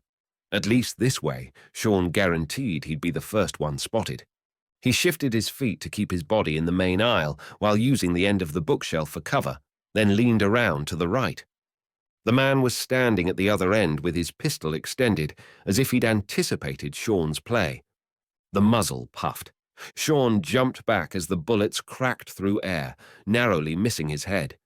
He ducked low, reached the pistol around the bookshelf, and took 2 blind shots down the row. He had no misgivings about hitting the target, though that little miracle would have been gratefully accepted. But those 2 shots were meant to drive the guy back and give Sean the chance to go on the offensive again. What he didn't anticipate was what happened next. The front door to the bookshop burst open, and 2 more gunmen stepped through. "Oh, come on," Sean muttered as he pushed hard against the floor with every muscle his legs could offer. He took 1 step and dove into the opposite row just as the gunman at the front opened fire. Bullets snapped through the air behind him, again barely missing their mark. Some of the rounds sank into the wooden facade of the coffee bar. As the shooters adjusted their aim for the moving target, more rounds tore through books and sent scraps of paper and wood into the air in plumes. It took a lot to make Sean uncomfortable, but these guys had done it. There was no way he could have anticipated the reinforcements storming through the front. At least, that's what he told himself with a dose of bitter regret. There was no time for such thoughts. His brainpower had to be focused on the here and now. His elite training and years spent in the field with 2 agencies kicked in, and he surrendered to instincts forged in a fiery crucible. He needed to flank the enemy, but doing so would leave Julia out in the open where she was crouched behind the last row of books. His only option was to draw their fire and force them to focus solely on him. The plan took less than 2 seconds to formulate in his mind before he stood up and opened fire over the top of the bookshelf. Just like his blind shot around the corner before, this one had a similar effect. The rounds sailed high over the targets, an intentional move to avoid accidentally hitting the store manager who was out of sight behind the counter. Both the shooters ducked while the other across the room re-emerged in the same row as Sean. One of them fired again as Sean sprinted around the corner near the wall and rushed toward the front of the building. Stopping at the end of another row, he ducked down, ejected the magazine to check it, then shoved it back into the well. He still had 2 full mags on him, but wasting rounds was never a good idea, especially when outnumbered. Sean remained in place for a moment, listening for any sign of movement from the other 3 men. If they were moving, they were doing so with extreme care. Even so, the subtlest sounds could give them away. Sean heard the slightest squeak of a shoe to his left and raised his weapon as a gunman appeared around the corner of the row at the front of the room. The pistol in Sean's hand spit twice, ploughing 2 rounds through the man's chest, each within 4 inches of the other. Ejecting the empty magazine from the weapon, Sean quickly replaced it, dropped the slide, and rushed toward his most recent victim. The man coughed and gurgled. Blood splattered around his face and soaked his shirt. Sean took the guy's pistol with the suppressor and put the guy out of his misery with a single shot through the head. He knew the muted pop would flush out the others, and he wasn't wrong. The second newcomer spun around the end of the bookshelf into the center aisle and fired as Sean rolled forward toward the checkout counter. The bullets shredded through book covers on the shelf lining the wall. He steadied his balance as he crouched on one knee and kept his sights aimed down the row. He was exposed here and felt immediately uncomfortable, but he had one more trick up his sleeve. Both men would be converging on his position now, or so he hoped. If that weren't the case, then the one who'd been on the opposite side of the room had located Julia, and that would present its own set of problems. No, they would go after the threat, and Sean was definitely a threat. He leaned against the surface of the bookshelf's end and held both weapons up near his chest. If these guys were smart, they'd each take a row on either side of the bookshelf and flank Sean from both sides. He steadied his breathing again and leaned into the shelf's end. If they did flank him, he'd have to take out both men on either side. Timing that would be difficult, and they would have the advantage of surprise and likely a quicker draw. The odds weren't good. As he pushed against the end of the shelf, he felt the narrow end shelves that contained more books, in this case, a selection of science fiction stories. Sean enjoyed reading sci-fi when he was traveling. That and fantasy were two of his favorite genres. Not that fiction could help him right now. Or could it? A crazy idea popped into his head. It was a long shot, but given the circumstances, worth the risk. He turned around, grabbed a book with a silver spaceship sitting in a barn on the cover, and flung it high over the top of the shelf. The pages flapped in the air as it flew toward the center aisle. Sean spun around to his left and into the row, locking in on his target with the 9mm in his right hand, and fired. The assassin was halfway to Sean's position, but the flying book had distracted him just enough. His head was tilted up at an angle. The pistol in his hand dipped slightly, so the muzzle was pointed at the floor to the right of Sean's feet. The round caught the man in the chest and knocked him back a step. As he stumbled, Sean finished the job with another round to the head and rushed forward, passing the guy as he fell to the ground. Now there was only one left. Sean snuck to the other end and listened. The last man standing could have been mere feet away just on the other side of the row. If he were on the move, Sean couldn't hear him. Edging around the end of the shelf and into the center aisle, Sean aimed both pistols ahead of him. No sign of the gunman. At the rear of the room, the coffee bar was also empty. He figured the barista had either run out the back or ducked down behind the counter. There was no sign of Julia. Sean could only hope she was still okay, preferably hiding somewhere the bullets weren't flying. Sean rounded the corner, both pistols still extended, but the gunman wasn't there. Movement to Sean's right from behind the next row sent a chill through Sean's spine. He'd been caught assuming the other gunman would be in this row, not the next one over. And now he'd been flanked. He didn't even have time to turn his weapons at the killer. "Drop them," the man said, his accent heavy Italian. Sean took a deep breath, still unmoving. Why hadn't the guy just killed him right then and there? The only explanation could be that whoever these guys worked for wanted Sean and Julia, or at least one of them, alive. I said drop them. Don't make me ask again, or it will hurt. Sean calculated the odds of getting out of this alive if he obeyed the man's orders. His brain also ran the numbers of likely outcomes were he to try something crazy. Dropping to the floor, rolling away while shooting came to mind, but that wasn't going to work. The assailant had the drop on him, and the slightest sudden movement would get Sean a bullet through the head. "Do it slowly," the guy said. "Very slowly." His voice was calm, but filled with what Sean could only describe as a dark purpose. "Okay," Sean surrendered. "I'm putting them—" A gunshot popped loudly and echoed around the room.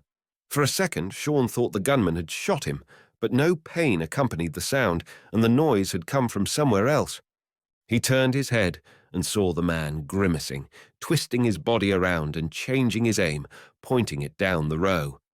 Sean snapped his hands around and fired with both weapons, each sending a round through the side of the guy's head. He dropped to the floor, the pistol in his hand falling limp from his fingers. "Julia?" Sean said. You okay? He passed the dead man and paused at the end of the bookshelf. I'm coming around the corner. Don't shoot. He stepped around the shelf and saw her standing 15 feet away with the pistol gripped tightly in her hands, still held out at full extension.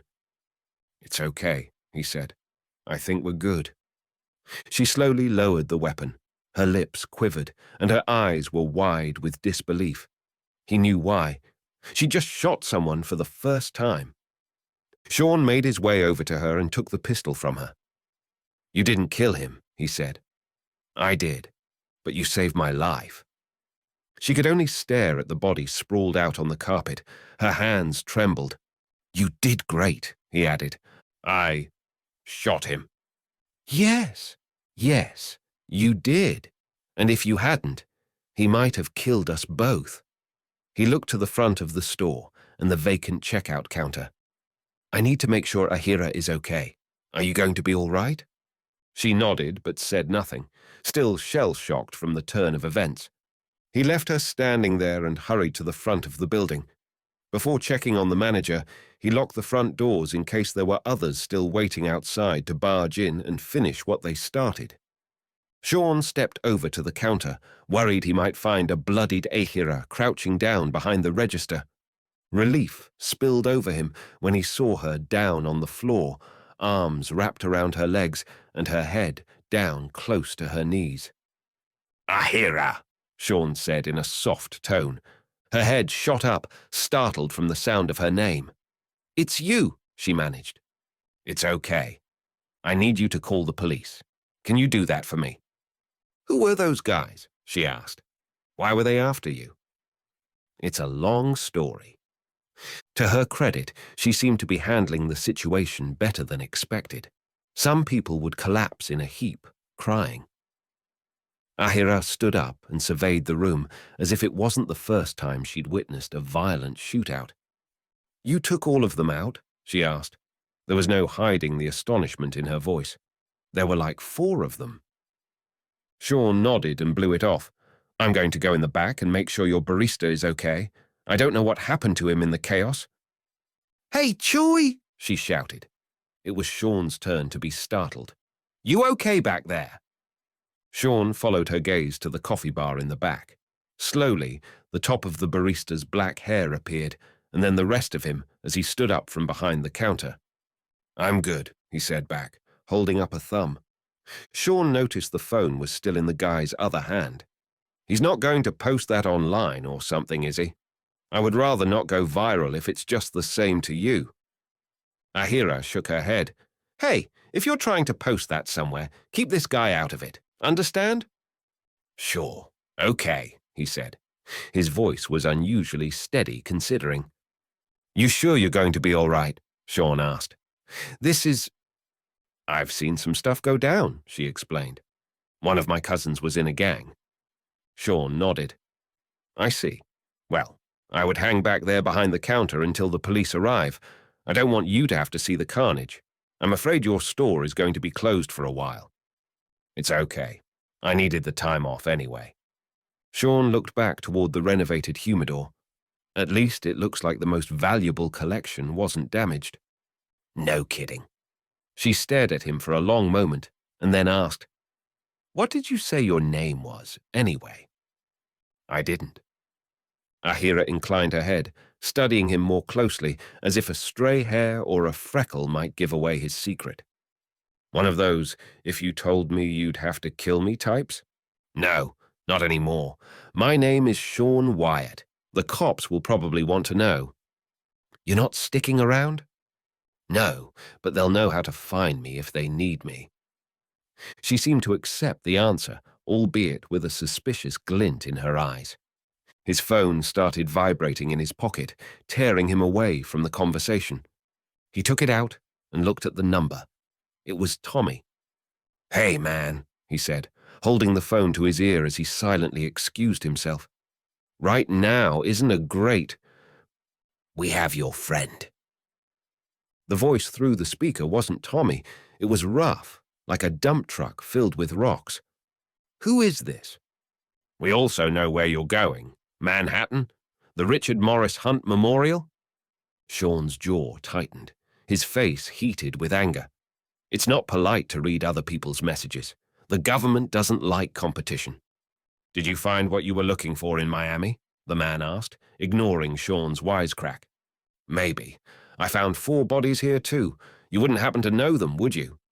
Chelsea Pier, the man replied, ignoring the barb.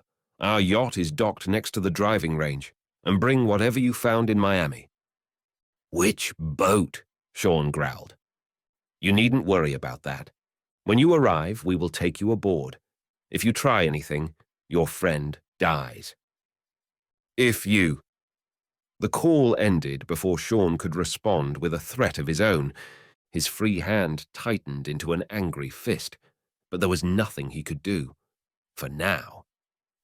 Julia appeared around the corner of the nearest bookshelf. Who was that? Sean stared at the screen for several heartbeats. I don't know, but they have Tommy. Chapter 19. Barone Totty fumed. How could this have happened? Not once, but twice.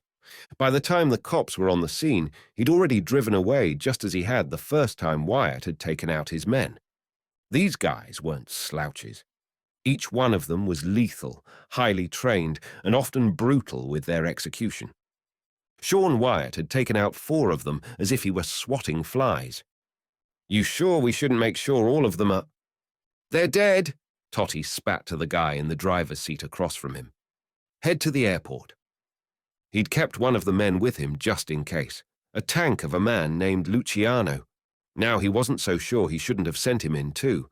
Then again, if 4 couldn't get the job done, what would one more do? In some situations, it was better to retreat and live to fight another day. Luciano steered around the corner to the right and kept driving, heading toward downtown Miami. How could you know they're dead? Because I know. The same thing happened before. Cops started showing up. Everyone was dead. Everyone except Wyatt. Totty knew the first failure might have been forgiven if Lorenzo even found out about it, but this one would cause problems. Lorenzo Rossi didn't tolerate failure. Those who let him down were terminated quickly and without regard. Bodies were rarely, if ever, found. Call our contact with the feds, Totty said. Have him take care of it. Shouldn't we call our people in the Miami PD? They were the ones arriving at the scene. The squad cars had stormed by them only moments before, sirens blaring and lights flashing. Our connections with the feds will make sure everyone else falls in line, including our people in Miami PD. The questions stopped, and for a minute the 2 rode in silence. They passed a few more first responders, an ambulance and 2 more cops. Totty's phone interrupted the quiet. He glanced down at the device resting in the center console wireless charging station, saw Vincenzo Bartolo's name, and picked it up. Tell me some good news, Totty said. Things that bad in South Florida? They could be better. What's your status? Bartolo dragged out his answer for a second. He had a flair for the dramatic, which was a quirk Totty found more annoying than humorous. We have Schultz. The dark temptress of hope caused Totty's heart to skip a beat. No matter how pragmatic, how calculating he was, Totty was still a human, given to the whims of emotion when things seemed at their bleakest turn. Excellent, he said, dimming his relief so it didn't show in his voice. Are you in Orlando? Yes, but we're boarding a plane to New York. And that bit of information didn't have the same effect as the first. Why is that? He tried to mask the suspicion in his tone. Luciano kept twisting his head slightly to look Totty's way, while still trying to keep most of his focus on the road. He couldn't hear what the other guy was saying, and it was obviously driving him mad with curiosity. We took his phone from him and unlocked it. His last message was from your guy, Sean Wyatt. And what did this message say? It seems Wyatt found something in Miami. What it is, we don't yet know. But what we do know is that he told Schultz the diamond is hidden in the Richard Morris Hunt Memorial in Central Park. Well done, Vincenzo. That's not all. Wyatt is on his way to New York now. It seems your operation failed. Totty's emotion swung to a defensive position. What's that supposed to mean? How many men did you lose today, Barone? 2? 3? All of them? Totti glanced nervously over at the man driving the car. Luciano pretended to be minding his own business. That doesn't matter. We got what we needed. That's why I brought you on board with all this, to assure our success. You've done that, my friend. Luciano and I will head to New York immediately. We are on our way to the airport now. The driver veered onto the ramp leading to the interstate. Very well. I trust you've contacted our people to clean up whatever mess you left down there. Again, Totti's blood boiled. He almost told Bartolo how he didn't appreciate the other's tone, but suppressed his anger enough to only say, I have.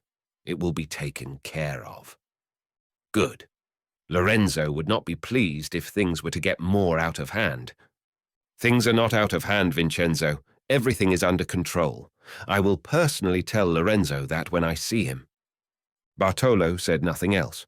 Totti took that to mean he could end the call. I will see you in New York. Okay. The call ended. Totti looked down at the screen, his nostrils flaring. He continued staring at the device, his mind turning with new plans. He'd known Vincenzo Bartolo a long time. He'd trusted him as much as anyone could be trusted in the world they lived in. But now, Totti wasn't so sure. There'd been something in the man's voice that betrayed his intentions, and perhaps his ambitions. The best way to handle a situation such as this was through being proactive. If Totti waited too long to call Rossi, it would make things look worse. If that were possible. Totti had just lost 7 of Rossi's men. Were they expendable? Sure. Every one of them was, including him and Bartolo. But resources, including men, weren't to be wasted. This would look bad, and only recovering the diamond would change that. Luciano guided the car along the interstate in silence while Totti thought. The driver held back his instincts to ask what was said on the call, even though the tension he emitted from that desire could have been cut with a chainsaw. The backup plan had worked. Totti hadn't wanted it to be necessary, but his foresight with this situation had proved correct. Anyone else would have failed entirely. Even though Rossi wouldn't be pleased with the deaths of 7 of his men, he would have to applaud Totti's ability to keep control of the situation. Where are we going? Luciano asked, risking Totti's fury. New York. Our team in Orlando has a key piece in this game, and we're going to use it to get this Sean Wyatt right where we want him. Traffic was unusually light on the road to the airport, and the drive took half the time it would have an hour later. Totti took the silent moment to send a quick text message to the pilot. He'd have to change plans, and that sort of thing didn't happen instantly. Luciano steered the car off the highway and onto the exit ramp, eventually turning into the airfield, where several private jets sat parked on the tarmac. Theirs was off to the far right, distanced from the other planes. As they passed through the security gate and drove by a few buildings, Totti noticed a black SUV sitting next to their plane. He knew the car would be there, waiting for them, along with 2 more members of the Rossi clan waiting inside. They would handle taking this car back and then further assist in cleaning up the problem at the bookstore, whether it be with bribes or with bullets. Totti would have preferred it be the former. Bullets were messy, and even when it was dirty, money was the cleaner way to handle things.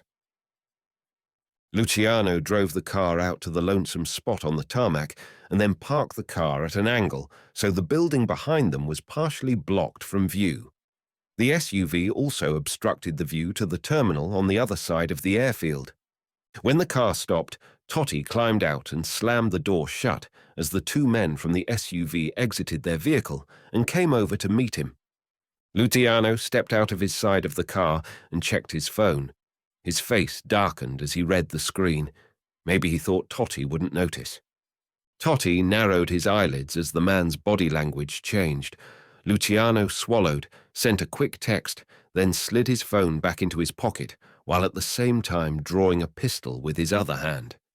No one heard the muted pop over the cacophony of jet engines roaring across the airfield. Even if the pistol hadn't been equipped with a suppressor, the sound would have never reached a human ear. Not out here. The two men who'd been in the SUV stepped over and lifted the body, one on each end, then carried it over to the trunk of the car, loaded it unceremoniously into the cargo bay, and slammed the lid shut. Chapter 20. Julia was stubborn. Sean had spent 5 minutes telling the woman there was no way she'd be coming to New York City with him, but she'd insisted. Like a parasite, she wasn't going to leave anytime soon. The search for the diamond was a life's work sort of thing, and while he understood that part of it, Sean had no desire to see her end up dead. He'd eventually promised her she could come with him to Manhattan, but that she would have to stay out of sight once he went to Chelsea Piers. There was no way he'd let her take that risk, even if he had to handcuff her to a desk in a hotel room. She'd promised to hang back on a barge a few hundred yards from the pier. There was a restaurant and bar there where she could wait until it was all over. Sean had given her the instructions to remain there, and if she didn't hear from him in the next 2 hours, to call the cops and report what was going on the boat. Not exactly a boat, Sean muttered as he stood on the docks, staring at a behemoth of a yacht. He guessed it was 150 feet long, with 2 stories above the deck and another below. There were a few other luxury yachts parked in slips along the docks, but this one dwarfed them all. 2 men in suits stood on the stern, while more guarded positions in various spots along the deck and on the second-floor balcony. The white vessel bore only 3 words for its name: Fortuna e Potere, fortune and power. Subtle. 2 men wearing suits similar to those on the deck approached Sean from the base of the gangway. They wore sunglasses, which seemed a little unnecessary given the fact that it was dark outside. "Hands up," the guy on Sean's right ordered as they stopped a few feet away. The other guy stepped around behind Sean as he raised his hands and patted him down. He took the book out of Sean's hand, inspected it, and then passed it to the other guy. "You two ever heard of Corey Hart?" Sean asked, as the goon ran his hands around his ankles. Neither answered, probably because they didn't get the joke. "He was a Canadian singer in the 80s. Doesn't ring a bell?" They said nothing. "Tough crowd," Sean resigned. Sean knew he'd be searched, and there wasn't really a good way for him to bring weapons on board the ship. He considered calling in another favor to Emily for assistance, but Sean had put too much on her already in recent days, and requesting backup for something like this wasn't what her agency was designed for. They could handle it, no question, but it was unlikely any of them would be in the area anyway. The guard finished checking Sean for weapons and then shoved him forward, while the other guy made sure no one else was watching. He surveyed the area behind Sean and then to his left and right before falling in behind the other 2. They ushered Sean up the ramp and onto the deck, where another guard, this one larger than the others, and with a shaved head and black goatee shaped into an upside-down triangle, waited with a grumpy look on his face. It was an expression Sean had seen on a million bar or nightclub bouncers, one they tried to wear to look tough or threatening. He turned and opened the door and stepped aside so the 3 men could enter. Once inside, he closed the door again and resumed his post. The interior of the ship was spectacular. Sean had been on a few yachts before, even destroyed one in the Mediterranean off the coast of Corfu. Good times. But this one was a floating mansion. Luxurious white sofas sat to the left next to a wide window that ran from the floor to the ceiling. Opposite those were a few modern club chairs with exposed walnut supports for the armrests and back. The huge windows on both sides gave occupants what had to be a spectacular view on a sunny day at sea. One of the men shoved Sean in the back toward a corridor through the living room area. He turned and fired the guy a scathing glance, but that was all he could do for the moment. Besides, even if he tried to take out these guys, the head of the snake was still somewhere on board. He passed through a spot in the hall that narrowed slightly, then opened up again into a massive dining room. The table was made of pale wood, which also adorned sections of the walls to offset the white marble floor tiles underfoot. A man sat at the head of the table with his hands folded atop it. His hair was salt and pepper, and he had a perfectly sculpted beard to match.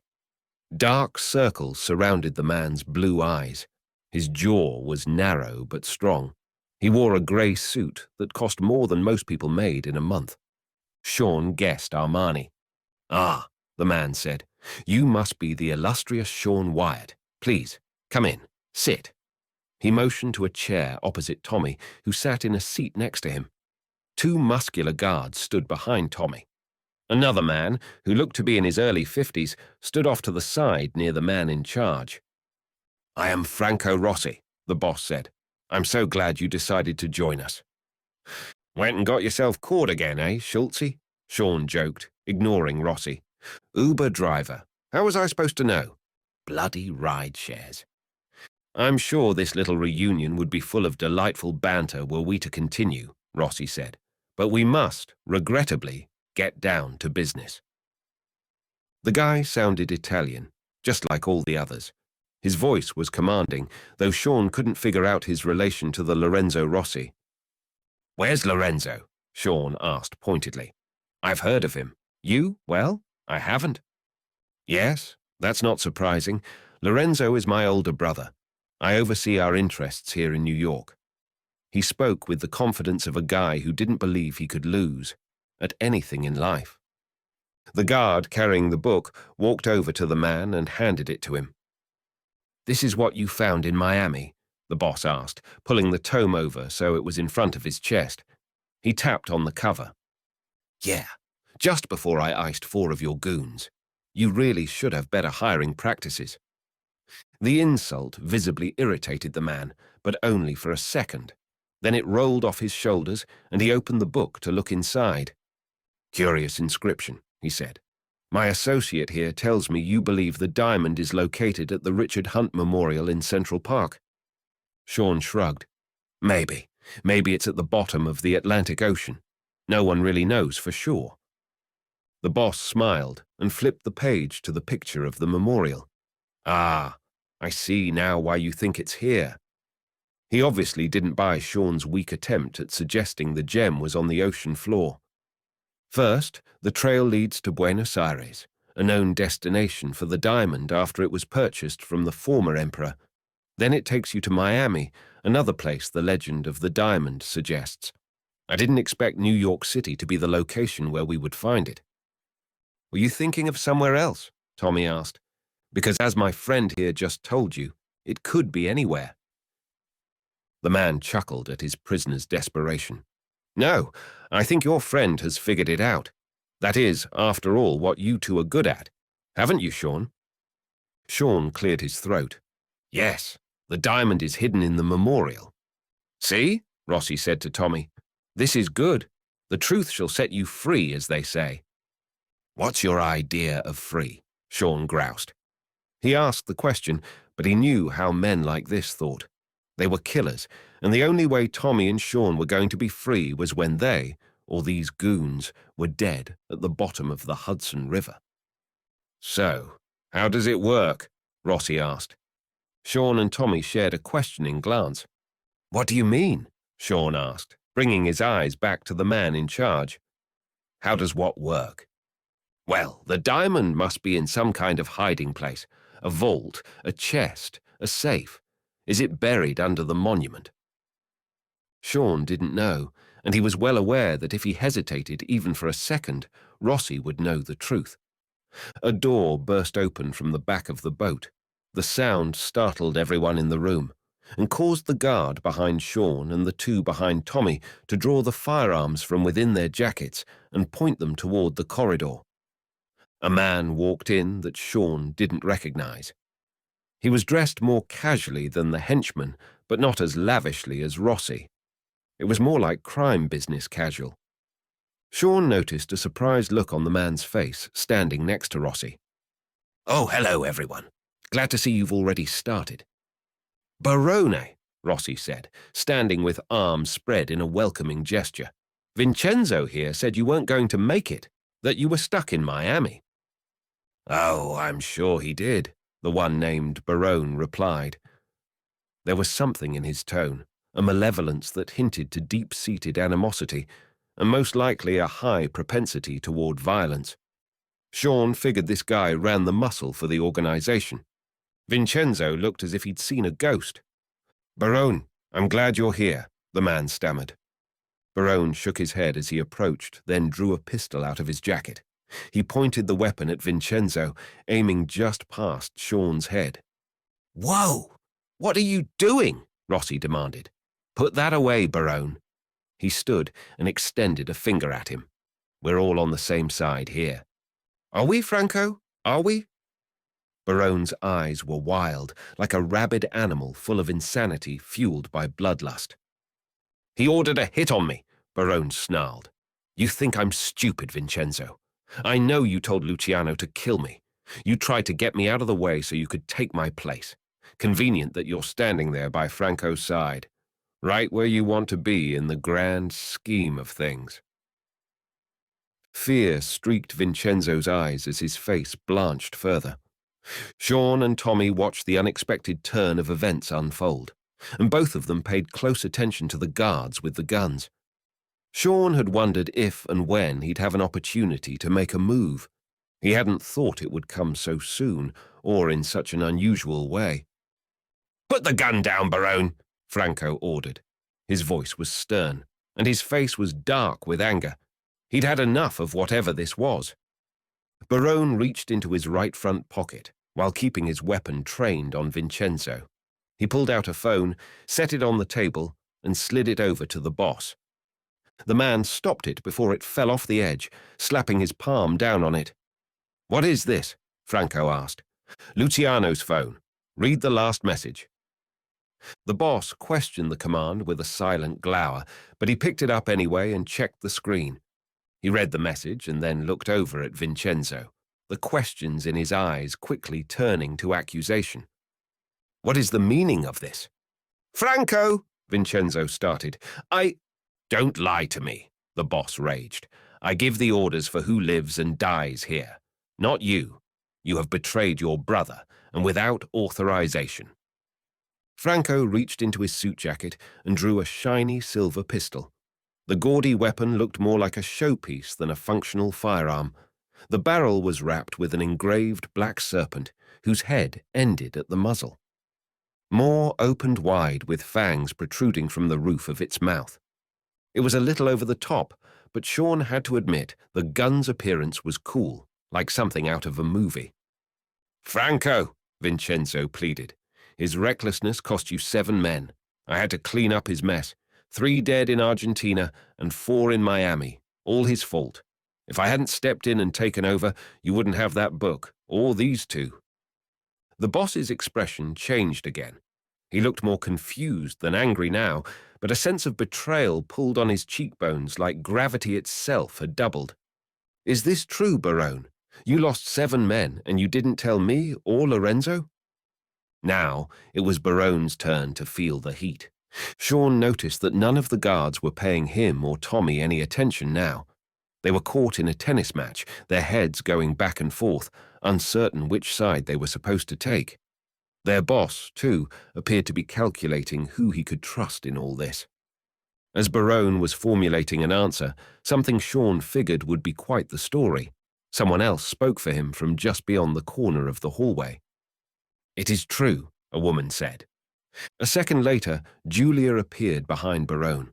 Her right elbow was tucked close to her side. She held a pistol with a suppressor on the end in her hand. In that instant, any hope Sean had of getting out of this alive evaporated. Chapter 21. Sean and Tommy's eyes met.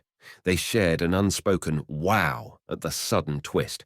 Neither of them had seen this coming, but they both knew drawing attention to themselves right now by simply uttering a word was not the prudent thing to do. The only chance they had of survival was some sort of Mexican standoff, where everyone else in the room killed each other. "Julia," Franco said, "what a pleasant surprise." "I hope you weren't going to fire that thing," she said, nodding at the pistol in his hand. "We'd all be deaf for days." The man's eyes wandered to the decorative pistol, then he shrugged with a grin like a boy who'd been caught stealing cookies from a jar. "I suppose you're right," he allowed, and lowered the weapon. Barone's recklessness cost you men, she said, and I hardly think Vincenzo's motives were pure in trying to handle the situation. You watch your tongue! How dare you speak to me? She growled, raising the pistol. Know your place, boy. Franco remained oddly silent, and it made Sean wonder who she really was and what her role could be in the Rossi organization. He was still trying to understand how he'd missed the signals, if there had been any. She'd played the part of a weak damsel to the letter. Her credentials had checked out too, which wasn't something a novice could simply slip by someone like Sean. Whatever game she was up to had to be a long play, one that had been years in the making. The guards watched on, visibly mesmerized by the drama. They looked almost paralyzed by it, and none of them seemed to be ready to do anything, much less take a side. This was not lost on Sean, and he calculated what possible action he could take to get out of this mess. Franco, Barone barked. Yes, I lost 7 men, but my plan still worked. It was I who brought Vincenzo in to assist in bringing these two to you. If not for me, none of this would be possible. You must ask yourself who you can trust now. Me, the one who brought you the diamond, or him, an ambitious man willing to do whatever it takes to climb the ladder. I have always been loyal to you. How dare you, Vincenzo spat. You piece of... Let me kill him, Barone interrupted. He deserves it. Franco thought for a long, painful moment. Then he turned to the guard behind Tommy's left shoulder and motioned him to come forward. The man obeyed and moved next to his boss. Franco held out his palm, and the guard drew a small pistol from his jacket, this one with a suppressor on it. He placed it in Franco's hand and retreated back a step. The leader looked down at the weapon, then curled his fingers around it and pointed it at Vincenzo. I can't have traitors in my midst, he said. No, Vincenzo begged. Listen to reason. I have never... The muzzle puffed with a click. The round disappeared into Vincenzo's chest, leaving a hole where it entered. The man looked down at the wound, horror filling his eyes. Then he lifted his gaze to meet Franco's. The boss aimed higher and fired one more shot into the man's head. He fell against the wall, hitting it with the back of his bloody skull, and drooped to the floor. Thank you, sir, Barone said, lowering his weapon slightly. You made the... Franco swiveled and fired again, this time at Barone. The bullet found his gut. As he grimaced in agony, he tried to raise the pistol to defend himself, but Julia fired into the back of the man's head, dropping him to the floor near the table. The kill shot surprised Sean and Tommy. Even though she'd brandished the weapon like someone ready to do the deed, neither of them had expected her to actually use it. Now, she said, lowering the pistol back to her side, the muzzle pointing at the floor, let's get down to business, shall we? Franco appeared pleased at her businesslike approach. Hazy smoke lingered in the room, and it swirled around her as she walked toward the head of the table. Get rid of them, Franco said to the guard behind Tommy's right shoulder. The muscular man nodded once and stepped around the table to where Barone's body lay. He grabbed the ankles and dragged the dead man out through the narrow corridor toward the living room. This is going to be a mess to clean up, Franco realized, noting the blood on the walls and on the floor. Indeed, Julia said. She glanced at Sean, who only allowed a stoic glare. He wouldn't give her the satisfaction of begging, not from his words or his body language. Did these two tell you how to access the diamond? She asked. Not yet. We were just getting to that. Sean noticed Julia standing just behind Franco, the pistol drifting toward the base of his neck. Things are never quite what they seem, Julia said, flashing her eyes toward Sean. We must always be ready for the unexpected in matters such as this. Sean narrowed his eyelids at the comment. Then he realized what was about to happen. The suppressor muzzle pressed against Franco's skull as she leaned forward. What are you doing? Rossi asked. He sounded as if he wasn't sure she was joking around. The two remaining guards realized what she was doing, but one was unarmed, and the other was uncertain. The latter reached into his jacket, but she shook her head and made a clicking sound with her tongue. Don't, she cautioned. The guard froze. "What is this?" Franco demanded. "Don't point that at me. Have you gone mad?" "Do you know what will drive a person mad?" Julia asked. "Watching your brother Lorenzo murder my family for information about the Florentine diamond's whereabouts. Watching him torture my father before putting a bullet through his head. I was there that day. He and his thugs killed them. All I could do was hide in the closet, too scared to move or say anything." Sean saw the man's eyes widen with fear, though there was still confusion lingering within the pupils. "My family are the descendants of the diamonds cutter. Lorenzo thought we knew where it was, and he would stop at nothing to find it. And for what? To prove himself to your family?" "I don't know what you're talking about," Franco blurted.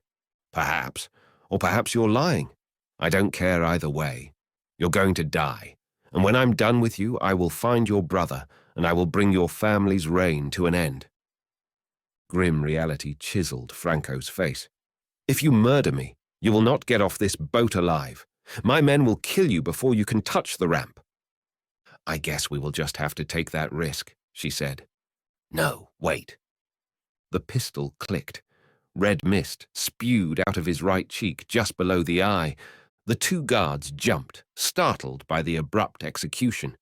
Sean kicked his chair back and drove it into the guy behind him as the man tried to draw his weapon.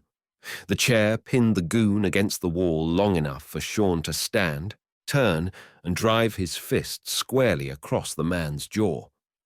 Bone cracked as the guy's head snapped to the right. Sean didn't let up and grabbed the side of his skull with both hands and smashed it into the wall 3 times until the man's legs went limp and he fell to the floor unconscious.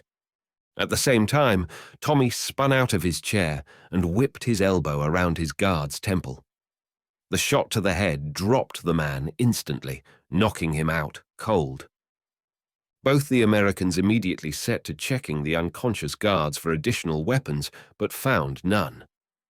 "Here," Julia said, sliding the one Rossi held over to Tommy. "Thanks." He grabbed the gun as Sean stood upright, now equipped with the pistol he'd taken from his guard. There was no time for planning their escape. 2 men with similar weapons stood just beyond a huge window behind Julia, aiming through the glass. "Get down!" Sean ordered. Julia looked back over her shoulder and then dove toward Sean as he and Tommy squeezed their triggers. Their muzzles erupted, bullets puncturing the sheet of glass and burrowing into the guards on the deck beyond. The gunmen flailed as the bullets riddled their torsos, and then they fell to the wood at their feet. Sean turned at a sound behind him and fired another shot as the guard who dragged out Barone's body returned around the corner. The man never had a chance, catching a round in the upper chest and another in the head. "Come on," Sean said to the others. "Julia, stay behind me. Tommy, cover the rear." "On it," Tommy said as he shifted over to help Julia off the floor. "You really had me going for a minute there." "Sorry for the ruse," she replied. "I've been after the Rossi brothers for a long time." "So this was never about the diamond?" Tommy asked. "Not the time, Schultzy," Sean said, pushing forward slowly, crossing one foot in front of the other toward the door. "Right. Sorry. Later."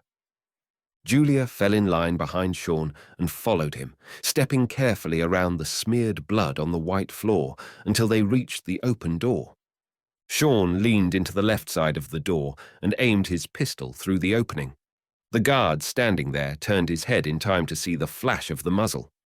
Julia tucked in behind Sean, and Tommy took a position on the other side of the door, peeking out at the opposite angle to make sure the way was clear. "What about the men on the second deck?" he whispered, pointing up. "I'll handle them," Sean said. "Tommy, you check below and make sure there aren't any others. Julia, stay here and get ready to run for it." "What?" Sean passed her a look that demanded obedience. "Okay, fine, but don't get yourself killed trying to be a hero." "Haven't died yet," Sean quipped and took off toward a set of stairs in the rear of the room. He silently climbed the steps, pointing the pistol up into the stairwell as he moved. At the top, he heard footsteps. They were moving in a hurry, and Sean knew why. Someone had raised the alarm. Maybe they'd seen the two men gunned down on the bow, or perhaps one of the guards had called in the trouble inside the dining room just before getting taken out. Either way, the noises from above indicated more trouble. The first gunman appeared at the top of the steps. He was rushing, unaware that there was anyone in the stairwell. His recklessness earned him a round to the gut and one in the face, along with a tumble down the stairs. Sean avoided the body as it rolled by him and focused upward as he kept moving. He reached the top of the stairs, and the door to the left burst open. Another gunman appeared in the doorway, and Sean fired a round that hit the man in the left shoulder. The guard twisted from the impact, but managed to raise his pistol and get off a shot that sent Sean diving for cover behind a couch with a zebra print blanket over it. A television in the corner reflected the man's movement at the door. Sean saw it, moved forward, and then popped up to fire another round, this time hitting the man squarely in the center of the chest. The gunman staggered backward one step before Sean sent the kill shot through his neck. He tumbled down the stairs toward the other dead guy, leaving Sean alone in the entertainment room. A luxurious bar with literal top-shelf liquor stood across from him. Sean kept his weapon aimed at the open doorway, waiting, but no one else came through. After giving it nearly a minute, he rushed over, leaned against the wall, and peered out. He didn't see anyone else, but that didn't mean he and the others were in the clear. He switched sides, looked out the other direction, and then made his move onto the walkway. The cold December air chilled his skin. His breath plumed out of his mouth in smoky clouds. At the corner, he paused. A shadow slipped across the deck in front of him. He waited, then spun and squeezed the trigger as the sights fell on a gunman moving toward him. The pistol didn't fire. Sean thought he'd counted every round, but must have lost track. The guard pointed his weapon, but Sean grabbed the barrel, twisted it, and heard a crack in the man's hand. The guy yelped, but the cry of pain cut short as Sean drove his right elbow into his throat, crushing the windpipe. He doubled over, and Sean helped him by pushing down on the back of the man's head while driving his knee up. The kneecap plowed straight into the thug's nose with a nauseating crunch. The gunman's grip on the pistol failed, and Sean turned it on him and finished the job with a single shot through the right temple. His pulse raced as he circled around the next corner of the deck, but he saw no other men waiting. Sean took a full lap around the ship until he'd cleared the deck, then entered into the wheelhouse to make sure everyone was taken care of. He found the ship's captain sitting in a high-back leather chair in front of 3 state-of-the-art monitors and the controls to the yacht.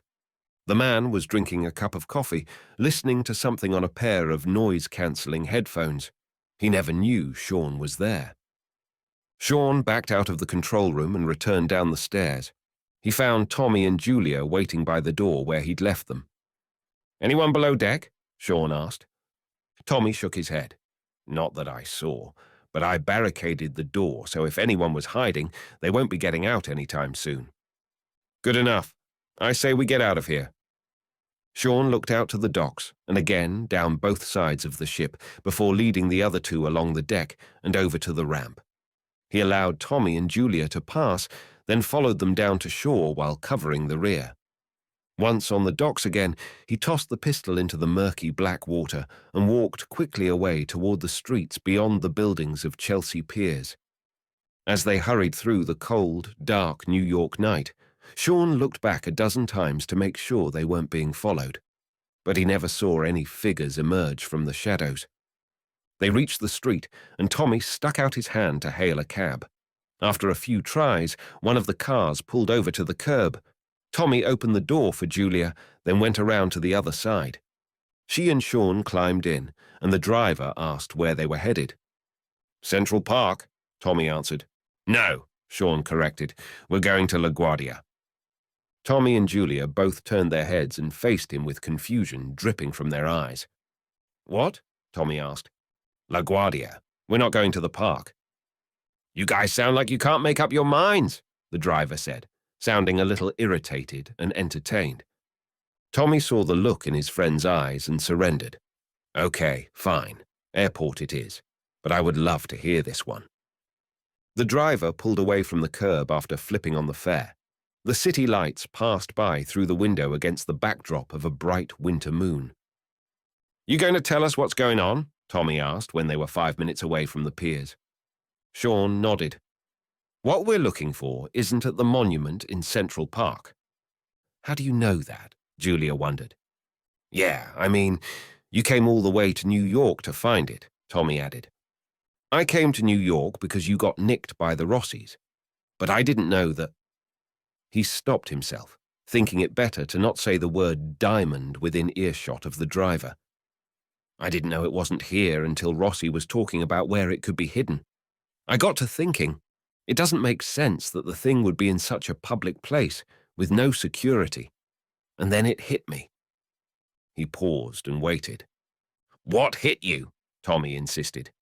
Richard Hunt was a famous architect, and one of the most impressive of all the properties he designed is also one with a significant collection of pieces from Italy.